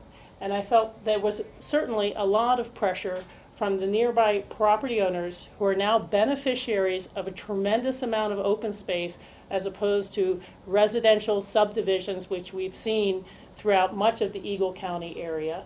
And I have to say that there's a point at which everyone has to share and accommodate a little. And I'm not going to approve leases that are going to lead to lawsuits in the county, cars parked on the road, inadequate parking from day one. You know, if we look at any number of, quote, management plans that were put together by a lot of great, thoughtful people, we would find that we have individual disagreements with them. And, you know, the airport access plan is one that comes to mind, where our staff and our boards recommended something very different than the public, and then we changed it and went with the public. And plans that have been built without an underpass, and we have to go in and retrofit for the cost of multi-millions of dollars in disruption to add an underpass because it wasn't in the plan in the first place. And this looks like approving a plan that is not 100% cooked right now. And it certainly may be for the people who want to get on the ground and start tilling soil. And I can understand that, and I'd like to see as much of it move forward as possible. But I also don't think that we should ignore needs that are out there when they are brought to us and say, oh, we got a document on the table, that's it, got to do that for the next 10 years, 20 years. I just can't see it. And I think that we're building in an inadequacy to this plan. George? Yeah, I don't believe we're undermining this committee at all. I think that we're looking at approving the bulk of the leases, and we're looking at readdressing some issues that we know are county concerns at every trailhead that we have. And rather than trying to be reactive, that we're constantly having to do, whether it's up Lanedo or up Castle Creek or up Maroon Creek, we're trying to be proactive. And because this is a new program, and the length of the leases are such that it's not a one-year lease, that we're really locking these leases in for a long period of time, that most of this board will not be here when these leases expire. I believe that we should open up and have further discussion. Ultimately, it's the BOCC's decision. We could approve these leases or we can deny them. And so we take the input from the steering committee, we take the input from our P&Z, we take the input from our staff, we take the input from our caucuses, and then we make the final decision. And so I don't see that this process being any different. I think to address your concern, Dale, is I'm wondering if there's an opportunity prior to when we would meet again on these two issues, and maybe it's a month from now, maybe it's not 2 weeks, that you are able to reconvene the steering committee, be able to express the concerns of at least some of the board members, and see whether the committee could then come up with a different way to view this issue and then bring it back to the BOCC. Those are my comments. But I'm ready to move ahead on this part of it. Going to call on Michael and Dale. Both of you could, we'll do Michael first. Yeah, just to remind Rachel that when we turned down that bridge, there wasn't a management plan for the Rio Grande Gorge. And the matter of fact is, that was a suggestion put forth by Open Space and Trails Board. And what came out of our denial of that bridge over the Roaring Fork was a management plan. So it gave rise to a management plan, and we've decided that management plans, and particularly this steering committee, put together by all the constituents, is the best way to approach our properties. It's just that simple. So I understand the concerns that you have, but I'm saying at the last minute to modify them without the people who are being affected, and I don't mean just the lessees. The lessees aren't going to sue us. They're not going to sue the county when their lease amounts to $190. Come on. But who will sue us are people who relied on this planning process to protect their neighborhood, to protect their interests, for all the reasons they involve themselves in the management plan. So I just don't think it's right to undermine it at the last minute. And I couldn't possibly support this because going forward, because those representatives, those people, even the lessees aren't in the room. Okay, Dale, then Paul, and then I'm going to call on Terry because she had her hand up earlier and I want to see if her comments are still pertinent. I certainly would like to see as many of these leases as we can approve today be approved, because I know people are wanting to get to work out there. As far as George's question about the potential of reconvening that committee and to change that discussion between now and the next meeting, I'm not hopeful that that can be done. We do have a joint meeting between you and the Open Space Board scheduled for April 7th, which might be an opportunity to take another look at this. But the question about parking over there on lease area C was probably the most difficult discussion that happened in that steering committee, and it's not going to be an easy process to reopen that question. Yeah, I'm thinking if I could offer a possible solution, you know, within the glacier management plan, we have the parking options lined out. The preferred alternative was the Caracart parking, which I know you can't see it, but on this locator map is down here. The secondary option was this piece here. We could certainly incorporate that into the language for lease C and put it there in black and white, say that they recognize that there's a possible parking option as lined out in the management plan for that parcel, and put it in there, and do the same for lease E, which I've already communicated to them verbally and they understand, so it shouldn't be a shock. But if we put it in there black and white, we could possibly move forward with this. Now we will still have to keep this language giving us the authority to put this infrastructure in, because we haven't developed a trail alignment from that gate possibly, or if we have a trail alignment coming from this Emma piece, we still need that option to put a trail in and possibly connect that way. But so we'll still need some overarching language, but we could just put what we're saying into the lease, saying that yes, there is going to be a public process and it's lined out in the management plan that possibly a portion of your lease is right here. But if we cut it out completely, there's still a chance that it's going to push into their lease anyway. So I could do that, and I could work with John on that. So you're saying that it'd be possible on the lease agreement for parcel C and E to go ahead and write the wording in based on it, like if we approve the whole thing today, you could still change Yeah, the we're- wording of those two leases, which To refer- the ag co-op is the Sure, and they're owner, the holder of one of those potential ones, and then half of the other one, so. Yeah, and they're certainly well aware of that since I've been on the property and talked to them, and we can refer directly to the glacier management plan, which talks about it in the action items. Okay, George, and then we'll go to Terry Murray.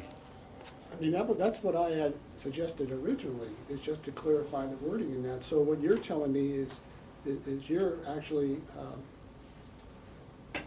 clarifying that these leases are aware that there may be possible space reservation needs for parking.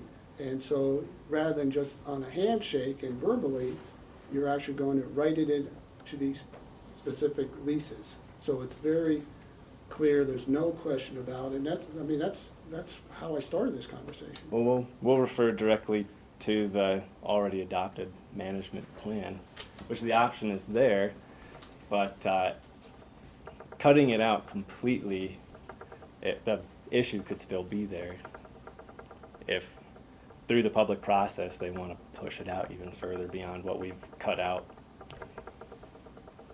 Okay, Terry? I hate to take up any more Steve, of your time. I'll be next. Pardon? I'll be next, please. But there is, Oh. there are two things I'd like to say, and one is specifically to you, Michael.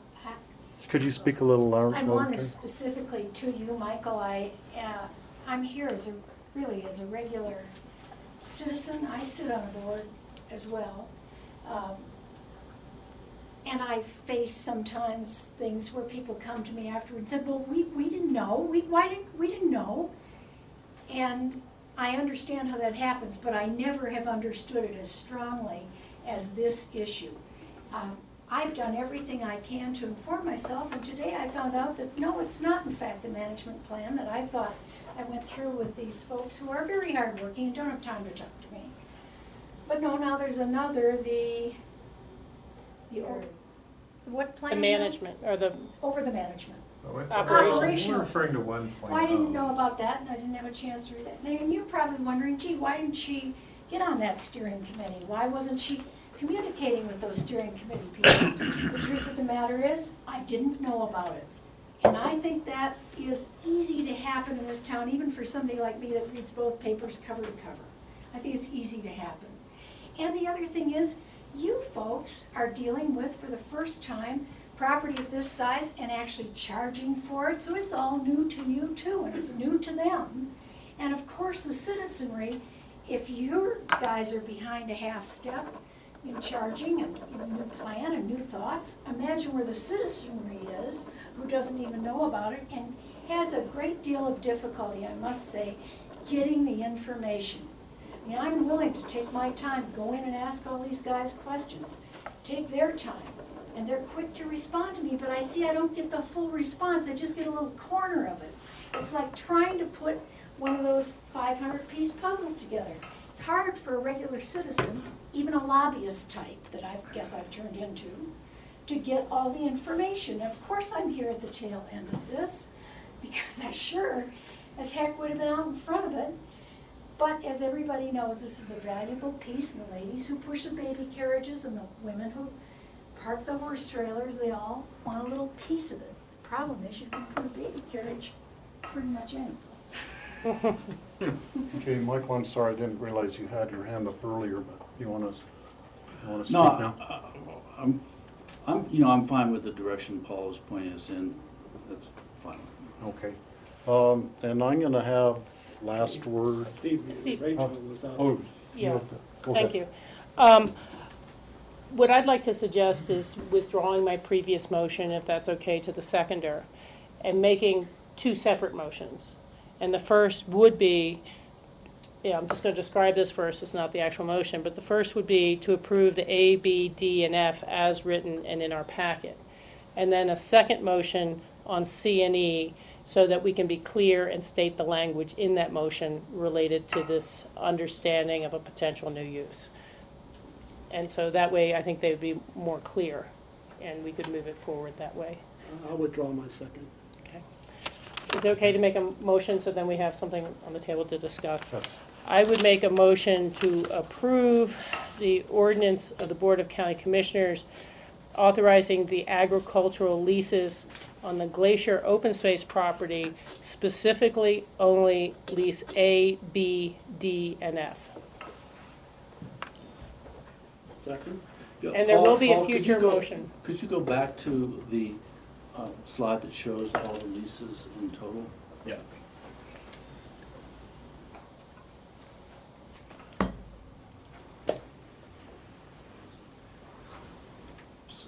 So Rachel, would you point out the leases that you want us to consider? A, B, D, and F, which were not associated with the parking issue. Okay. And you seconded the, did you second that, George? I did. Okay. It's been moved and seconded to approve the leases for A, B, D, and F. And then we'll address C and E in a separate motion.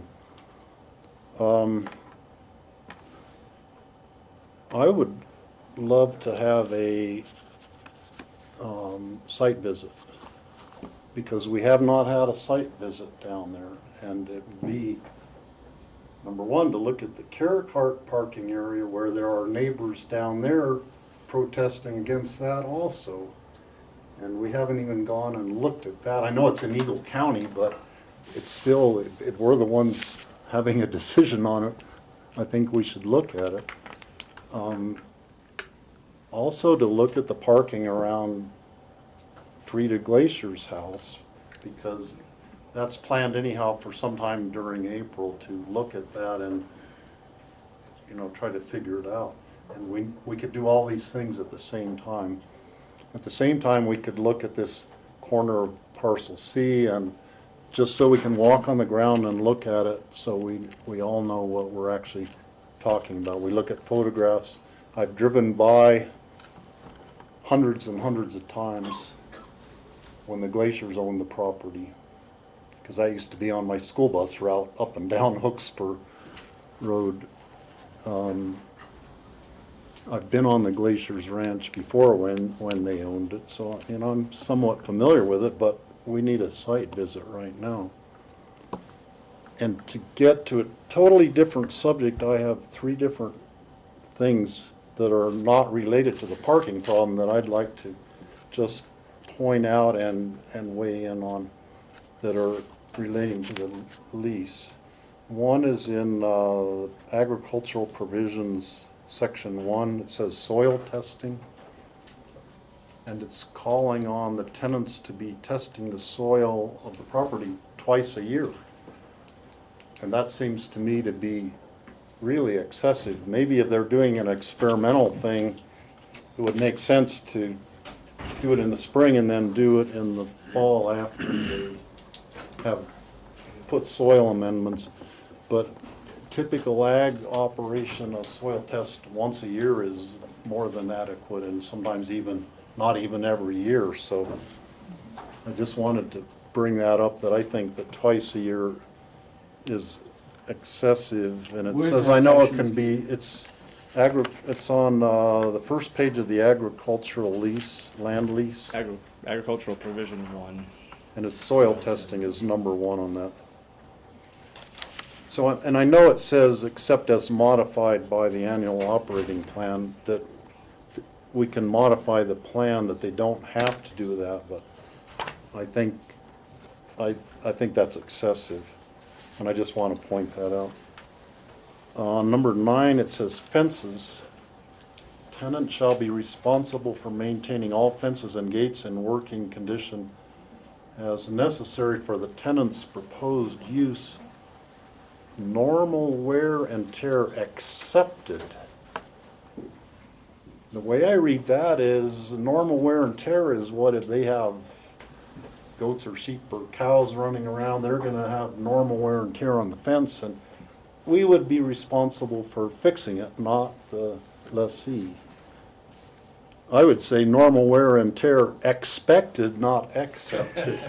Because there's going to be wear and tear on the fences. And then, like, who actually is responsible for fixing the fences? Well, elk are another issue too, so. So, Steve, I don't quite understand what your point is. Are you modifying, you want us to modify this motion? No, I just more want staff to explain the wording of this, and maybe I'm reading it wrong, or maybe the wording needs to be changed. Yeah, sure. Well, I talked to some of the lessees about that fencing language, and really what we're saying is that there are fences on the property, and you're taking possession of those fences. You're maintaining the fences at the time of possession, which, you know, would be today if the leases are signed. And then that's what we're expecting to get back at the end of your lease. And some of that wording has been modified a little bit. What you read sounds like not the current version, but I've talked to the lessees, and that's what we're getting at. There's fences on the property that are in this condition. We expect them to be Keep in it this in at condition. least that condition. But if you're going to put sheep and goat, and you need to put sheep fence up, then that's your business. Okay. But the question is, does this number 9, is this what we're approving?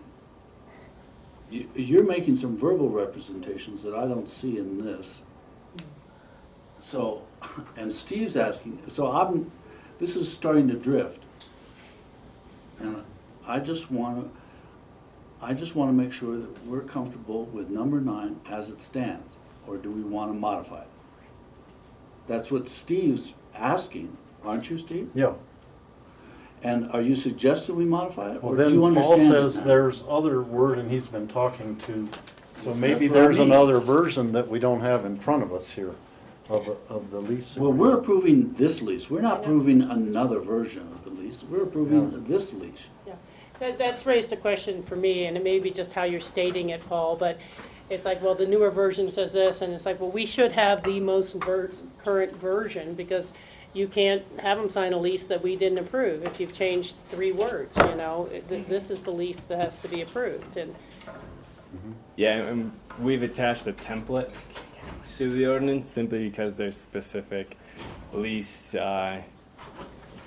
language for each of these tenants to address each of their operations, and we didn't think it was appropriate to make that a public negotiation for the lessees. But the template, that language is essentially in every single one of these lessees leases.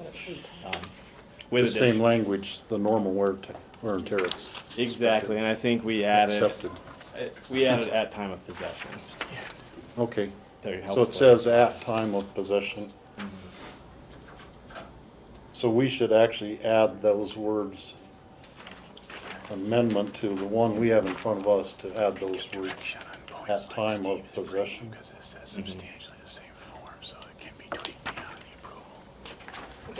Steve? Yes. John was just pointing out to me that if we look on the very last page of our packet, the actual ordinance itself, the very last provision, number 2, is upon approval of the agricultural leases by the Open Space Trails Director and the County Attorney, the Chair is authorized to execute the leases in substantially the form attached hereto. So there is room in this ordinance that we're Wiggle room. passing for correction or modification of these bits of language. Okay. Well, that's good. That's good with me. And third and final point, has come to my attention there are some dead and dying trees on the property that could pose a hazard to human safety. The tree would blow down when a lessee is working there. And who is responsible for taking down dead trees? Is that going to be our responsibility or the lessee's responsibility? But the trees you're talking about, which I think you're talking about, are the trees that are located outside of the lease area. In this area, there's some large cottonwoods that are leaning, and we've talked with the lessees, and since it's not part of their lease, and it's potentially going to be part of this public process to deal with horse trailer parking, I think we would be removing those trees because they are. But I think we'd get somebody out there to check them out and get a forester. To, Yeah, get an arborist and get a yeah. tree removal, professional tree removal crew if something needs removing, that sort of thing. We're planning for that. Okay, so as long as it's not in their actual lease areas, then it wouldn't concern this. Okay. Well, Steve, you also mentioned in Article 1, which is soil testing, you thought was an onerous requirement. So do you want to change that, or you? Well, the wording of it actually has an out saying, except as modified by the annual operating plan. And that's so you're satisfied one of with those that? places we have flexibility, given the term at the number 2 on the very last page of our ordinance. Mm-hmm. Yeah, so and I can expand on that with the historical agricultural practices like A and B. We've already started drafting the operating plan for them, and for those, since there's no real change in the operation and no major, well, they're not proposing any chemical inputs.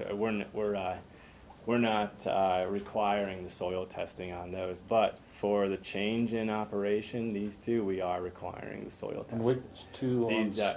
B and C? All the Or smaller ones where they're all the little ones? Yeah, where they're changing and trying to do some soil building techniques and that kind of thing. We are, because we'd like to have that record kept.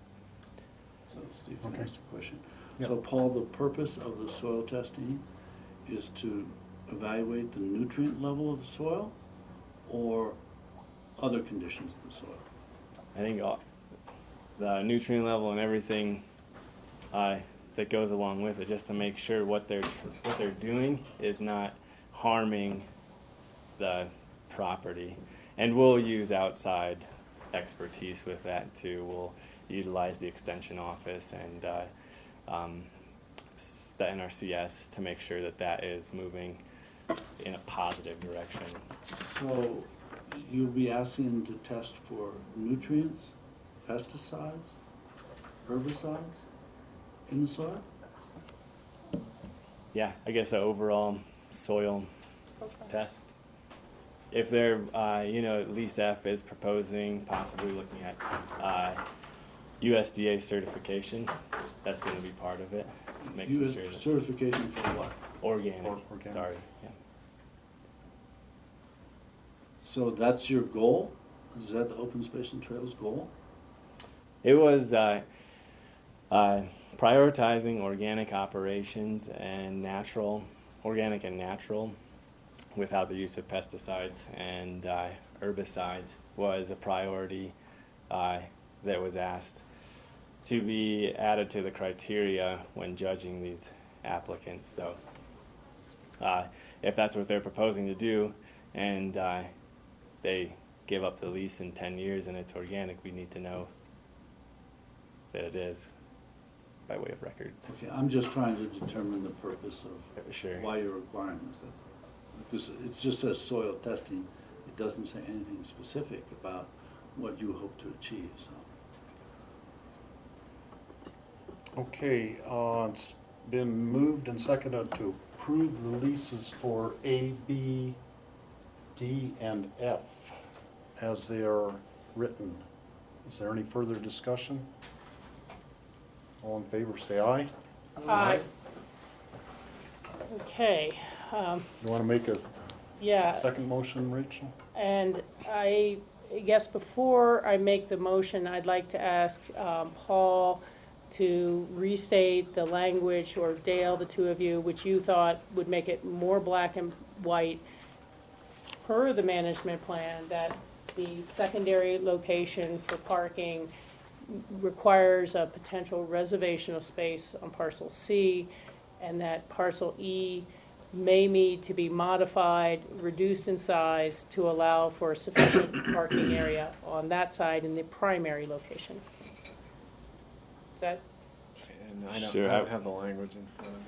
Well, I would I would say that we would add to the lease for lease C and lease E that the lessee recognizes that the Glacier Open Space Management Plan, section 4.3, recreation action item 4, does locate some alternative parking options on their lease area. And that the county may require the use of some of those properties for adequate trailer parking and trail user correct. parking in the future. Which is the Intent of the lease other language that Paul was reading earlier. But this is more specific. This will be added to this general reservation we have already. Okay, I would move to approve, okay, I see our attorney waving his hand, that always, Sorry, didn't mean, I was just meant to raise it. okay. Red flag. Keep still, young man. Perhaps a worthwhile inclusion to the language that Paul read earlier would be to specify how certain areas of lease C and potentially E might be subsumed by the execution of the management plan to other uses like parking or whatever. To avoid any potential future conflict, identify how the tenant would be relieved from either rent responsibility or compensated for improvements on the land that are now not going to be available. Okay, I thought that the original paragraph of language mentioned reduction of list fees or refund as deemed necessary. It's just without specificity. And so how much more specificity do we need to add at this time? Well, if I was the tenant, I might be expecting one thing, and as the landlord, we might be expecting something else. So to avoid the conflict, the more detail you put into it, then the more everybody knows where they stand. So if we say that the lease will be, or the rent payment will be reduced on a pro-rated amount based on the area or based on the acreage or square footage that's reduced, and state specifically that improvements that were put in that can't be utilized will be compensated to the tenant for whatever those improvements were. Because improvements can't be made to the property without open space and approving those improvements. So if a sprinkler system is put into that corner of the property and some amount of money is spent, and then it has to be either torn up or it's simply left there and not utilized, that might aggravate a potential tenant. Okay, well, let me ask the board members here. I could go ahead and make a motion with the language we have now. We're getting advice from our attorney for something more. Perhaps we should table this to the end of our agenda and allow time for some specific language to be written between Paul and John. Bring it back, deal with it today. I think we know what direction we're heading in. I'm not telling the audience they need to wait till that final comes out because there's going to be quite a few items beforehand. But I think you understand the direction we're trying to head with a few caveats on those two lease areas. But I think it might be a lot cleaner if we could all look at something written that has the existing language on the lease and then this new provision specific to the parking that would accomplish both your concerns. And I think that would be cleaner than continuing to try to wordsmith it at the table here. Or pass something that's vague. I'm perfectly comfortable with saying, as suggested by John Ely, the wording will be amended. So I don't think we need to wait till the end of the meeting. I think I understand the intent. It's made clear. Specific wording John's clear about, Paul's clear about. Okay. I think we're fine. Okay, well, thank you for that, Michael. I'll try to make a motion then. I would move to approve the lease terms on the Glacier open space for parcels C and E with the additional language to be approved by the county attorney and the Open Space and Trails Department describing the potential reservation and use of limited amounts of land on parcel C and E for future parking considerations. Second. Okay, it's been moved and seconded to approve, and I'm not gonna try to repeat all the words you said. I hope Jeanette got them all down. For parcels C and E. Any further discussion? All in favor say aye. Aye. Aye. And the public hearing on this item is officially closed. And I would ask if we could, when Gary is planning the site visit to look at the area, you know, the area for the parking around the Glacier House, that we be included and have it actually be an official site visit. Absolutely. And if we could also look at the Caracart property during that same site visit, I would appreciate that. Okay. Thank you. Thank you. Okay. Good job, Paul. And what's the vote? Yes, we have to vote. All in favor, say aye. I thought we just did. I didn't. I thought we agreed to the language. Did we vote on that motion? We did vote. We did vote. Didn't we? Not on the second. I just said aye to something.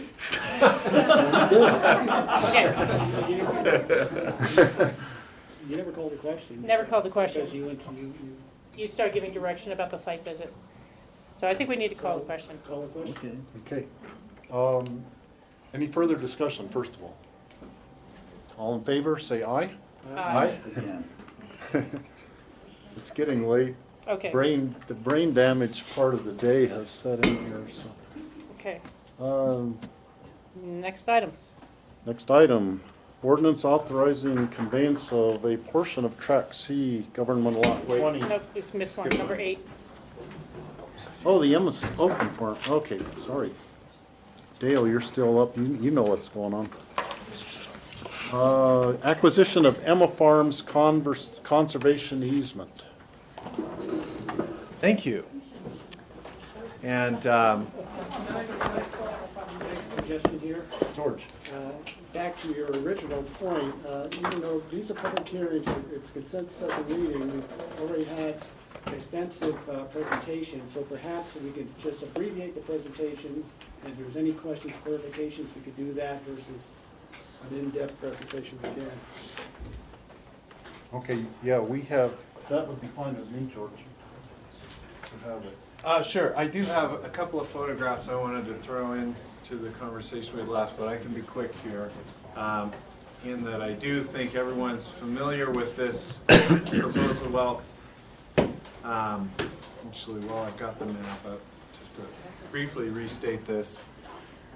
First of all, it's rewarding to me to hear so much attention being lavished upon Emma, as in our last discussion, and what we have in front of us is the next piece of acquisition to go into the larger Emma conservation efforts by Pitkin County and our partners. And what we propose to do is add a conservation easement on a piece of Emma Farms, approximately 50 acres, to extinguish 4 building sites which are problematic for reasons I'll show you in a minute on a photograph, and to add an equestrian and hiking trail across Emma Farms that would connect from the Glacier open space over to Nancy's Path at Happy Day Ranch. By the way, the Pitkin-Eagle County line runs right through here. It's not actually on the map. I apologize for that, but this area straddles 2 counties. Quickly show you.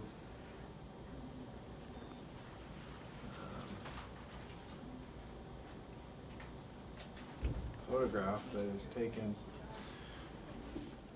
from over above the Emma Store buildings up on the hillside. This is kind of a bird's eye view of Emma Farms. The Glacier open space that we were talking about, this runs, the boundary runs right along this line here, so it's all that land over here. And Happy Day Ranch sits over here. The Pitkin County line kind of runs right through the middle of this photograph. Going the other way. Well, it kind of runs like that, okay. These 4 home sites that were reserved on Emma Farms, if they were built, would go blunk, blunk, blunk, blunk right across this expanse of agricultural land that is visible from all over the Mid-Valley. And we think that getting those out of the middle of this larger area of conserved agricultural land is in the public interest and will enhance the well-being of all of us forever. And at the same time, with the glacier open space, we now have the portal up onto the crown that kind of comes up like this. We've got another trail that comes down Nancy's path over here, and what this project would do is connect those two right across here with a linkage that would turn that into a loop. So maybe better than is shown on the map, this photograph, I think, really captures why this project is seen as so important, and it's attracted a lot of support. Last night, the Basalt Town Council unanimously approved a contribution to this purchase. It's a rather nominal contribution at $50,000, but that sets us up to be the darling of GOCO, I hope. I'm going to just close with this picture, which really shows this well. Again, the boundary between the Glacier Open Space and Emma Farms runs right across here. We've got through Glacier the trail up onto the crown like this. We've got Nancy's path coming down here. Those 4 home sites, if they were built, would be blunk, blunk, blunk, blunk, and make this look like Aspen Glen right in here. So I'm pretty passionate about this project and purchasing this conservation easement to eliminate those home sites, creating about 440 acres of protected land right there that's all contiguous with lots of different features that we've been discussing. The request is to appropriate up to $500,000 for the purchase price and another $10,000 for the transaction costs on this. My prediction is that our actual cost on the purchase price is going to be much less than that based on success with GOCO, but that decision's not made by their board until June 8th. I do have a site visit set up at Emma Farms with the GOCO staff, and their board member Alan Schwartz will all be out there second part of next week. So we're hopeful that GOCO's going to like this as well. And I'll cut it off there. Just back to your first remarks in terms of the investment that open space has made in the Emma area. I've lived in the Emma area for 35 years, and one takes it for granted that when you live in a rural agricultural neighborhood that it will always be that. And that's really not the case, as we've seen, where my next to me used to be a cow feedlot, is now a development. Where there was once a sheep farm, is now an institutional building. And so where there may be 4 new development sites here, we're able to maintain open space, ag land, trails. And I think it's important that we realize the importance of open space and trails in Pickens County as a unique opportunity for us to protect these properties, these rural areas that we don't take for granted will always stay as they are now. And so I just want to thank the Open Space and Trails Board and the staff for continuing to find and seek out these special areas that we know we want to protect and maintain for future generations. I think along with those thanks, you have to thank Tom Waldeck, who agreed to this conservation easement and who in effect let go of these development rights for the greater good, and I appreciate Tom doing that. Yeah, I agree, Michael. Thank you for bringing that up. I mean, I think we usually do thank and appreciate all of our ranch land owners who either are selling our lands to us in fee simple or putting those properties under a conservation easement. Second? Is that a motion, George? Oh, I will make a motion, but it's a public hearing. Yeah, this is a public hearing. Any members of the public wish to speak to this issue right now? I just want to say, this was just such a beautiful thing that you all did this, I mean, this is such a special spot. I live in Emma now, I've lived in Old Stone Mass forever. This is just really awesome. It really is. I'd like to say the same, and I don't know if any of you read a letter that I wrote to the editor yesterday, but my family farm in Pennsylvania, I grew up on 1,400 acres, and it was a real working farm. And there's only 325 acres left now, and it's surrounded by city. And what you're doing here is really important. I support you. Steve, I neglected to also mention the Eagle County Board of County Commissioners, which unanimously approved paying for 75% of this, barring help from GOCO. So I want to thank the Eagle County Commissioners as well. We'll make a motion if you're ready. Make a motion to approve the acquisition of the Emma Farms Conservation Easement. I'll second. Discussion. Just for the record, that was Holly McLean speaking last, and your name? Leslie Thomas. Leslie Okay, Thomas. thank you. I know we saw you before, but it's good for the record keepers. And the thanks go all around, but perhaps particularly the taxpayers of Picken County who give us these funds to work with, and through the Open Space and Trails volunteers, our own staff, and then our board and public input, we try to make the best decisions with it. But without that taxpayer support, and we will all look to a renewal at some point in the future, because there's more areas that need to be preserved, and the caretaking of the land we've already acquired. So hope we have your support then too. Yeah, I would also add thanking the Jenny Parker for doing the conservation easement on her piece of land, because that set the stage for all the rest of this. That's true. And it was through a tremendous loss to them when her daughter died from cancer that she did that in honor of her daughter, really, her daughter Nancy. So, let's see, it's been moved and seconded to approve the ordinance authorizing the acquisition of Emma Farms Conservation Easement. Any further discussion? And I'll close the public hearing also at this time. Seeing none, all in favor say aye. Aye. Aye. Thank you, Dale. Thank you. Okay, now we get back to number 9, the conveyance of portion of Tract C, Government Lot 20, subdivision exemption to 214 West Cooper LLC. And we've looked at this property many, many times. And nothing has changed. I don't think you have to explain too much about it.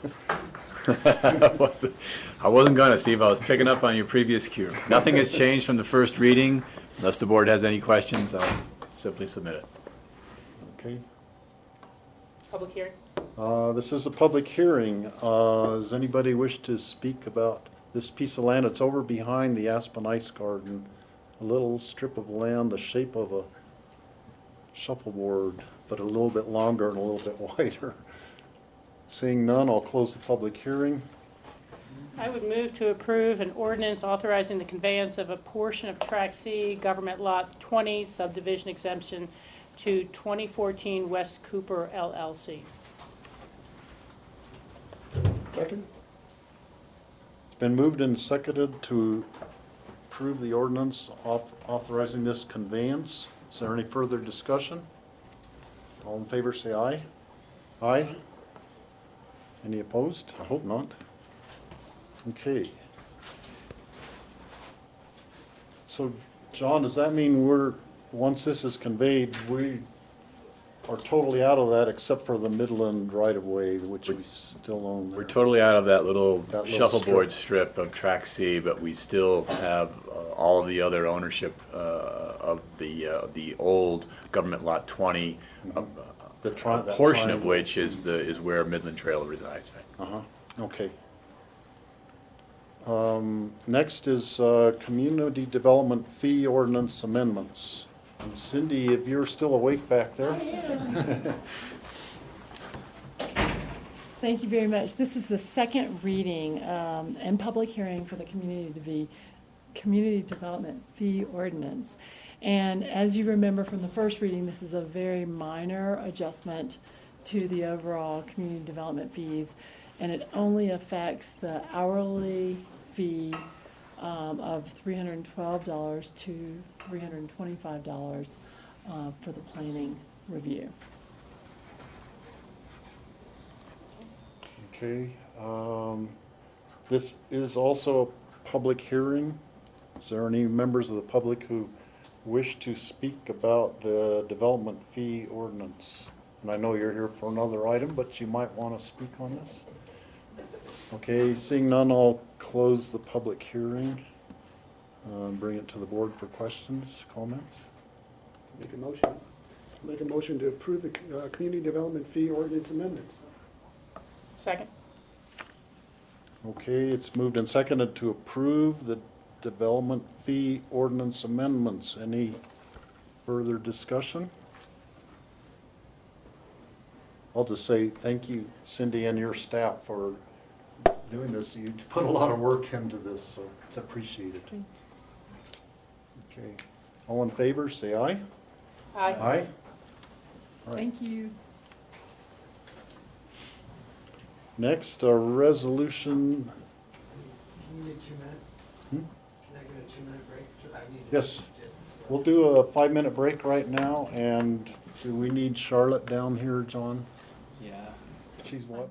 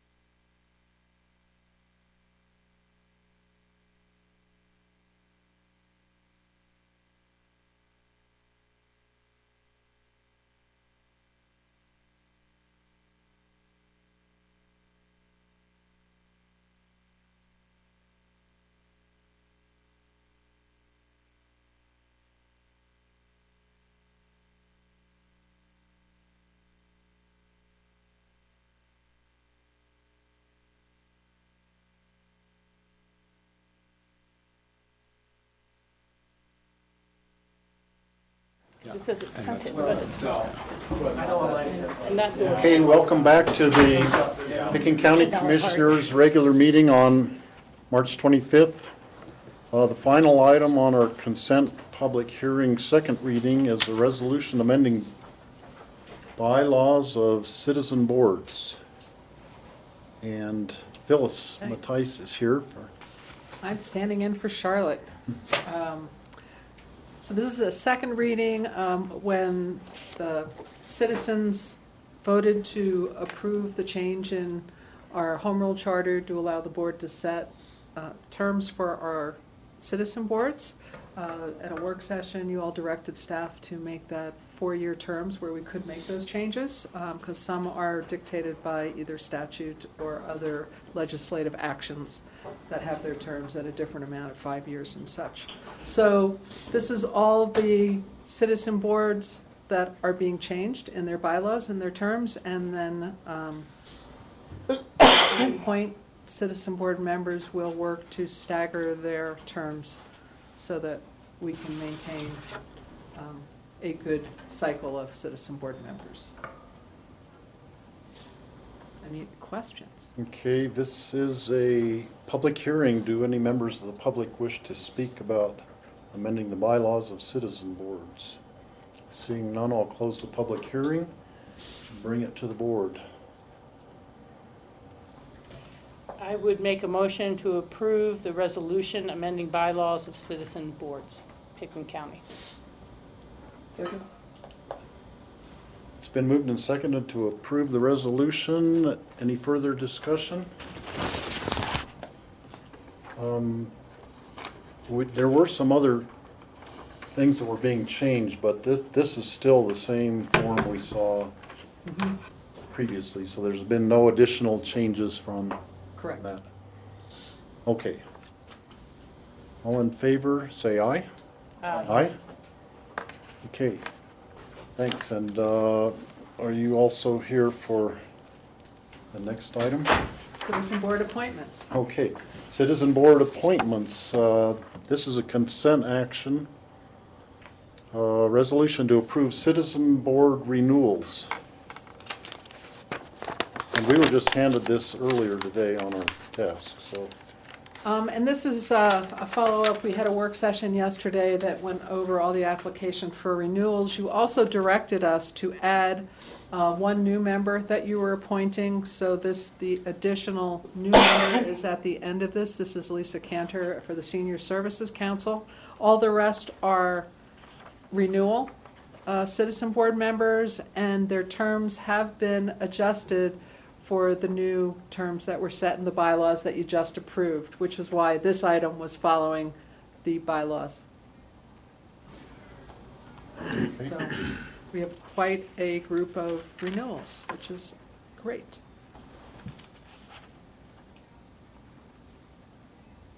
Any discussion? Michael? Yesterday we discussed this, and I particularly did not vote for Timmy Flynn's renewal because I wanted term limits on open space and trails.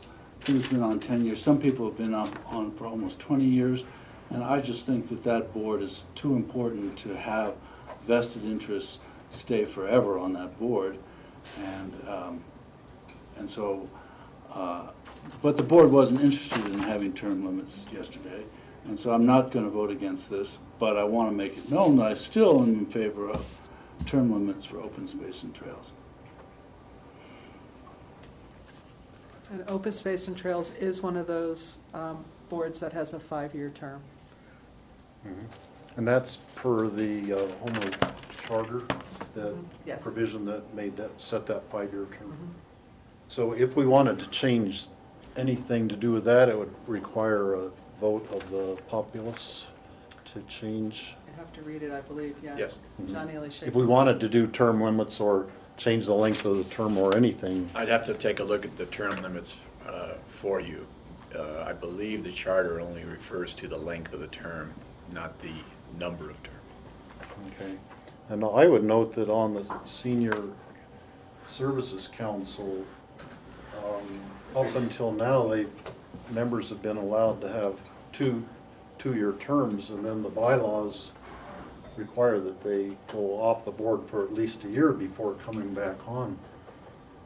And so we lose a lot of really good board members for a one-year period, and they oftentimes, they're so dedicated, they will come back on in a year and reapply to be reappointed to the board. But in the meantime, it's like this year, there are 4 long-term board members who are going to be rotated off of the board, and we're going to really miss their input because there's a lot of expertise there.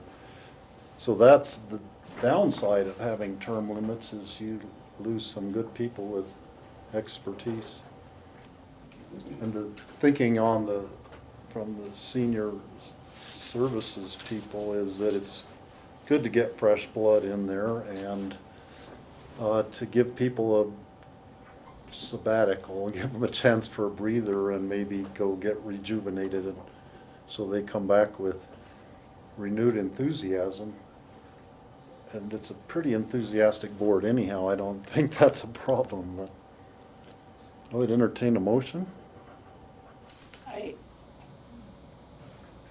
make a motion to approve the citizen board renewals, and with the addition of the one new appointee. Second. Okay, it's been moved to approve the appointment of the citizen board members. Any further discussion? I would just like to take this opportunity to thank all of these people who serve on the boards. Without pay, they might get some refreshments and free lunch from time to time. They don't get free parking unless they park down at the intercept lot. Oftentimes it's kind of a thankless positions they're filling, and but they do really important work, and their work is really appreciated, even though sometimes they might not feel like it. So thank everybody if there are any watching on TV. And any further discussion about this? All in favor say aye. Aye. Okay, thanks.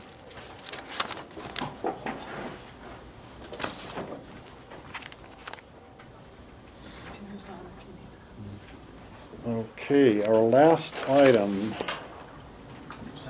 land use public hearings, the Elam Wagner gravel permit annual review.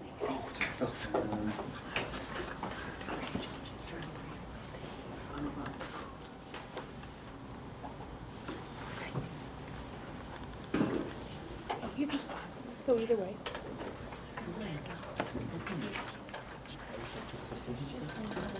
It's got some good glare in there. I can take it away, Steve. I think it was Okay, well, that doesn't work as well as I thought it was going to. I thought there might be some of those. That's at you, but glares, but not as bad. Cindy, can you get the door? I'll get it. Well,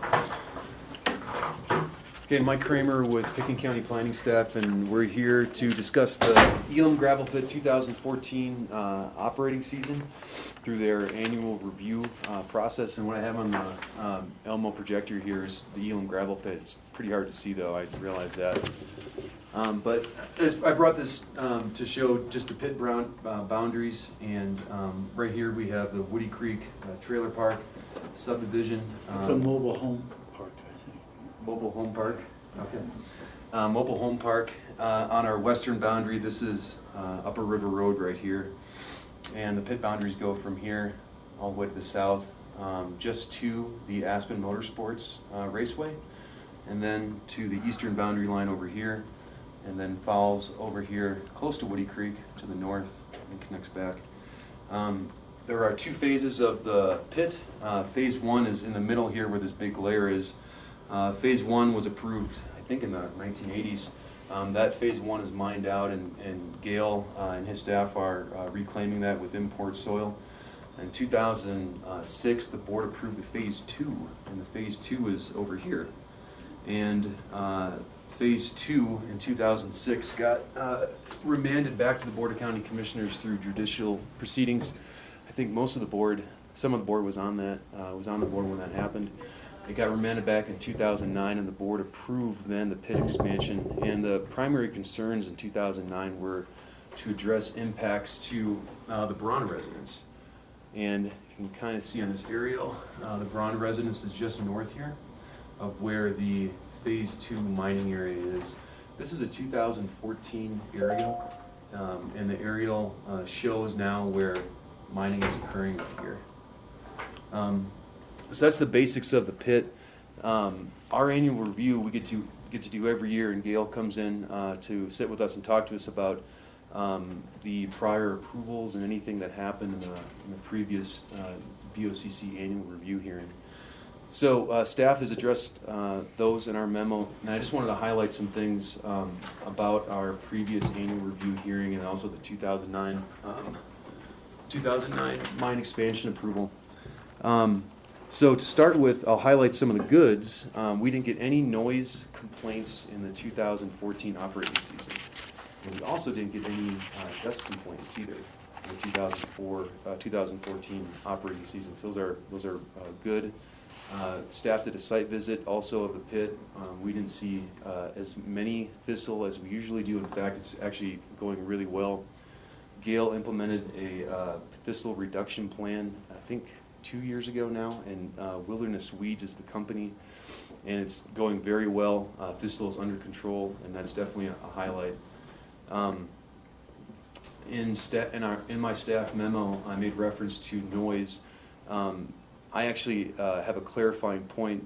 Gail, in his application to us, talked about the decibel levels that are applicable to the Elam gravel pit. One is that at the property line in Elam, the decibel level can exceed 55 decibels at the property line.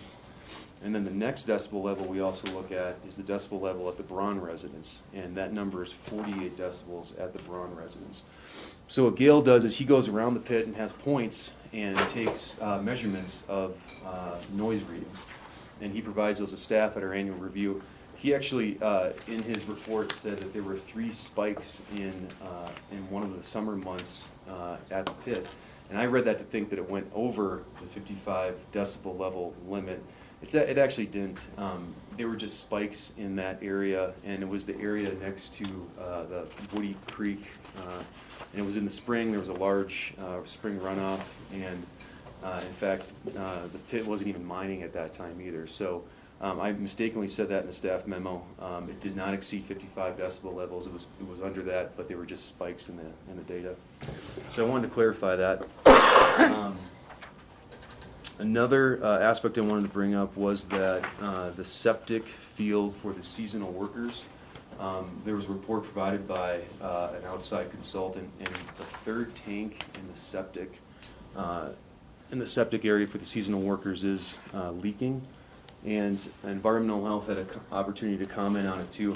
One of the proposals was that they bypass that third tank and leach the effluent directly out to the leach field, and there was a question of capacity of the first 2 tanks. And the first 2 tanks do have enough capacity, and the third tank can be bypassed. So we had comments from Kurt Dahl in Environmental Health, and that is a viable option if we wanted to do that. So staff has written a condition in the resolution to reflect that.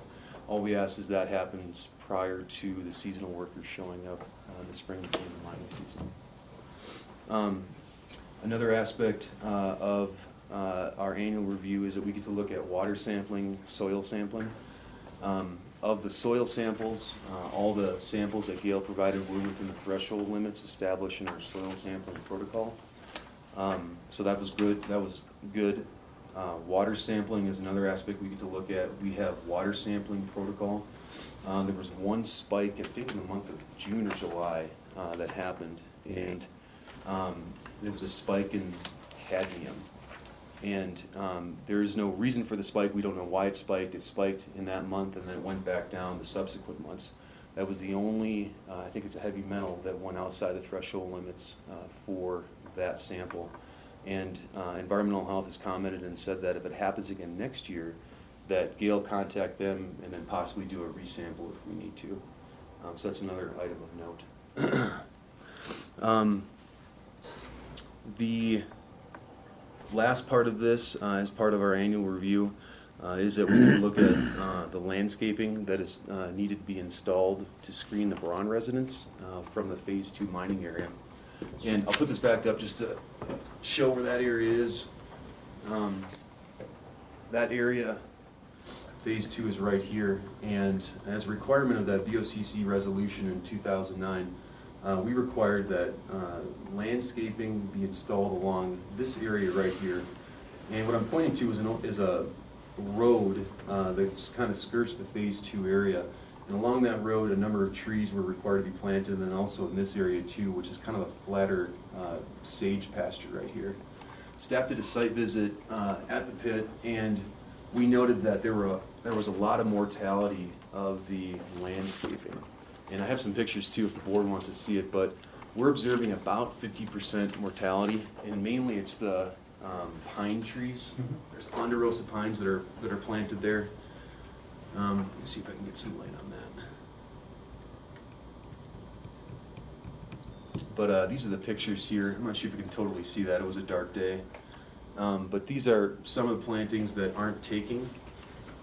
Could you pass those around? Yeah, I Mike, can do that maybe too. we can see them better. Yep. Here's some of the junipers, I think, that were planted that aren't taking along that road.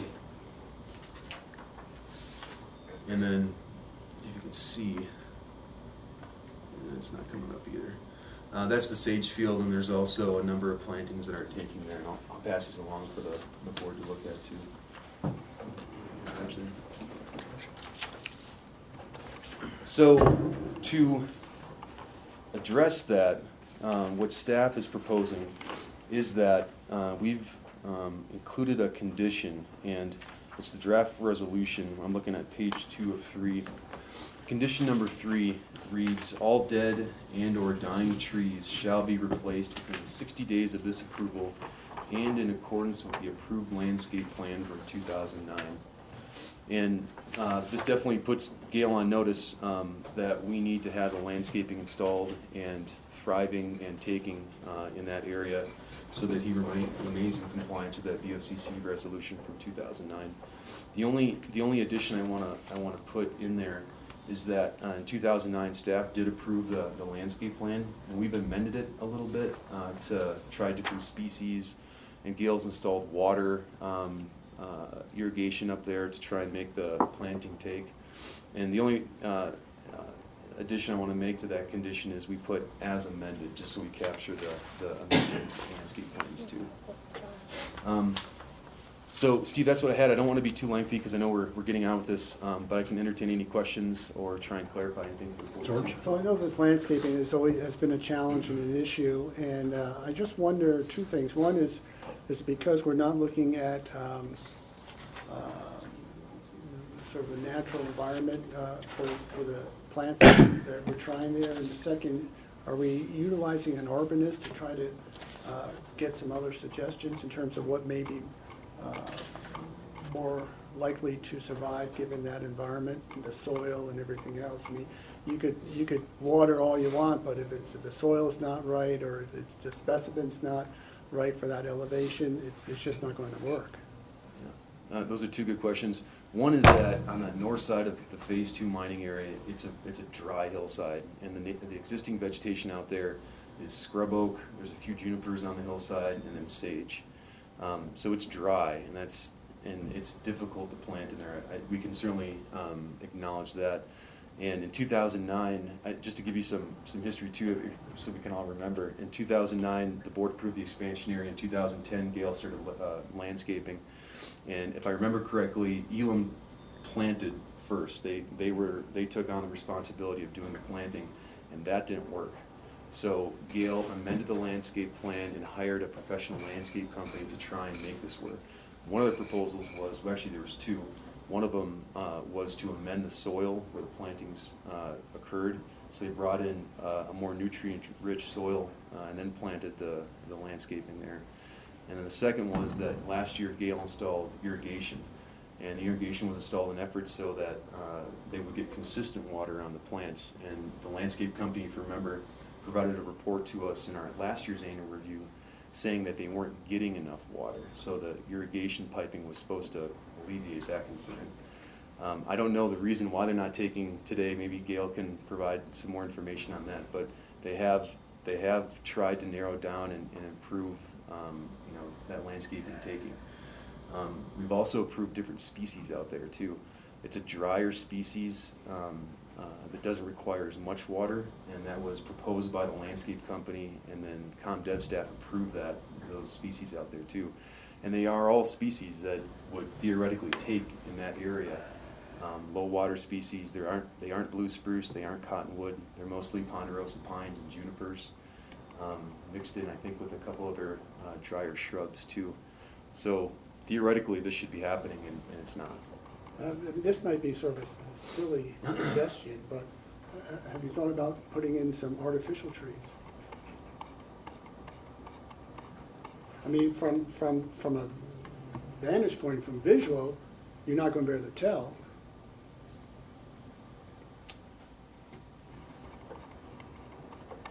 Concept. Like Disneyland. No, we're like Christmas trees. They go on sale in January. Yeah, you can't tell. Anyway. Another thought I had on that was, I mean, these are all bigger trees that have been planted. Maybe little trees might have a better chance of survival because they'd have a smaller root system. They could have a whole area of really good soil right around the root because they're a smaller root system, and then they would adapt to that site, and they'd be behind in size, but if they survive and then start growing, and maybe that should be an attempt made in that direction instead of getting big trees again, which they failed again with irrigation system. So I don't know, let's just toss out that idea as a possibility. Steve, yeah, just a comment on that, and then we'll go more into the full report. But it's my recollection from working with the city on arbor issues that particularly scrub oak almost doesn't transplant at all, and it's a very, very difficult species to get going.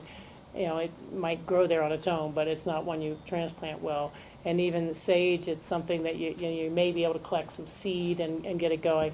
The berm around the Moralt seasonal housing out there by the highway, it's just slowly showing sage coming back in onto that berm, but it is natural for it. And then, you're right in the sense that when you're transplanting trees, the tree itself will not grow for many years until its roots have caught up with the size of the canopy in the tree. And so larger trees are harder to get to take unless you're really in ideal circumstances. The difficulty is it doesn't provide the screening that the neighbors would like early on, but perhaps part of this could be an effort to intersperse some very small seedlings or trees to see if on their own accord they take in between the larger ones, which we seem to be replacing every year, and to give you an opportunity to see if that's part of the ticket on this. But even a bigger question is that, and I'm not giving up on landscaping here. I think we continue to move forward on it and do the tree replacement. But there's getting to be more and more discussion about forests just not really taking the same way they used to because of the climate change conditions. And that's just happening around the globe with forests. A lot of forest health issues and decline in forests are occurring separate from bark beetles or anything like that. And it's both water driven and heat temperatures driven, and at some places it's ozone levels.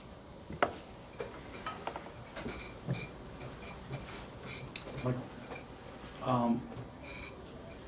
Mike, you talked about seasonal workers. In other industries, oil and gas, they call that a man camp, don't they? I think that term's been used, yeah. Yeah. So they have a man camp. Are there any other man camps in Pickett County? There are not. This is the only one we've approved. Right. Also, you talked about cadmium levels spiking. Was water tested anywhere else In other words, some sort of control area? Was Woody Creek tested? Was the water supply at the trailer park tested? The requirement that we have of Elam is to test the surface water in the pit.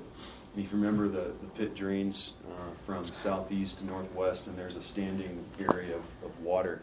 And that's where Gale takes his tests, and that's where he then provides the test results to us. He's not required to go test Woody Creek. He's not required to go test the trailer park, the mobile home park area too. Okay, so we're just talking about there was a spike of cadmium, which is associated with the extraction industry. Heavy metals are one of the hazards of extraction, right? You're getting beyond my realm. We'll have to ask Kurt about that, I think. Right. If he's still sitting over here, but okay. So- But yeah, but one would think that would be a result. And that's why we're testing.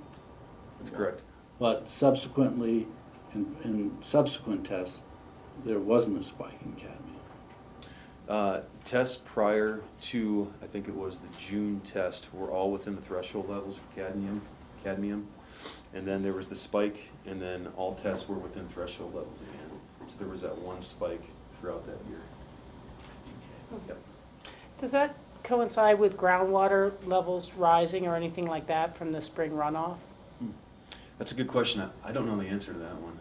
Yeah, I mean, it'd be kind of interesting to see if it's coming from below with the water table rising or pulling more out, or if it's coming from above, because it's, if I remember correctly, part of the water testing requirement was put in place when there was a potential for snow dump opportunities there in the winter, and that some of this would be coming from the streets, and that we needed to watch the levels for that purpose. And while I don't know the details, I do believe that Woody Creek Mobile Home Park has a source water protection area plan for their wells, which are actually up on the Elam property. And as I understand it, Elam... No, they're not? No. Are they near that property? They're on the property of the mobile home park. And they're also near dry wells, so it's hard to tell. Okay. Thank you.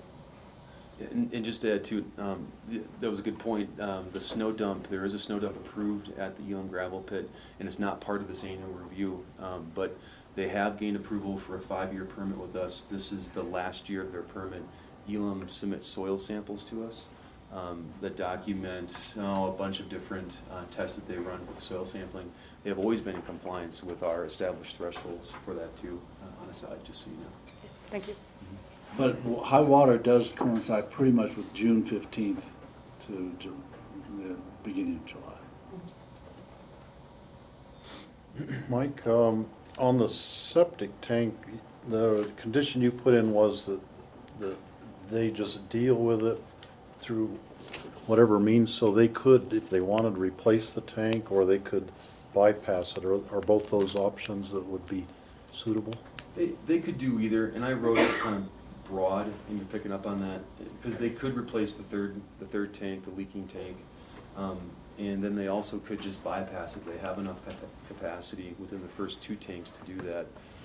I spoke to Kurt, and either is an option for them. It's probably obviously cheaper for Elam just to bypass that 3rd tank, but that's up to Gale how he wants to do it. Okay. You know, that wouldn't pique my interest too. I was going to come back to it later, but it seemed that if one tank is bypassed and you're working on 2, you might want to institute a more frequent pumping regime. You know, that just, I mean, if it had gone to a 3-tank system before, there must have been some reasons or concerns for that. And, you know, I'm not going to be prescriptive about what that needs to be, but, you know, something along the lines, should a 2-tank solution as opposed to a replacement be adopted, then A, you have to certify that no water is getting into the 3rd tank, it's no longer leaking, and a more appropriate pumping regime would be instituted. Okay. Gail, do you want to do a presentation?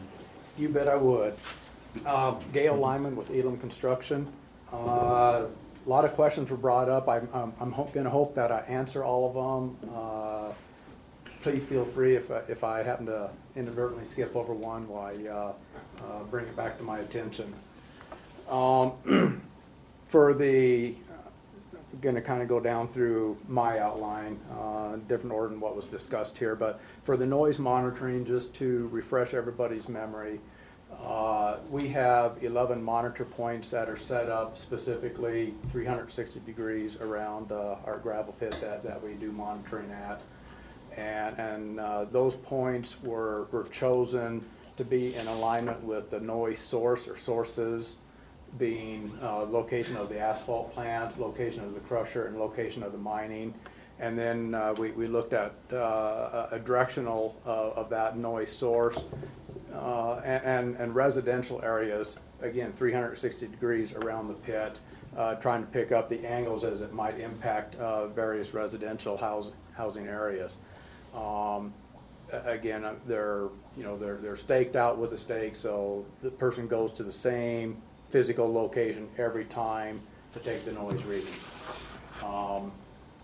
Our noise meters are calibrated every year for accuracy or confirmation of accuracy, I'll put it that way. So they're done in between, usually in January. I'll send them off after we've shut down in November and before we start up in the springtime. So, we do get that back. I did point out, as Mike mentioned, as you notice in your packet on Appendix A, I throw out a chart showing what the average noise readings are across the construction season at the various locations. And I pointed out those four, what I call spikes in my report, just because to me, when I looked at that chart, those four bars stood out to me as a red flag, so to speak. And so I wanted to make sure staff was aware of that and the county was aware of that. They were during the month of June. We averaged between 50 and 55 decibels for that, but that was really attributed through our investigation to Woody Creek, because those four locations, 6, 7, 8, and 9, are right paralleling Woody Creek. We didn't start any mining activity until June 23rd, so we're within the last week of the month before we started any heavy industrial type activity. Other than that, it was just normal trucks going in and out of the pit, very low activity going on. So I did bring that to the attention in the report, and Mike already pointed out that he inadvertently misidentified those as being over the decibel limit, which in fact they were not. So appreciate Mike pointing that out. Our readings for points closest to the Braun residence, and especially because that's a sensitive area that we are concerned about. We go out and take daily readings when especially when we're mining, crushing, and have heavy activity going on. The approved protocol doesn't require that extensive of a frequency, but because of the sensitivity of it, we want to be identified to ourselves and accountable to ourselves. If there is an elevated noise reading, we want to be aware of it immediately during that day so we can make adjustments in our process as we move forward. So that's why we've stepped up those locations closest to the Braun. Again, we're doing once a day, and then we'll once a week we'll do the remaining 360 degrees around the pit. And I view those as the reports come in, and then generate my charts, circulate them around the company, and the particular ones I've included with the report here. So that's pretty much it on noise monitoring. If there's questions specific to that. When you do the monitoring, do you do it always when there's the heavy equipment operating? And do you do it at different times of the day to vary it, or do you always do the same time of day? We do random throughout the day.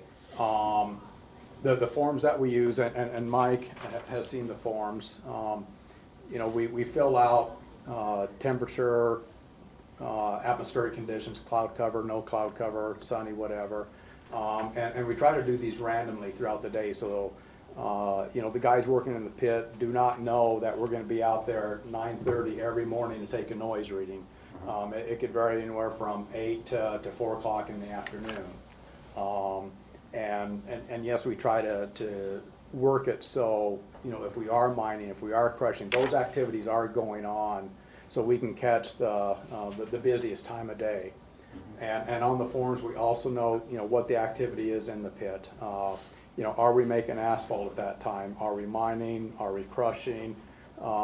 Truck traffic going in and out of the pit, is it light, medium, or heavy? You know, the concrete batch plant that's operated by United Companies, you know, is it operating at the time? So all this is noted on our forms, and like I said, it is randomly. If I look at it and it looks like there might be a pattern to where they're going out, you know, during their lunch break or whatever, no, I'll call them on it pretty darn quick and make sure that it is a random pattern, you know, throughout the monitoring periods. Okay. So, okay, any other questions on noise before I move on? Okay, touch next on weed management. We do contract, like Mike pointed out, with wilderness weeds. They come out 3 times a year, usually May or June, early, I'll say, you know, in the springtime, try to catch everything early.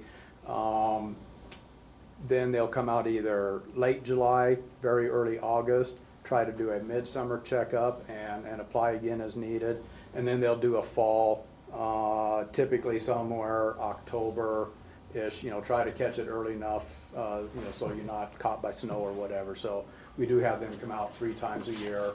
You know, I'm been very pleased with the success we've had with this particular outfit. You know, at this point, it's not, you know, trying to put it out for the cheapest bid, so to speak. I've had good success with them, and, you know, we're staying with them. So, you know, that's where we've been attacking on the weeds. And like Mike pointed out, I mean, I've been real pleased, and, you know, it's very evident on the amount of weeds, especially thistles, you know, that were prevalent, I'll say 4 years ago. To what you see on site right now. So it's been very effective. I know you're aware of the potential for transporting weed seeds all around the county. Definitely. And I don't know if I pointed it out another year, but the bindweed we have on our ranch came in gravel from someplace that was for the leach field. Mm-hmm.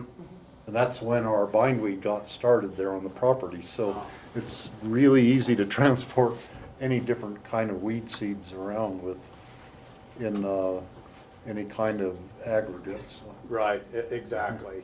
And you know, not only, you know, do we remain concerned about just wind blown, you know, as the seeds mature and then pop off the blossom. I mean, they could blow in the piles, they could blow in the neighboring yards. So, I mean, you know, now that we've started this aggressive program, why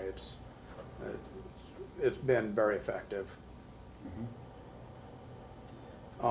Our water resource protection plan, which goes to the water testing that we do along with the soil testing, this really goes back to the late 90s when this is first implemented, long before we were permitted for any kind of a snow dump facility. Where the concern, and this does predate me on this part of it, but just reading back through notes, trying to get some of the history when I first started with this position. You know, my understanding that the concern with the county came in the fact that we were accepting import material. And that import material coming from around, you know, the Aspen area, as y'all know, was very rich in the mining industry. You know, that's where a lot of the heavy metals came from the processing of that ore and so on. And you know, the whole concept was to monitor not only the soil as it comes into our pit, which we are required to test that at least quarterly, or back in the booming days, we had every 20,000 cubic yards.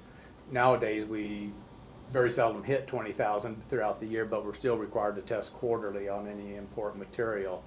So that's where then coming into the water sampling, the concern from back in the 90s was, during rainfall, snow melt, whatever, that water that was running off of that imported material was collecting in the pit, and it was just another way to confirm that the soil being brought in was not contaminated with heavy metals or the other products that we have to test for.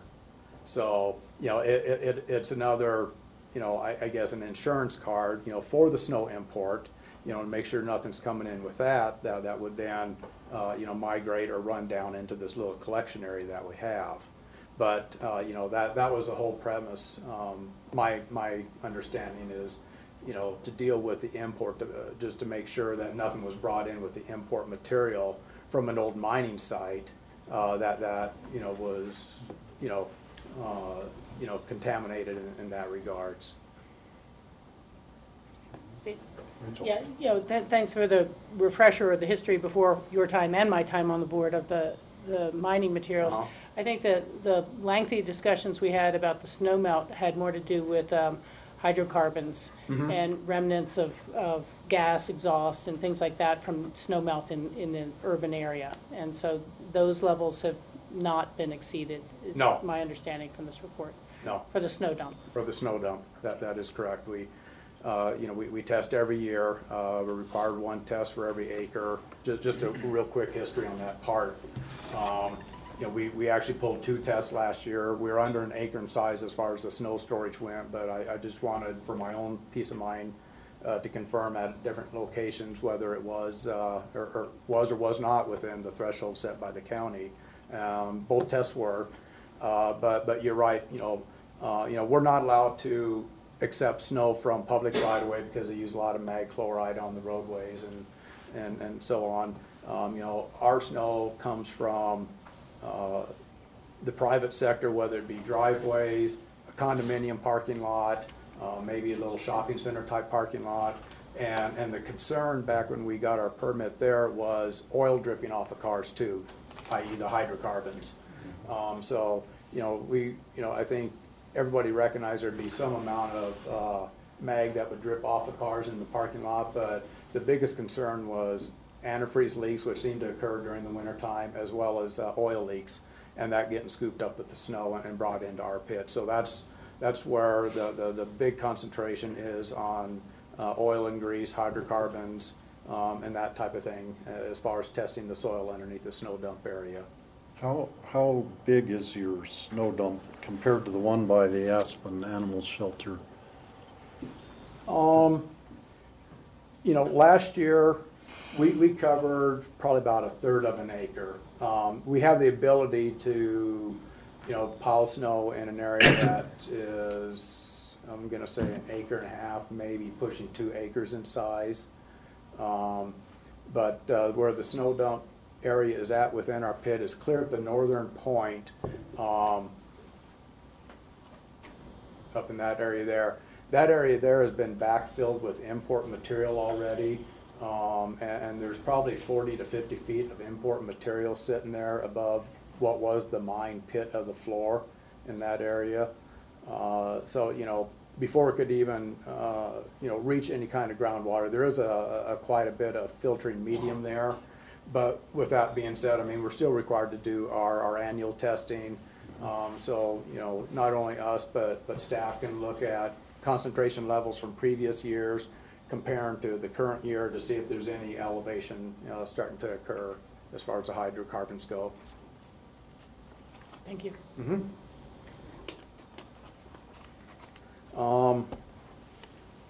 As far as the septic tank goes, we've already got that under process.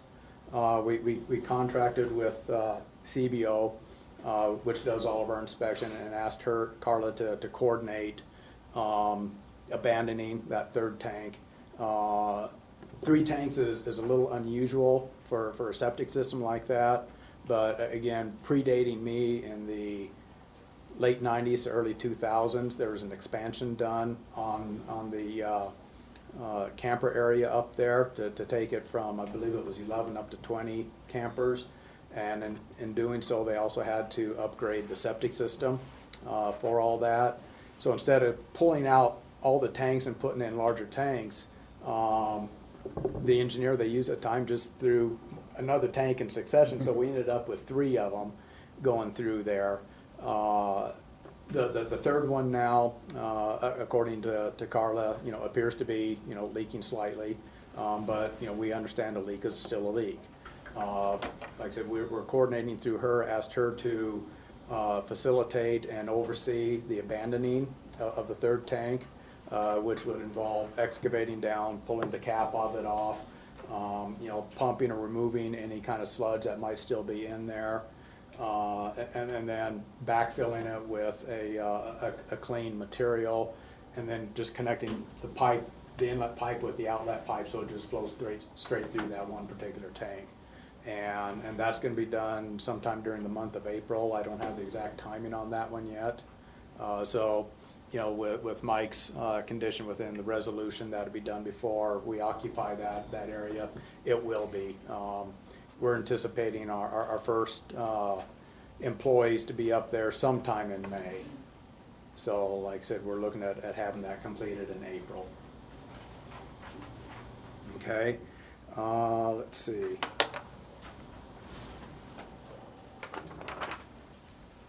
I think going now into the landscaped, which is the biggest issue right now. I'm going to have to correct you, Mike, on a couple of things that you stated on that. Elam did not do all the planting initially on that go around. We did hire a landscape architect that came in, and they developed the plan, submitted it. The county reviewed, commented, and ultimately approved that. And then we had that landscape company come in and plant the trees. We were then responsible for watering the trees, during that first year by taking a water truck up there and putting water on them that way. Ultimately, they were unsuccessful. They did die. And that was in 2013. The commissioners then directed us to have someone look at it and figure out why they died. We contracted with Fitzgerald Landscaping locally here. The original one came out of Denver. I won't go into reasons why the company chose them, but I felt that from my position it was better to get someone knowledgeable of the Aspen area, especially Woody Creek, where we're at, and they could do an assessment there. So we solicited some invitations and selected Fitzgerald Landscaping to come out and do an assessment. Finger can be pointed a couple different ways, us as well as the original landscaper, but the biggest thing they noted was improper planting of the original trees. They left the burlap, they left the wire basket on the root ball. I'm not a landscaper, even I know that's not right. So that was the biggest reason cited for the initial failure. So then Fitzgerald redid the landscape plan, changed out some species of trees, something they felt would be more successful in that area. Again, submitted that to county, which ultimately approved. And then in the fall of 2013 is when the new landscaping got planted, along with the installation of an irrigation system. There's a drip system involved, distributing water to all the plantings up there. And then last year, they were stressed. They started to die. In the fall, as directed in last year's resolution. I forget now, November, I think, early November. You came out to look at the trees. Somewhere around there. October. Late October, early November, we'll say. Anyhow, it was noted, there was quite a large mortality on particularly the pine trees. Junipers appeared to be stressed. So I mean, again, we're still struggling with, the success of getting them planted. This go around again, we put all of our eggs in one basket with Fitzgerald Landscaping to have them come out and, they designed the irrigation system, they did all the planting, they amended the soil, with whatever they put in it, peat and maybe some fertilizer, along with some topsoil to put around the root ball when they threw it in the ground. You know, staked it, fenced it, because, you know, we do have the animals obviously up there that like to munch on the tender leaves and so on. And, you know, we still have failure. Why? I don't know. Again, I'm not an arborist. I'm not a landscaper. You know, I don't know why they failed. I have reached out to Fitzgerald already this year. I have not yet heard back. You know, but I did let them know that you know, we were committed to you know, making this successful. This landscaping, we are committed to doing that. And you know, the message I left with them is that we wanted to get this done by the end of May, get everything replanted, and, you know, take advantage of a full summer's season before it goes into the winter. So, you know, and of course Mike in his resolution identified a 60-day period in which to, you know, get everything replanted again, and we're fine with that. You know, I think that's completely reasonable. One thing you might try, or maybe they did it, did they shade the trees when they put them in? Shade by? Well, you have the kind of sheep fence around to keep deer and elk from eating them, but there was a spot that I had trouble getting trees to take until I put like wooden slats down through the wire around it, just to provide partial shade, and then they were successful after that point. Okay. And that was not, I mean, then maybe that would be something to try on some of them, just to see if that would make a difference. You know, I know they, you know, when they planted the trees, they got the bowl around the bottom of the tree, so when the water goes in, I mean, you know, it holds the water right there for the roots. You know, they did put mulching in there to try to keep it moist, so the sun, you know, it won't hit it and bake the ground, so it tries to hold that moisture in. But again, I have to get with Fitzgerald and see, you know, what ideas they have, what recommendations they have. You know, we went through this in 2013, kind of putting everything, you know, onto them. Again, because they're the experts. You know, we can build roads, but we're not landscapers. Yeah. With our company, so. Well, you might try that, and I can certainly suggest that. Get some snow fence and just put it around part of it on the sunnier side, and just see what happens. Maybe that will make the difference.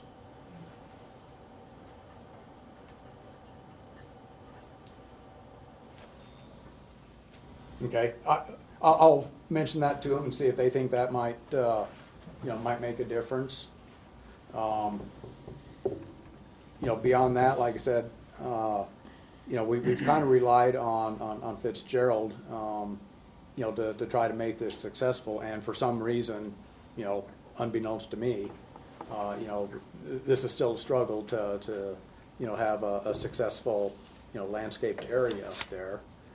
You know, but like I said, you know, we are committed to make this work somehow.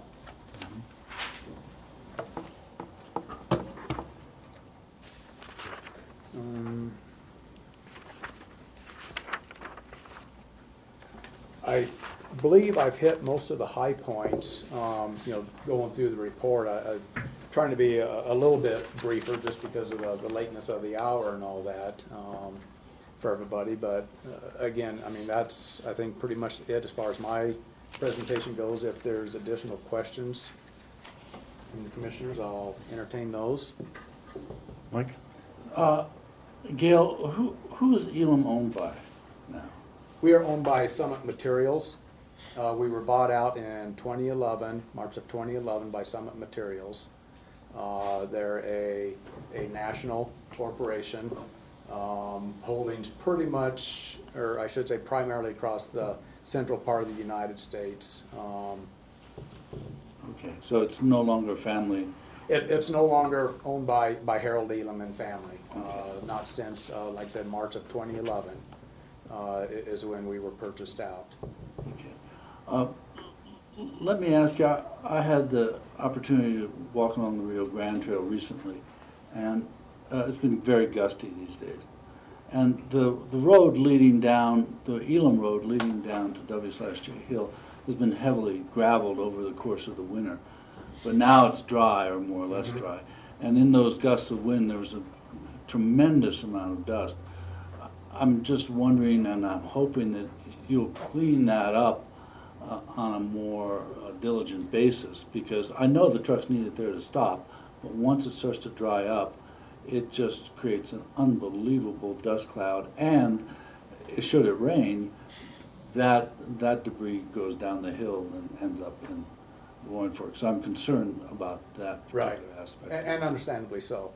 So let me ask you another question. The Rio Grande Trail crosses the Elam Access Road there, and who has the right of way on that?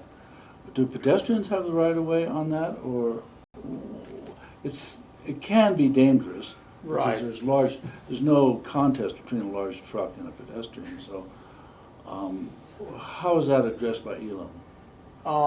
You know, we make all the drivers aware of that. As far as who has the right of way, I don't have the answer for that.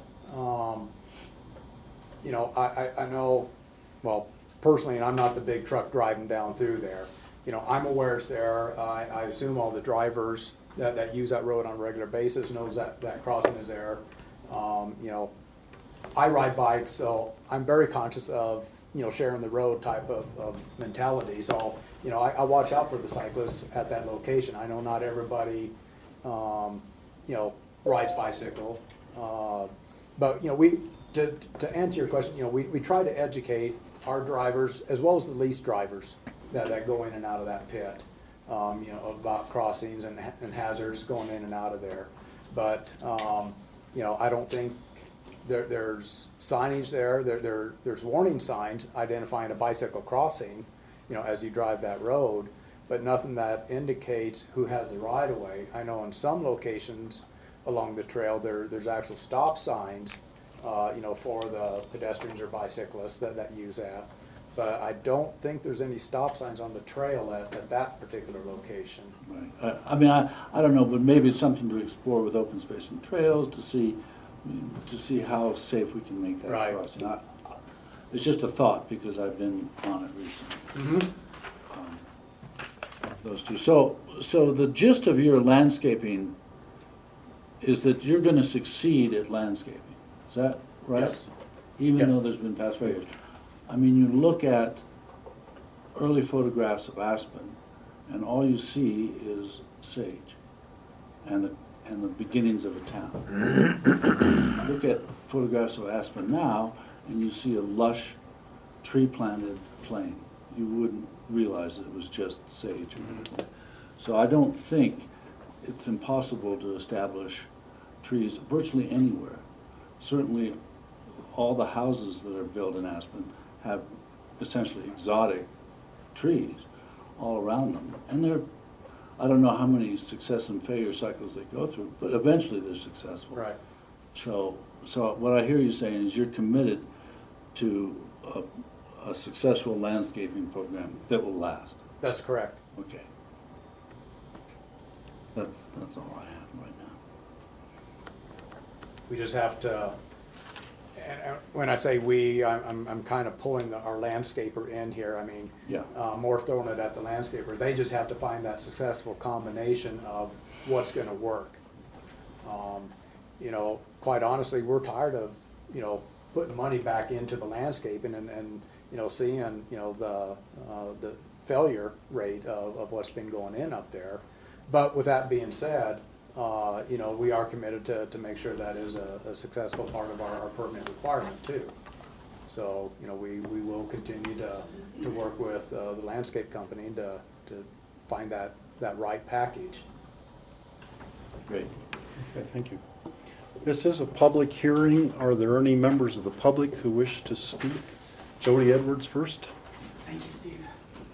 For the record, my name is Jody Edwards, and I represent Bill and Gail Braun. Gail's here today. I've only got one topic I want to talk about. And I'm sure you know which one it is. It's landscaping.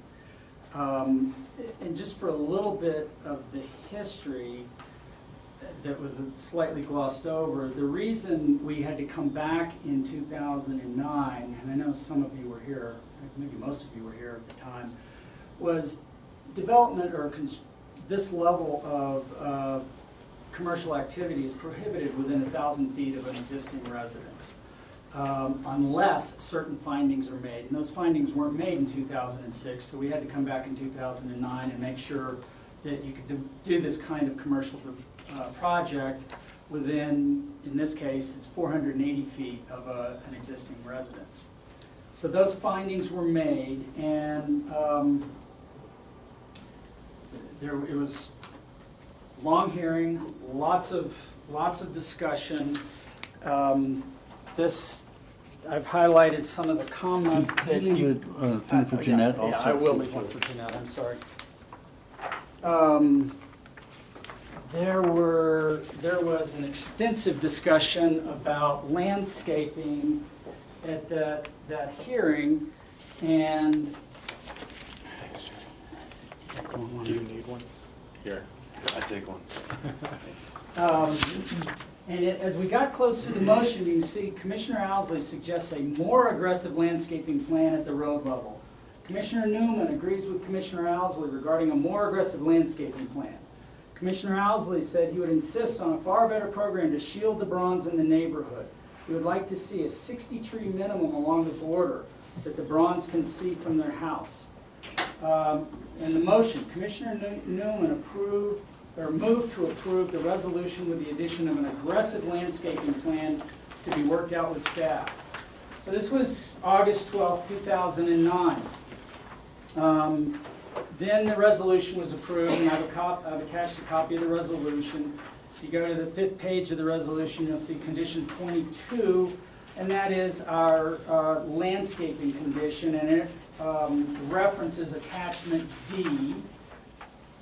You go another couple pages, and there's a letter from Mr. Lyman here with the landscaping design map and the landscaping plan, and that was recorded in the county records. And if you go a couple more pages, you see the plant list, and this also was recorded as a part of your approved resolution. It's actually page 45 and 47 of that resolution. And we've got a list of plants that includes the cottonwoods, the aspens, the pines, spruce, juniper, maple, and mahogany. And these were supposed to, if you add up the quantities in the left column, you get 65 trees. These were supposed to have been planted in the cottonwoods were 10 to 12 feet, the aspen 10 feet, the ponderosa pine and the spruces were going to be 5 feet, the junipers were going to be an average of 6 feet, and then the maple and the mahogany were going to be number 5s, whatever those are. The idea being that by the time the mine got to the north end of phase 2, a lot of this landscaping would have matured. Okay, this is now 5.5 years ago. So in April of 2010, if you go forward a couple more pages, here's the staff memo. Applicant has contracted with a landscaping company to install the approved landscaping plan. It has been stated that this vegetation was installed in October 19th and 27th, which would have been of 2009, right before that April. Fast forward 1 year, next staff memo. Applicant has contracted with a landscaping company to install landscaping. Did a site visit. It's evident that some trees did not make it through the winter. Next year is the next page. Landscaping plan has been fenced to reduce the damage by animals. Staff did notice 2 to 3 trees did not make it. Then the next year, staff memo, April 10th, 2013. Most of the vegetation that has been planted and replanted over the course of the last 3 years is dead or is dying or dead. So we've got this history of a lack of success. Apparently at the 2013 meeting, and I don't think I was here that year, although I think we're all growing old together in this process. At the 2013 meeting, you approved a resolution that asked for this report that we've heard a little bit about today. The applicant shall replant dead and dying vegetation in conformance with the approved plan. They're supposed to develop a planting, watering, and maintenance protocol that ensures survival. They're supposed to find out the reasons for the lack of survival. There's supposed to be a plan for the maturation of the new vegetation. Apparently that was submitted. Then this year, we've got our staff memo, says about 50% survival. Your resolution is kind of vague. It just says dead and dying trees will be replaced within 60 days. I've attached some pictures that were taken within the last couple of days. They're similar to some of the ones Mike showed you. You've got a group of dying pines. Most of these are pines, I think. Now Gail took these pictures from her property. She tried to use a lens to zoom in. It's hard to tell the height, but none of these look to be 10 or 12 feet to me. They all look, 3, 4, 5 feet at the best. Some of these plantings, you can see the screens, but you can't even see anything in it, dead or alive. Because whatever's in there is so small, it's not going to really have any effect. As far as visually helping the impacts on this house that's only 480 feet. There is one, very last picture. That pine's doing really well. We looked for it, found that.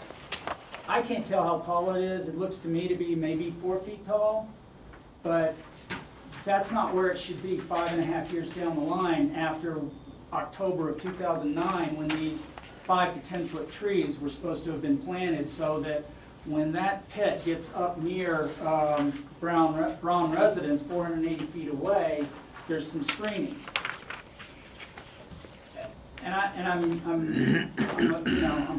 We're hearing the same story year after year, and I'm a little bit upset. If I was sitting here representing a developer, and we were doing a subdivision, and we had a landscaping condition in our approvals, I know for a fact that what you would do is require a subdivision improvements agreement with a significant performance guarantee that made damn sure that within the, we put in the irrigation system, we made sure it was fertilized, we made sure it was watered, and we made sure those trees survived, or we wouldn't get our money back. But you haven't done that with these guys. And I ask why. You have the power to do it. You said, those are your words, in 2009 that this was going to be done to protect the bronze, and it hasn't been done. We hear excuse year after year after year after year. Now done it 5 times. Trees aren't surviving. I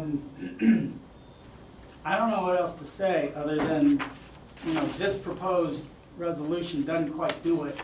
I would really like to see that you require these guys get serious about this, and you've got this list of trees that are, apparently it's been modified with staff's approval, but the recorded list of trees requires 5 and 10 foot trees, 65 of them in fact. They're not there, and we're 5.5 years down the road. That pit is getting closer and closer and closer to the Braun house, and there's nothing there, or very little there. So we would greatly appreciate it if you would make a serious effort to make sure these guys follow their word, because it hadn't been happening. Thank you. Thank you, Jody.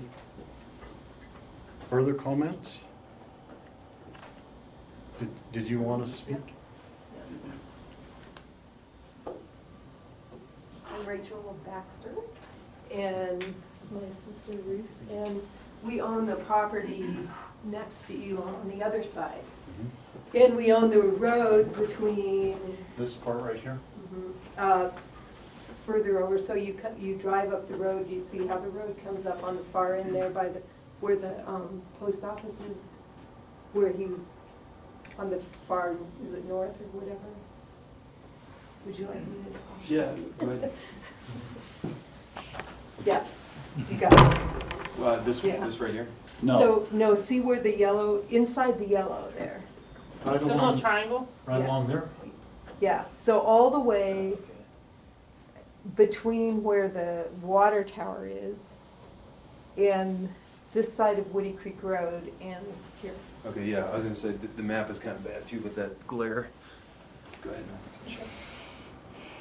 So we own here's the road that comes up and the Woody Creek Post Office is right there. So we own the road here, and then we own this piece of property here. Yeah, and we used to own the racetrack, so you've got the orientation, right? And So Rich, are you the sole owner? there's three, it was originally purchased by 3 people, and in the case of those 3 people, they've all passed on to the next generation. So we're 1/3, the Baxter girls are 1/3 of, the other part was owned by Bugsy Barnard, and the other part was owned by Fred Hartmeister. And so it's still represented in that form by the next generations, or trusts. And so, and it's for sale now too, if you want to buy it. These aren't big concerns, just things because I've been driving up there a lot. And Source Gas is putting their pipeline through there now, as we discussed at one of the previous commissioners' meetings. And American Tower is putting up a tower by the water pipe there and by the camp that's there too. So those things are going to happen very soon up there, and so I'm just sort of acknowledging that we're paying attention. I'm curious about a lot of these boulders that have been moving around up there on that property. Particularly, there's a ring of boulders now. Is that where those sewage tanks are? Rachel, if you could address your questions sorry. to us, and then And we'll ask the question Okay. of them if we decide to do that. So there's a big ring of boulders up there, like there's a water tower here, and the camp is up here. So there's a big ring of boulders that didn't used to be there that has gotten built, you know, and then there's a pipe here and a pipe here. And I don't know what those boulders are demarcating or anything, and I'm just curious about that. The second thing is on the road coming up behind the post office there. I also sit on the Master Planning Commission for the Woody Creek Caucus, and a lot of people have expressed a concern with that road is not to be used for dump trucks coming down with gravel. And so I think it's been addressed, and I think that it could have been as simple as a new office manager, not conveying that information to the truck drivers that were coming down there. And then we don't have any of the thistles on our property right now. And people don't drive on that property very much, but there is a little turnaround at this end of the property that we just put a little gate up and marked as private property, not to be aggressive about ownership, but just kind of taking that precaution, because there's going to be so much movement up there when Source Gas begins to work on that pipeline and stuff, and we would like to preserve that property. Is set there pretty well untouched since the late 60s, and we'd kind of like to preserve the nature of that. I think that you guys actually might have walked up there last year with Dale. Maybe not, I can't remember, but anyway.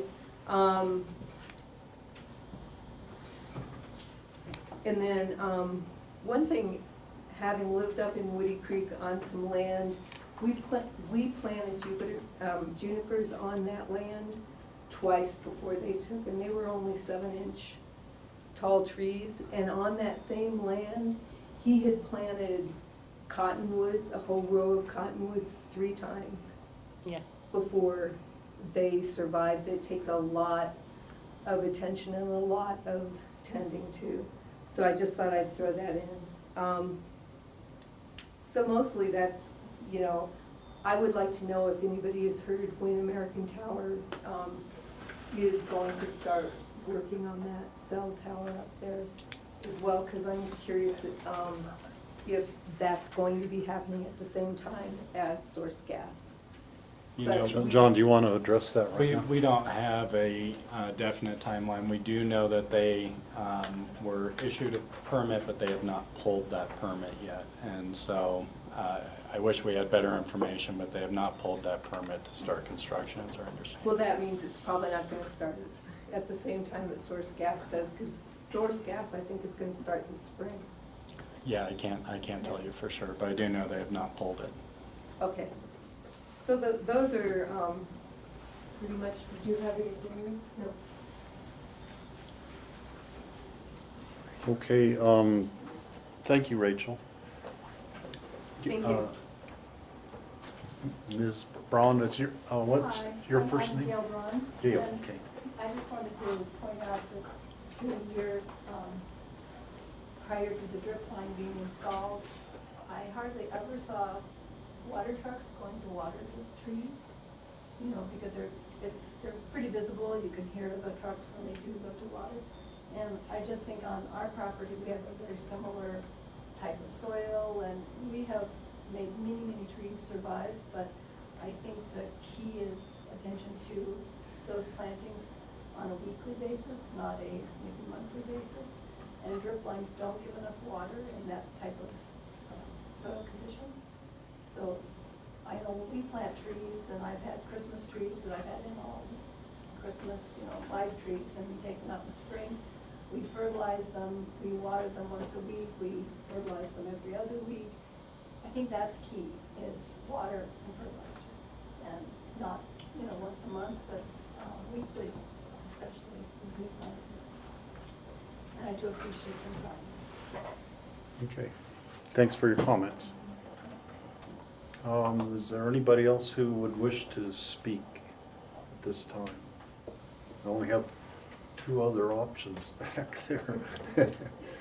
All right, thank you. I'll close the public hearing at this time and bring it back to the board. Well, I would love to hear what the boulders are for.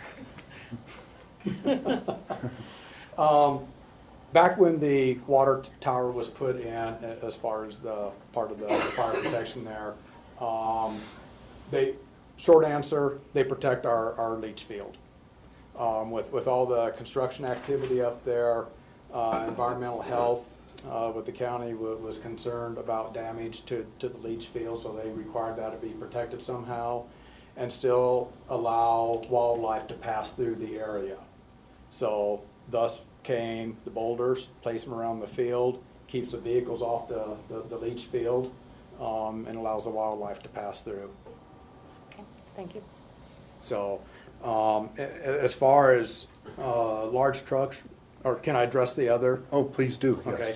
As far as the large trucks running up and down that road, you know, per our agreement with not only our own company employees, you know, driving the tandem axle dump trucks, but all the leasers, that road is forbidden for any trucks that drive down it.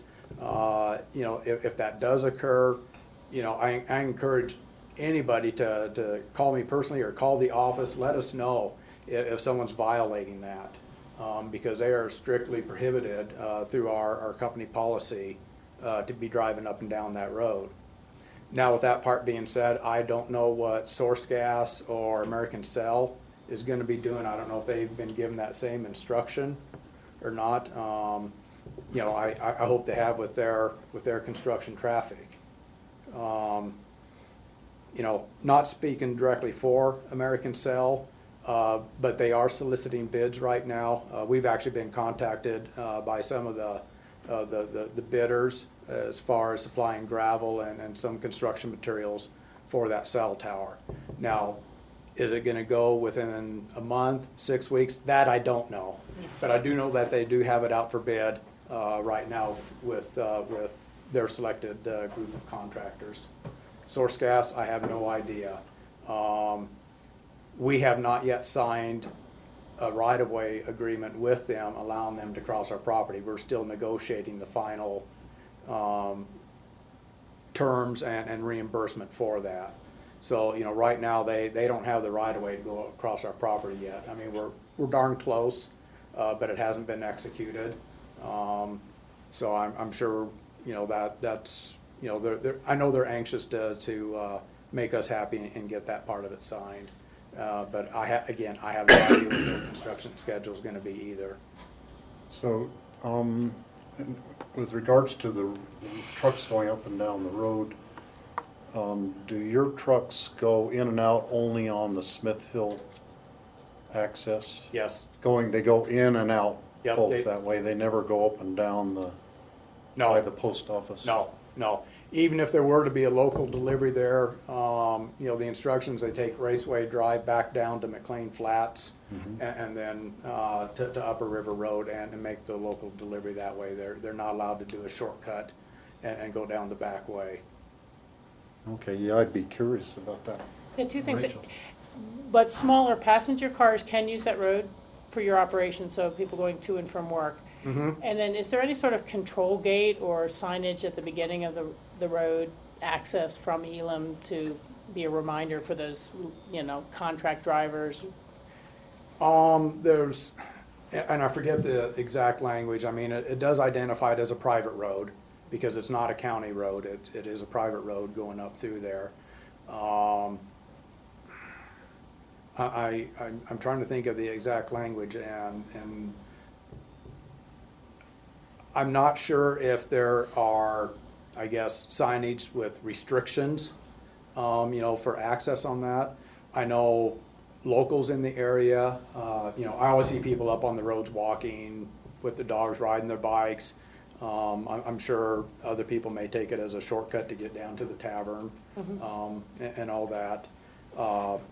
But, you know, passenger cars, you know, again, it's a private road, and I think it's identified also coming off of Upper River Road, you know, if you turn there by the post office and try to come up the back way, because, you know, personally, I do take that road if I'm going down to the tavern for lunch, or something. Why, you know, it is convenient, and it is allowed for, you know, passenger type vehicles. Well, I was just thinking that perhaps, again, leaving the Elam property to have signs to be a reminder that it is forbidden for trucks over X weight or, you know, size. Right. That are using Elam facilities or picking up materials here, whatever, to use this road. Yeah. The approved route is that way. Now, in response to that, every year, you know, whether, you know, well, first, our own truckers are educated as far as what's allowed or what's not allowed coming out of that pit. You know, deliveries are to go, you know, down Raceway to McLean Flats. You turn right on McLean Flats unless there's a local delivery up there. We're not to use McLean Flats to try to get into the town of Aspen to circumvent 82 or anything like that. You know, all the truckers, especially the leased truckers, they have to sign this agreement to be able to go in and out of our pit. And all those rules are laid out in that trucker packet. Not only do we require a certain amount of insurance from them and all this, but the rules of the pit are laid out in that, and by signing that packet, they acknowledge receipt and understanding of those limitations. So again, all the truckers, as they come in and out of the pit, they've already signed that agreement, knowing that they can't take the back way down to Upper River Road.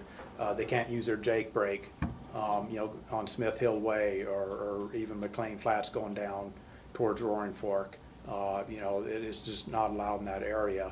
You know, you know, from time to time we do receive complaints, you know, of that. You know, same thing, we encourage, if someone does have a complaint, call in with a description. I guess I'm just wondering whether an extra sign, Yeah. as people are leaving, to remind them, would be problematic for you to install to help reinforce with these people. Yeah. You know, because I'll be the first to say, it's like saying, I accept the terms of an internet. Right. Well, you know, and you look at the small print and you just say yes and you go, and whether people have really memorized that or taken it fully into account. So I was just wondering if a reminder sign. No, and there is some signage. Now, whether it addresses all the issues you just brought forward, That I'm not sure. Yeah. But there is signage as you leave the pit reminding no Jake breaks, direction of travel. There is some of that signage present, but like I said, I'm not sure if it addresses all of your comments there. Well, again, I'll look into if that. this is the road they're not supposed to be using, it's not supposed to be trucks who even have Jake brakes. And I can Right. imagine that being on the appropriate route of leaving to remind you this is the right route and you don't use your brake jakes. But to say that this is not the appropriate route for larger trucks leaving Elam properties. Right. Period. Something like that. Go back to the McLean route. Just something as a reminder. It doesn't Okay. hurt. George? Does your landscaping company, Fitzgerald, are they guaranteeing, do they have to do replacements, or what sort of deal do you have with them? That's part of our discussion right now. They've taken ownership of some of the loss, but not all the loss, so I'm sure that's going to be a negotiated item between us and them as far as what we're going to have to pay to replace versus what they will absorb to replace. There was an initial guarantee that came with that. So some of that discussion, negotiation may come around with the timeliness of your watering, doing your due diligence based on their recommendations or not. Yeah. And, and going back to the irrigation part of it, they adjusted all the sprinkler heads. Again, we're relying on them to make that adjustment, make sure the right amount of water gets to the plants so that they do get sufficient water. So then sounds like they would, or should take some responsibility in terms of trying to ensure that the trees do survive, and if not, it seems like you'd want to have a condition that they need to replace those. In my opinion, yes. But again, like I said, that's our discussion with them to go forward. Again, I'll reiterate, we are committed to make sure this is successful. Yeah, I mean, even if you start with small trees, like it's been suggested here, if you're starting with 4 or 5 foot trees, or even smaller, given this environment, this climate, one wouldn't expect them to grow more than 5-6 inches a year at best. So, Going further on the tree issue. Steve, can I go? Sure, go ahead. The question that Jody raised is that, we've had promises since 2009 that we would have a successful landscape program. So 2009 has been 6 years, and we haven't had success. Jody did point out that there was one tree that seemed to be successful out of 65 trees. So I think we're all searching for some sort of method of ensuring success. Jody's suggesting a performance bond. I'm up for, I don't really care what the relationship between Elam and their landscaper is. I don't care. What I care about is a successful landscape program. It was essentially part of the approvals for expansion of the pit. We don't have it. So what do? It's not suggesting how they should grow their trees. It's suggesting something else. It's suggesting that you either have a successful program or this pit is not going to be renewed. It's that simple. I mean, after the first year, that would have been draconian. But after the 6th year, it doesn't seem that draconian. So what do? What's the answer? John, do you have a suggestion? You always have suggestions. Is that a positive thing or negative? Totally positive. Well, I guess I would agree with you that it doesn't really make too much sense to delve into the mechanics of how to pull off a successful planting, because none of us are arborists or botanists or have that particular skill. What you're really simply dealing with is a condition upon an earlier development approval that needs to be enforced and enlivened either through a current completion of the task in order for the use to continue as permitted, or as suggested, you can bond it. The bond essentially is a financial security against the successful completion, whereby if it's not completed successfully, the idea is that we collect down the bond or the financial security of some type and then go in and do it ourselves. Not sure if we would have any, if we would, to do that, I guess we would have to be able to be comfortable in our assumption that the Elam just hasn't performed due to a lack of effort, and we'll improve that by amping up the effort. It seems more logical simply to tie it to the continuation of the permit. Yeah, I mean, that's my feeling too. You know, I don't like to be reminded by Jody of what I said in 2009 and that it hasn't come true. It's embarrassing. And Elam has put us in that embarrassing position. So I'm now at the point of, Elam's been a good neighbor and they've really tried hard. This is a failing, however. It's a clear failing. What do we do? Let me speak first, Rachel. Please. Kind of has to do with this.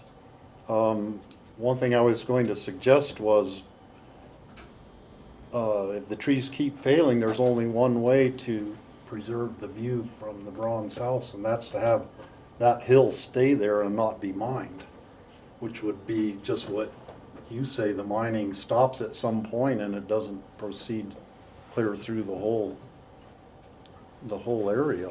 And that would be the only way if the trees don't grow up to preserve the view.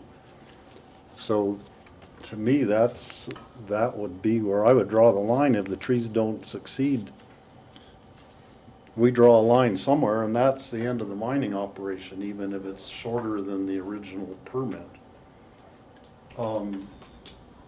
And I actually have had quite a bit of experience planting trees, both successfully and unsuccessfully, but on the high plains in eastern Colorado, which is a semi-arid area, people have been very successful planting what they call cedar trees. I can't think of the exact name of it, but to have it be successful, they put down a landscape fabric to cut down on the competition from weeds or other plants that would grow around. You start putting water there, other plants are going to come to get the water too. And so the fabric cuts down on that competition. The things that can kill trees are either not enough water, or too much water can kill trees, lack of shade or protection from the wind, or rodents, porcupines, that kind of thing, killing the trees, or deer, any kind of animal eating them. But oftentimes even just mice or rabbits can kill trees just by eating around the base. And all of those different things, there are steps that a landscape company is aware of those things and should be able to provide for that. So there are lots of suggestions out there how to make the tree planting successful, and I'm with you, Michael. You have to succeed at it, otherwise, at some point you're going to have to quit mining and not go clear to the end of the permit area. Rachel? I think we're kind of jumping forward to cures, and I think that may be a cure. I think there's always an opportunity for an applicant to come in with an amendment to their master plan and request a hearing on it, and there might be some other form of visual screening that's going to be necessary at that spot. I mean, I'd like to see it be green, I'd like to see it be landscaped, but sometimes there actually are places where trees just won't take, and you're not seeing a lot there natively other than the scrub oak. And so, I'm not suggesting it's the right alternative, but, they can come in and ask, can we put up a fence? Can we put up this? Can we do it more with earth forms? I think it's noted in our, master plan as it says now, they'll be screened by either either or vegetation, vegetation and earth forms. And so they could suggest berm alternatives and things like that. So I think that it would be good to request that the next review include the expenses paid on the landscaping plan and what that actual plan was, and perhaps that went into Mike, but it didn't come to our table with this resolution. But I'd like to see what was the commitment and how was it fulfilled. I mean, that is a plan that was called for in one of the previous, and maybe it wasn't as detailed enough of a call in terms of what has been expended to make this work, and what was the maintenance plan. Is it the landscape people who are coming out and watering it every third day? Is it up to your staff to do it, twice a week, and they come once a week and check? I don't know what that plan is or should be, but I think everyone at the table has said it well. Jody said it well. Michael has said it well. That it has to succeed. That is part of what this whole permit hinges on. And one more go is what you're asking us for. One more go with the landscaping. One more chance to make that work. And I'm willing to grant that now. But I also I can't keep going on like this. I can't keep going on like this. And to me, again, part of the challenge is, and I seem to remember the 63 trees, we were going, well, are we really the right people to say it should be 63 versus 48 versus 51? Are we going to overcrowd the trees and none of them actually grow because we're requiring too much? And I thought we had left it that the staff would look at and approve an adequate landscaping plan as opposed to us approving the exact configuration of those trees. I'm still nervous that we might be requiring trees that are too large to take. There are places, I mean, you can look at beautiful trees when people are doing contracting projects and you say, can't you relocate it? And it's like, no, it's too big to relocate. And other times trees are being planted that are too large for the root ball to catch up with the tree mass. So no matter how much water you're giving it, it's just not going to absorb enough in an area like that, which I would say is, in stark sunshine, probably 90% of the daylight hours. I mean, it is really an exposed area. It's not semi-shaded. It's not just 4 or 5 hours. It's a good 10, 12-hour day of pure sunlight there an awful lot of the time. So, I guess the board discussion is, should we require a bond at this point? But all we would do is take on the responsibility of completing the work and maintaining it ourselves afterwards. And we don't have an arborist on staff, and we don't have people to run around to double check that. I suppose if you made the bond big enough, you could then contract with a new company, but how does that work? Do they automatically have permission to go onto their property at whatever time they want and do the watering? Those are pretty specific details that I'd like to know of how we would use a performance bond in an effective manner. And you certainly wouldn't want it to be that, well, once they fail, Pickens County uses the bond and perhaps we fail, and then it's like, okay, well, you still have your permit because nobody else could actually make it work, and we would have had taken on that responsibility through the bond. But on the other hand, I think it is an interim step versus saying this needs to succeed this year, and I don't know if we say 85% of the trees have to live this year, 100% have to live this year, you don't have your permit if 10% of the trees die off this year, what? What is a failed plan? I mean, obviously it's a failed plan now, but if you got 65% success ratio and you could replant 35% of the trees next year, does that make it more successful? So at a certain point, I would have to ask, is this an arable area? You cannot necessarily transform every part of nature to a real lush garden. And if anything, the state water plan is working on is telling people not to try to recreate forests in areas that don't have forests or that will not naturally support them all across the Front Range with West Slope imported water. And then we're kind of demanding the same sort of thing here. So that's awkward. I just would like to see, I think we need to bump up the individual elements of our now therefore be resolved, kind of point by point here. And then I think that item number 3, as has been pointed out, is really not sufficient language. And we need to make sufficient language out of that if we're going to approve anything today, or if we'd rather continue it and let our staff work on what they think would be a solution to seeing this fulfill the requirements of the permit, and additional language. I know some of these, I've seen Mike taking notes, so that, say, number 6 would require additional pumping of the septic tanks as necessary by this reconfigured system. There was two other things that were mentioned, but number 3 really does need to be rewritten.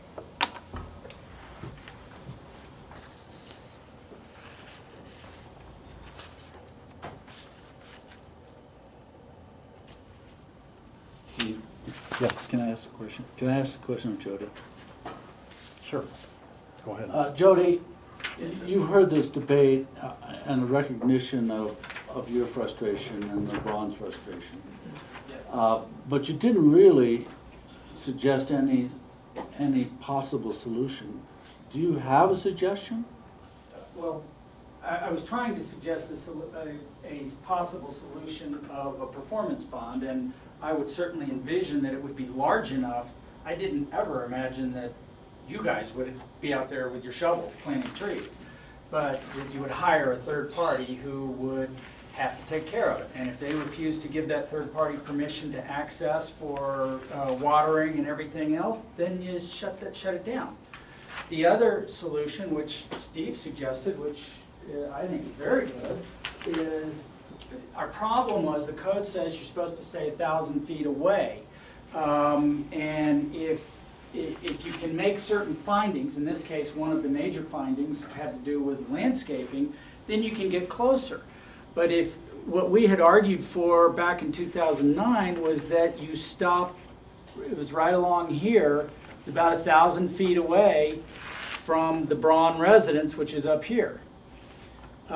If you do that, then there's a chunk of that hillside still there, and they don't see into the pit, and you preserve the visual impacts.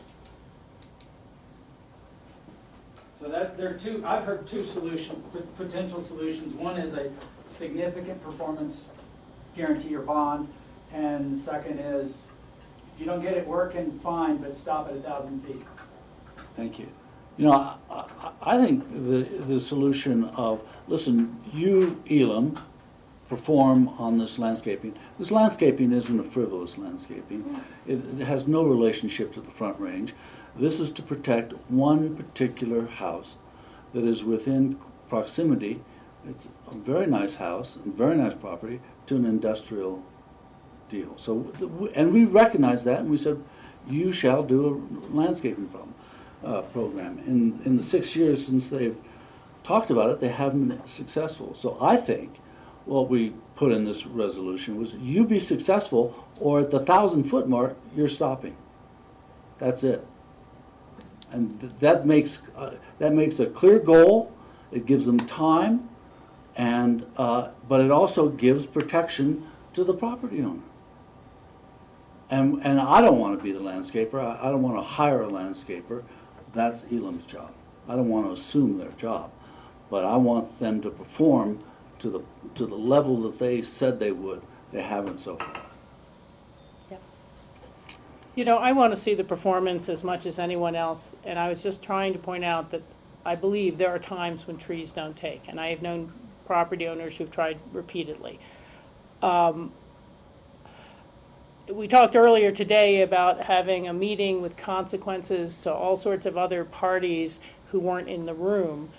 I think that it would be something we'd all really have to talk about quite seriously if the price of aggregate materials for anyone else building in Pickens County are now going to have to come from out of county and be shipped up Highway 82, and the truck traffic and the pollution and the extra expense into every individual homeowner's project, every affordable housing project and things like that, if this was not accessible as an enterprise necessary within a community. I think that's the only reason it was really permitted to go this extra distance to begin with, was an acknowledgement that whether it's the airport resurfacing or rebuilding or the finishing of Base Village or anything else, there are materials that are going to be required, let alone repaving our roads and things like that.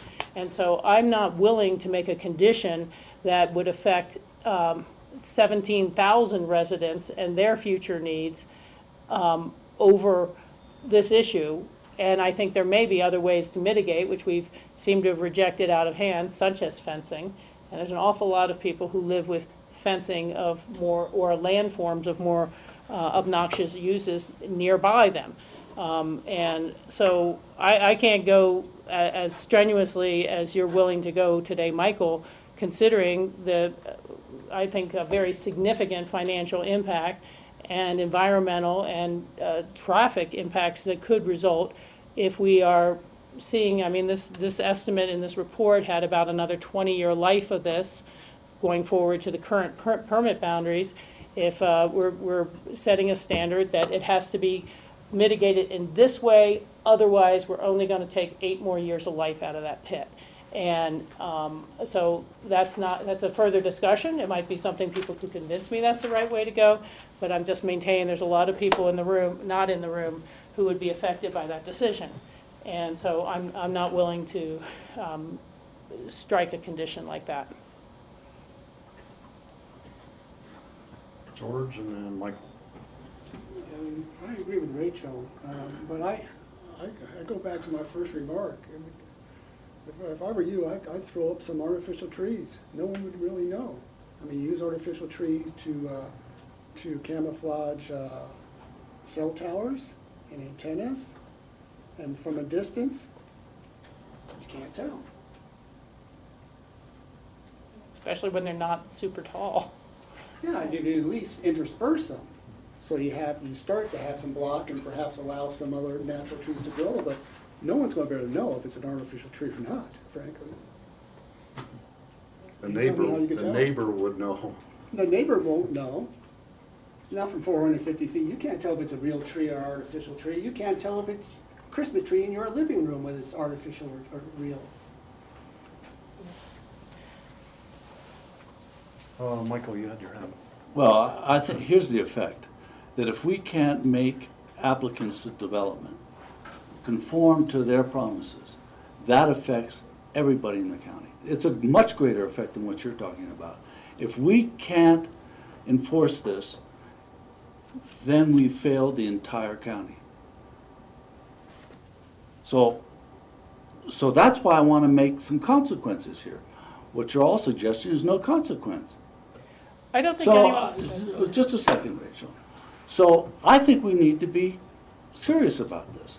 It's been a 6-year period where there hasn't been any consequences, an effort to get along, to work, to plant, to find new landscapers, to be successful, to change the menu of plants. None of it's worked. What's going to make it work? George is suggesting artificial trees. Steve has suggested various methods of planning. You've said back away from any consequences for Elam. I'm at a loss to make sure that this happens without serious consequences. Steve, I'm frankly tired of having my words twisted and reinterpreted. And I don't think anyone at this table doesn't take this issue seriously. I don't think anyone at this table is suggesting that there's no consequences. And I think that you've presented a either-or scenario, and I've simply said I believe there are probably a far greater range of alternatives that we should look at and discuss, because we all want success out of this project. We want good neighbors, and we want a good neighbor policy. Something we haven't discussed and haven't asked our attorney if it's viable, but is there a flat-out fine that could be imposed so that whether we spend it on hiring a landscaper to go in or not, but we make a serious consequence that is available via a fine for a violation of a permit condition. And then, again, requiring that you go forward to fulfill that landscaping requirement. I'm just suggesting that there are a lot of other alternatives here other than saying we should shut down the gravel pit at a certain point, no matter what, and whoever's jobs or prices are affected, so be it, for a property that's on the market right now. And we'll be dealing with the future neighbors at some point. They might like a fence. They might prefer a fence that would reflect some of the noise back out of the area and not have the same issues that we're trying to screen with trees. And I think that that might be part of the big problem. We're trying to screen an industrial activity with trees. I wasn't part of the county permitting this to begin with, to go forward, and perhaps that was the mistake. But I think that I've seen what I believe to be are good faith efforts. And if people are saying that they really weren't good faith efforts, that there wasn't enough money expended, there wasn't the right people hired, and they weren't done right, then I think, as Michael has said, that leaves both Elam embarrassed and us embarrassed. But I'd like to see a good plan go forward this year with the type of monitoring and expense made necessary to see it succeed. And I would consider a fine going forward. I would consider an additional hearing going forward and discuss what are legitimate consequences at that point. But I want to look at the big picture when we talk about what those consequences will be. And if they come back in and want to intersperse some artificial trees that they've showed us and staff can bring to us, and, along with legitimate live plantings, I'll look at that too.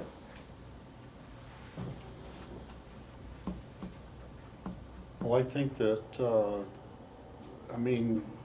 what you said, Rachel, does make some sense. There might be some other method that would be suitable for Elam and for the Braun family, that would be acceptable to both of them. That one of the ones you suggested might be acceptable.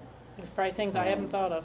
Yeah, so, Gail, you've heard our thoughts on this, and maybe Elam will come up with something we haven't thought of as, partial solution anyhow. I think the trees can be made to survive. Maybe it's the wrong mix of trees that we're trying to put in there, because, some trees do better in a dry environment. Once you get them going, you have to get them going. Also, trees in a line like that doesn't look very natural, and maybe doing more of a staggered kind of thing with different size of trees would look more natural and look better in the long run.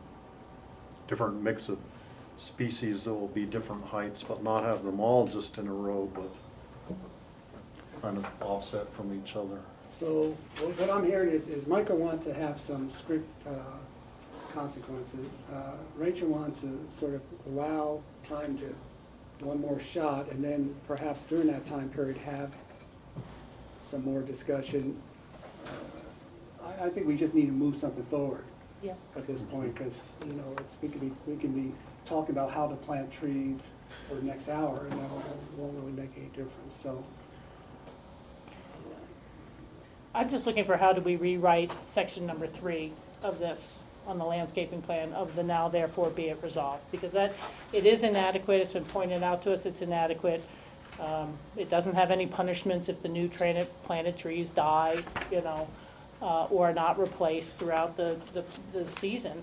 And I'd love to have John answer my question, could we institute a flat out fine separate or different from a performance bond? A fine is typically not a preferred way to go in a scenario like this. A fine is more effective when you're dealing with events that are isolated from property and relate to personal behavior, like a dog on a leash. Okay. When you're dealing with property, typically the scale of fines are not going to be the precipitating event that coerces compliance with a resolution of approval.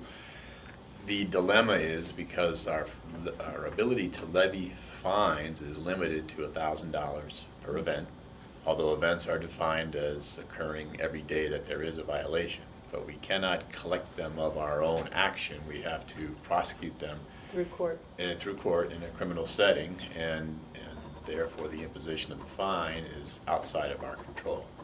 The imposition or the requirement of a financial security, or the imposition of whatever conditions or requirements related to the approval resolution are things that are completely in our control and generally speaking, are more coercive of the end result that you want to see, whatever that is. I wanted to clarify something here. Staff, you wrote that the landscape plantings continue to fail with about 50% survival. So if you're planting 60 trees, 30 are surviving?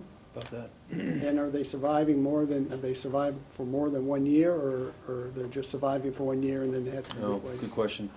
I can't answer that. I don't know if each one is surviving and they have to replace year after year, or if there's one that's been there since 2010. I don't know that.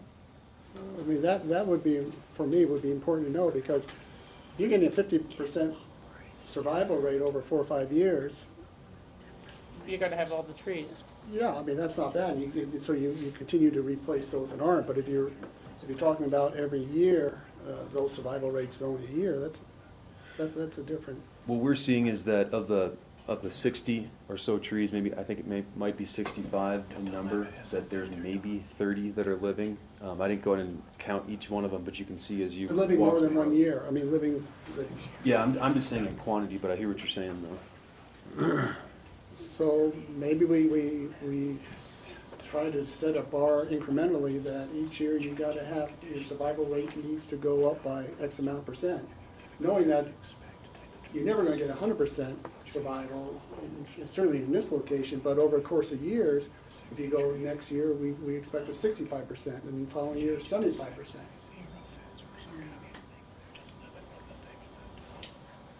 If 50% of the trees planted each year survived, after 3 years, you'd have pretty complete survival rate.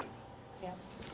And that's, I mean, the trees I've planted probably, I probably have 50% survival rate. Yeah. With minimal care, once they're planted and watered for one summer, then they're on their own.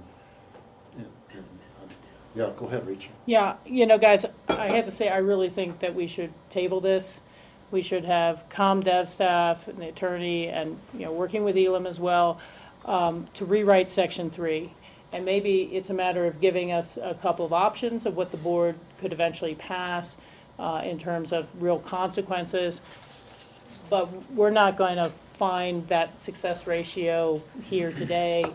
It's a great idea, George. It really makes me think that whatever trees survived right now should get a little tag on them that says 2014.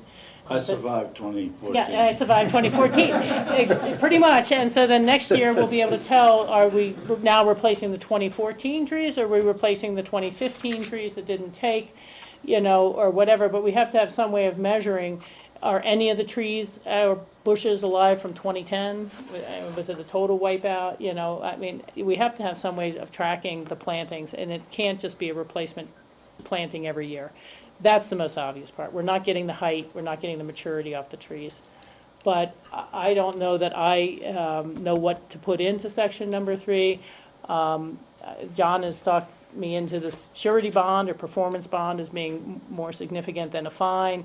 But I would have no idea what amount to ask for. I wasn't trying to do that, actually. But should we ask for a $25,000 performance bond, a $100,000 performance bond? How much does it cost the applicant to get a performance bond? And how would we use it if we needed to use it because the landscaping failed? So I think that this needs to be continued for 2 weeks and give staff time to work something out.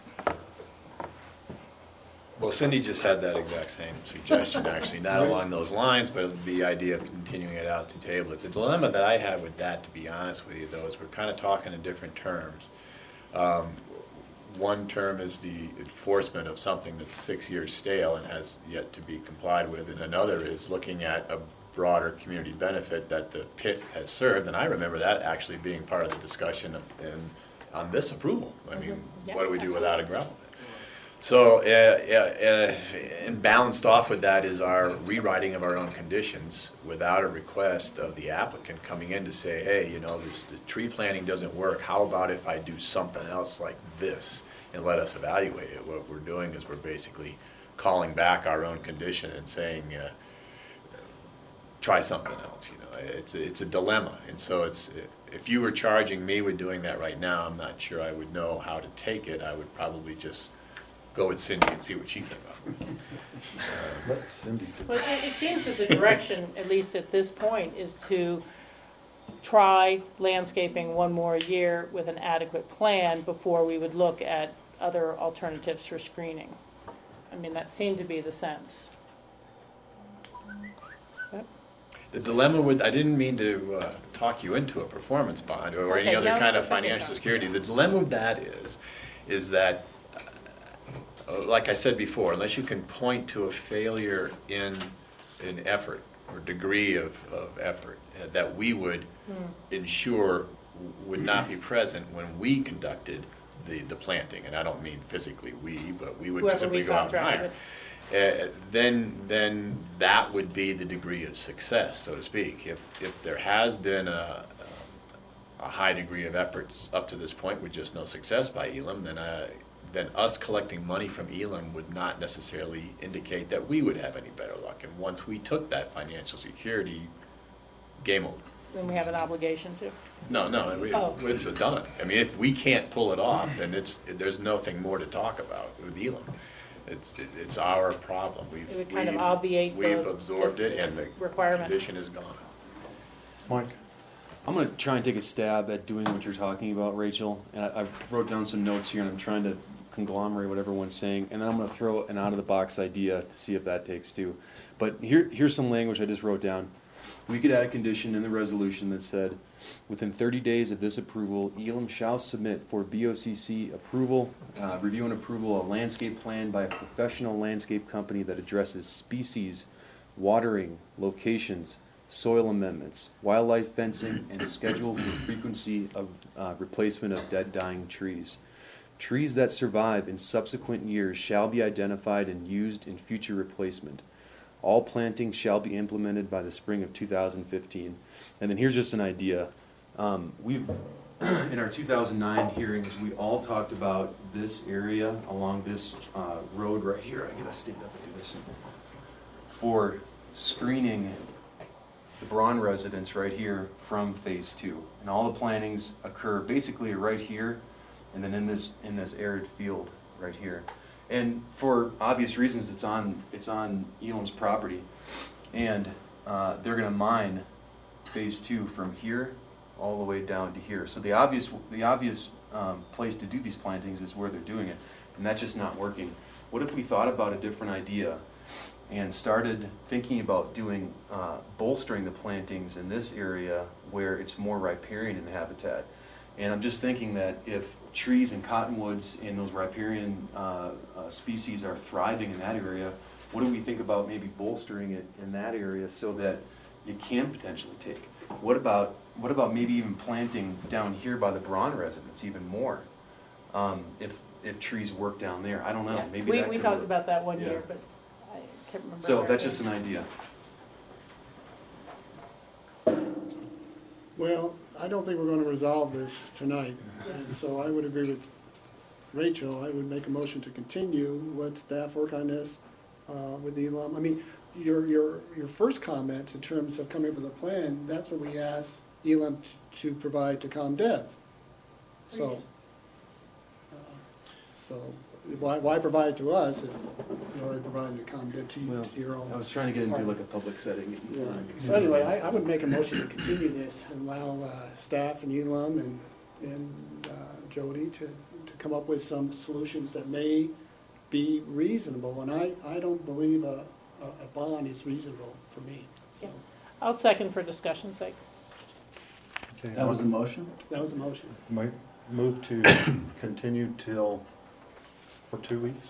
I mean, till Well, we can April do a 8th. date certain, and then if it doesn't work, we can continue again, if the timing doesn't. Till date uncertain? No, a date certain, whichever date you want. April 8th. So it seems to me, a 6-year trial to get trees to grow is a long time. And if 50% is the success rate, then the way you don't do it on an incremental basis, you plant 50 or 100% more trees than 65 trees. And so you end up with a success rate of 65 trees. So I think, that's where we need to head. That's at least twice as amount of trees have to be planted.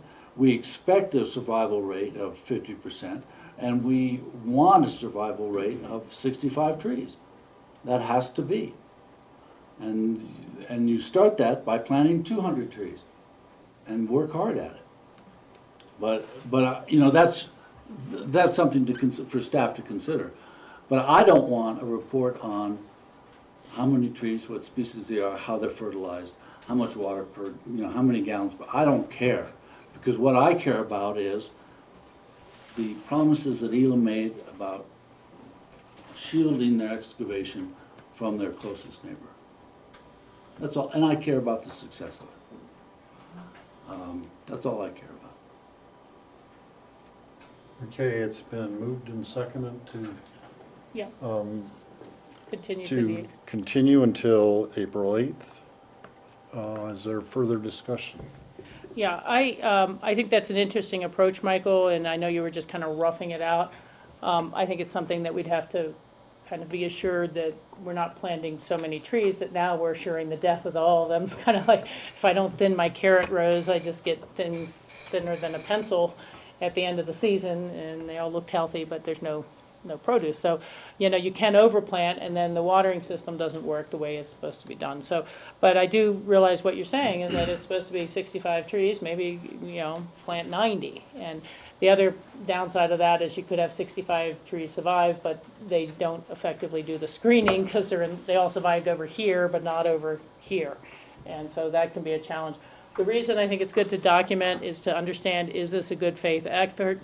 That's why I asked for the potential of the expense report of what actually ends up being spent on the trees and the fertilizing, and your language didn't include fertilizing, Mike. That was the one thing you missed in that section. But it's something that I want to be able to know, was it a solid, good faith effort, and that what they needed was someone to visit those trees 3 times a week, that they visited 3 times a week, and it wasn't a once a week or once a month or whatever. And I mean, I think everyone has had a problem sometimes when they hired a bad contractor or a bad landscaper, and it sounds like, you know, that's what happened the first year or two when they weren't taking the wire off the root balls and they didn't really amend the soil. I had the same thing at Hunter Creek. They hired someone to put in bushes around our building, and they didn't do anything with the soil. It was just all rock fill, you know, and they stuck them in there, but they didn't have a single chance. So wasted money there. But I think it just needs to be a lot more detailed. The expectation needs to be detailed, and perhaps, you know, whether we get to an item 8 or 9 on this resolution sheet, you know, what the potential consequences are. You know, that, you know, a failure, you know, I think you know, the failures Michael has put out, we need to talk about what the consequences will be in this as well, not just a plan for how the trees will be managed. Okay, any further discussion? All in favor of continuing, say aye. Aye. I had one other further question. I don't know if this affects, I mean, are you without a license now? Can you not do anything for the next 2 weeks on the property? How does this affect the actual, by continuing, or if we have to continue for, again, how does it affect operations? Well, the annual review was for the 2009 approval, and then subsequent, the previous annual reviews we've done. So I don't think mining starts until April. Am I correct, Gail? April, technically, we're allowed to go April 1 through November 25 for mining and crushing. Yeah. So if it's, you know, if I had to make a opinion on that, I would say that this is not approved yet, it's continued, and that mining can't happen until this gets approved. You know, there's been previous years, we don't have a hearing until May sometime. Have we been in violation those years? Yeah. We've consistently had it in the second meeting of March. Yeah. We've gone into May sometimes, yeah. Yeah, well, that's why I just wanted to ask the board, and our attorney, is it necessary or is it appropriate to grant them a 2-week extension on the previous permit until we've been able to finish this hearing? Or is the intention of I don't think our intention of continuing was to shut them out of beginning their operations on April 1st. That's, I guess, more my question. I guess my response would be that's really more appropriate of an inquiry to the board, because it's a policy determination, it's a judgment call. Yeah, but can we? Are we legally allowed to? You can breathe life into a permit. You could adopt it now. You can waive those conditions. You can do any number of different things consistent with the land use code. But my advice is always to follow that code. And if the code requires operations to be conducted only under a special use permit, then if those operations are conducted without the permit, they're in violation of the code and should not be occurring. But we could pass a motion today to extend the life of the 2014-2015 season permit to, I would say, like Thursday, April 9th. Yes, you can. Under the conditions currently. And that way, it would overlap with our next regular meeting, and we would be able to take action on the 8th without it having already shut down operations for 2 weeks. A week and a half. So I would make a motion, tell me if I do the language wrong, to extend for a 2-week period until Thursday, the 9th of April, the existing Elam special use permit, in order to give the board time to hear better language for our resolution on our regular meeting of April 8th. Second. Okay, it's been moved and seconded to extend their permit, last year's permit, for a 2-week period. Any discussion? Yeah, I understand what you're doing, Rachel. Personally, I think let's put at least one tooth into this animal and not grant them the ability to start until April 9th. I mean, to show that we're serious about this. We're not gonna, this is in effect saying we're serious, but we'll let you continue. And this is after 6 years. This is not just today. This is the accumulation of 6 years of effort, a failed effort on the part of Elam to live up to what we wanted at that time. So 6 years is a substantial period of time. A kid can be in kindergarten had they been born in 2009. So I think you just say, for 2 weeks, you're not going to operate. We're really serious about this. That's what I would do. Yeah, I don't agree with that, because we're continuing so we can allow staff to work with the applicant and others to come up with some solutions. Now, if we don't want to allow that time, we can sit here for the next 4 hours and hammer down and order pizza and get it done.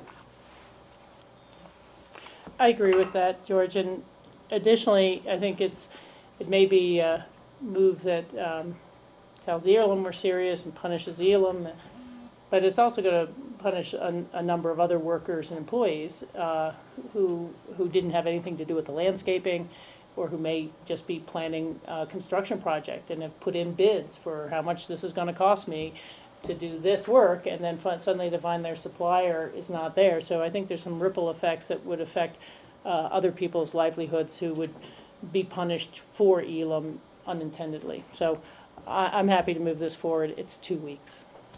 Okay, any further discussion?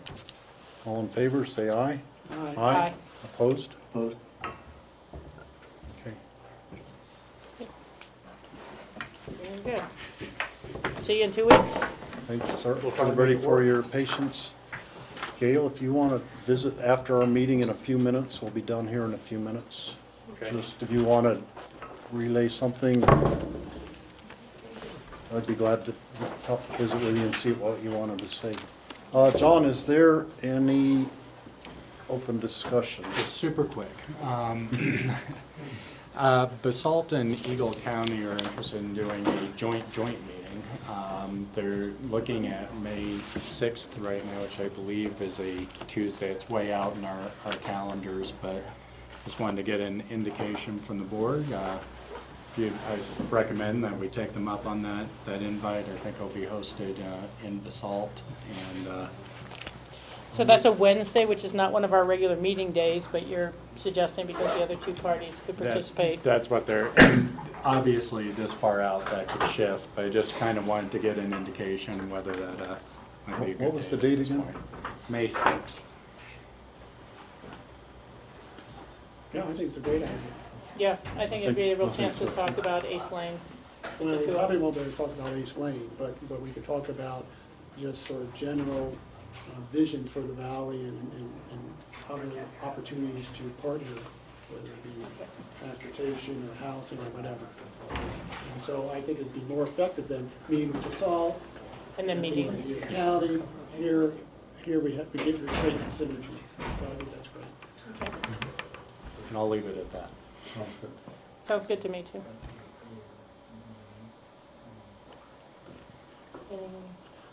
Nothing else, John? No. Sure? I'm sure. Well, unless, if you want me to, I'll go on. Make a motion to adjourn. Second. It's been moved to adjourn. All in favor, say aye. Aye. Any opposed? On penalty of death, any opposed?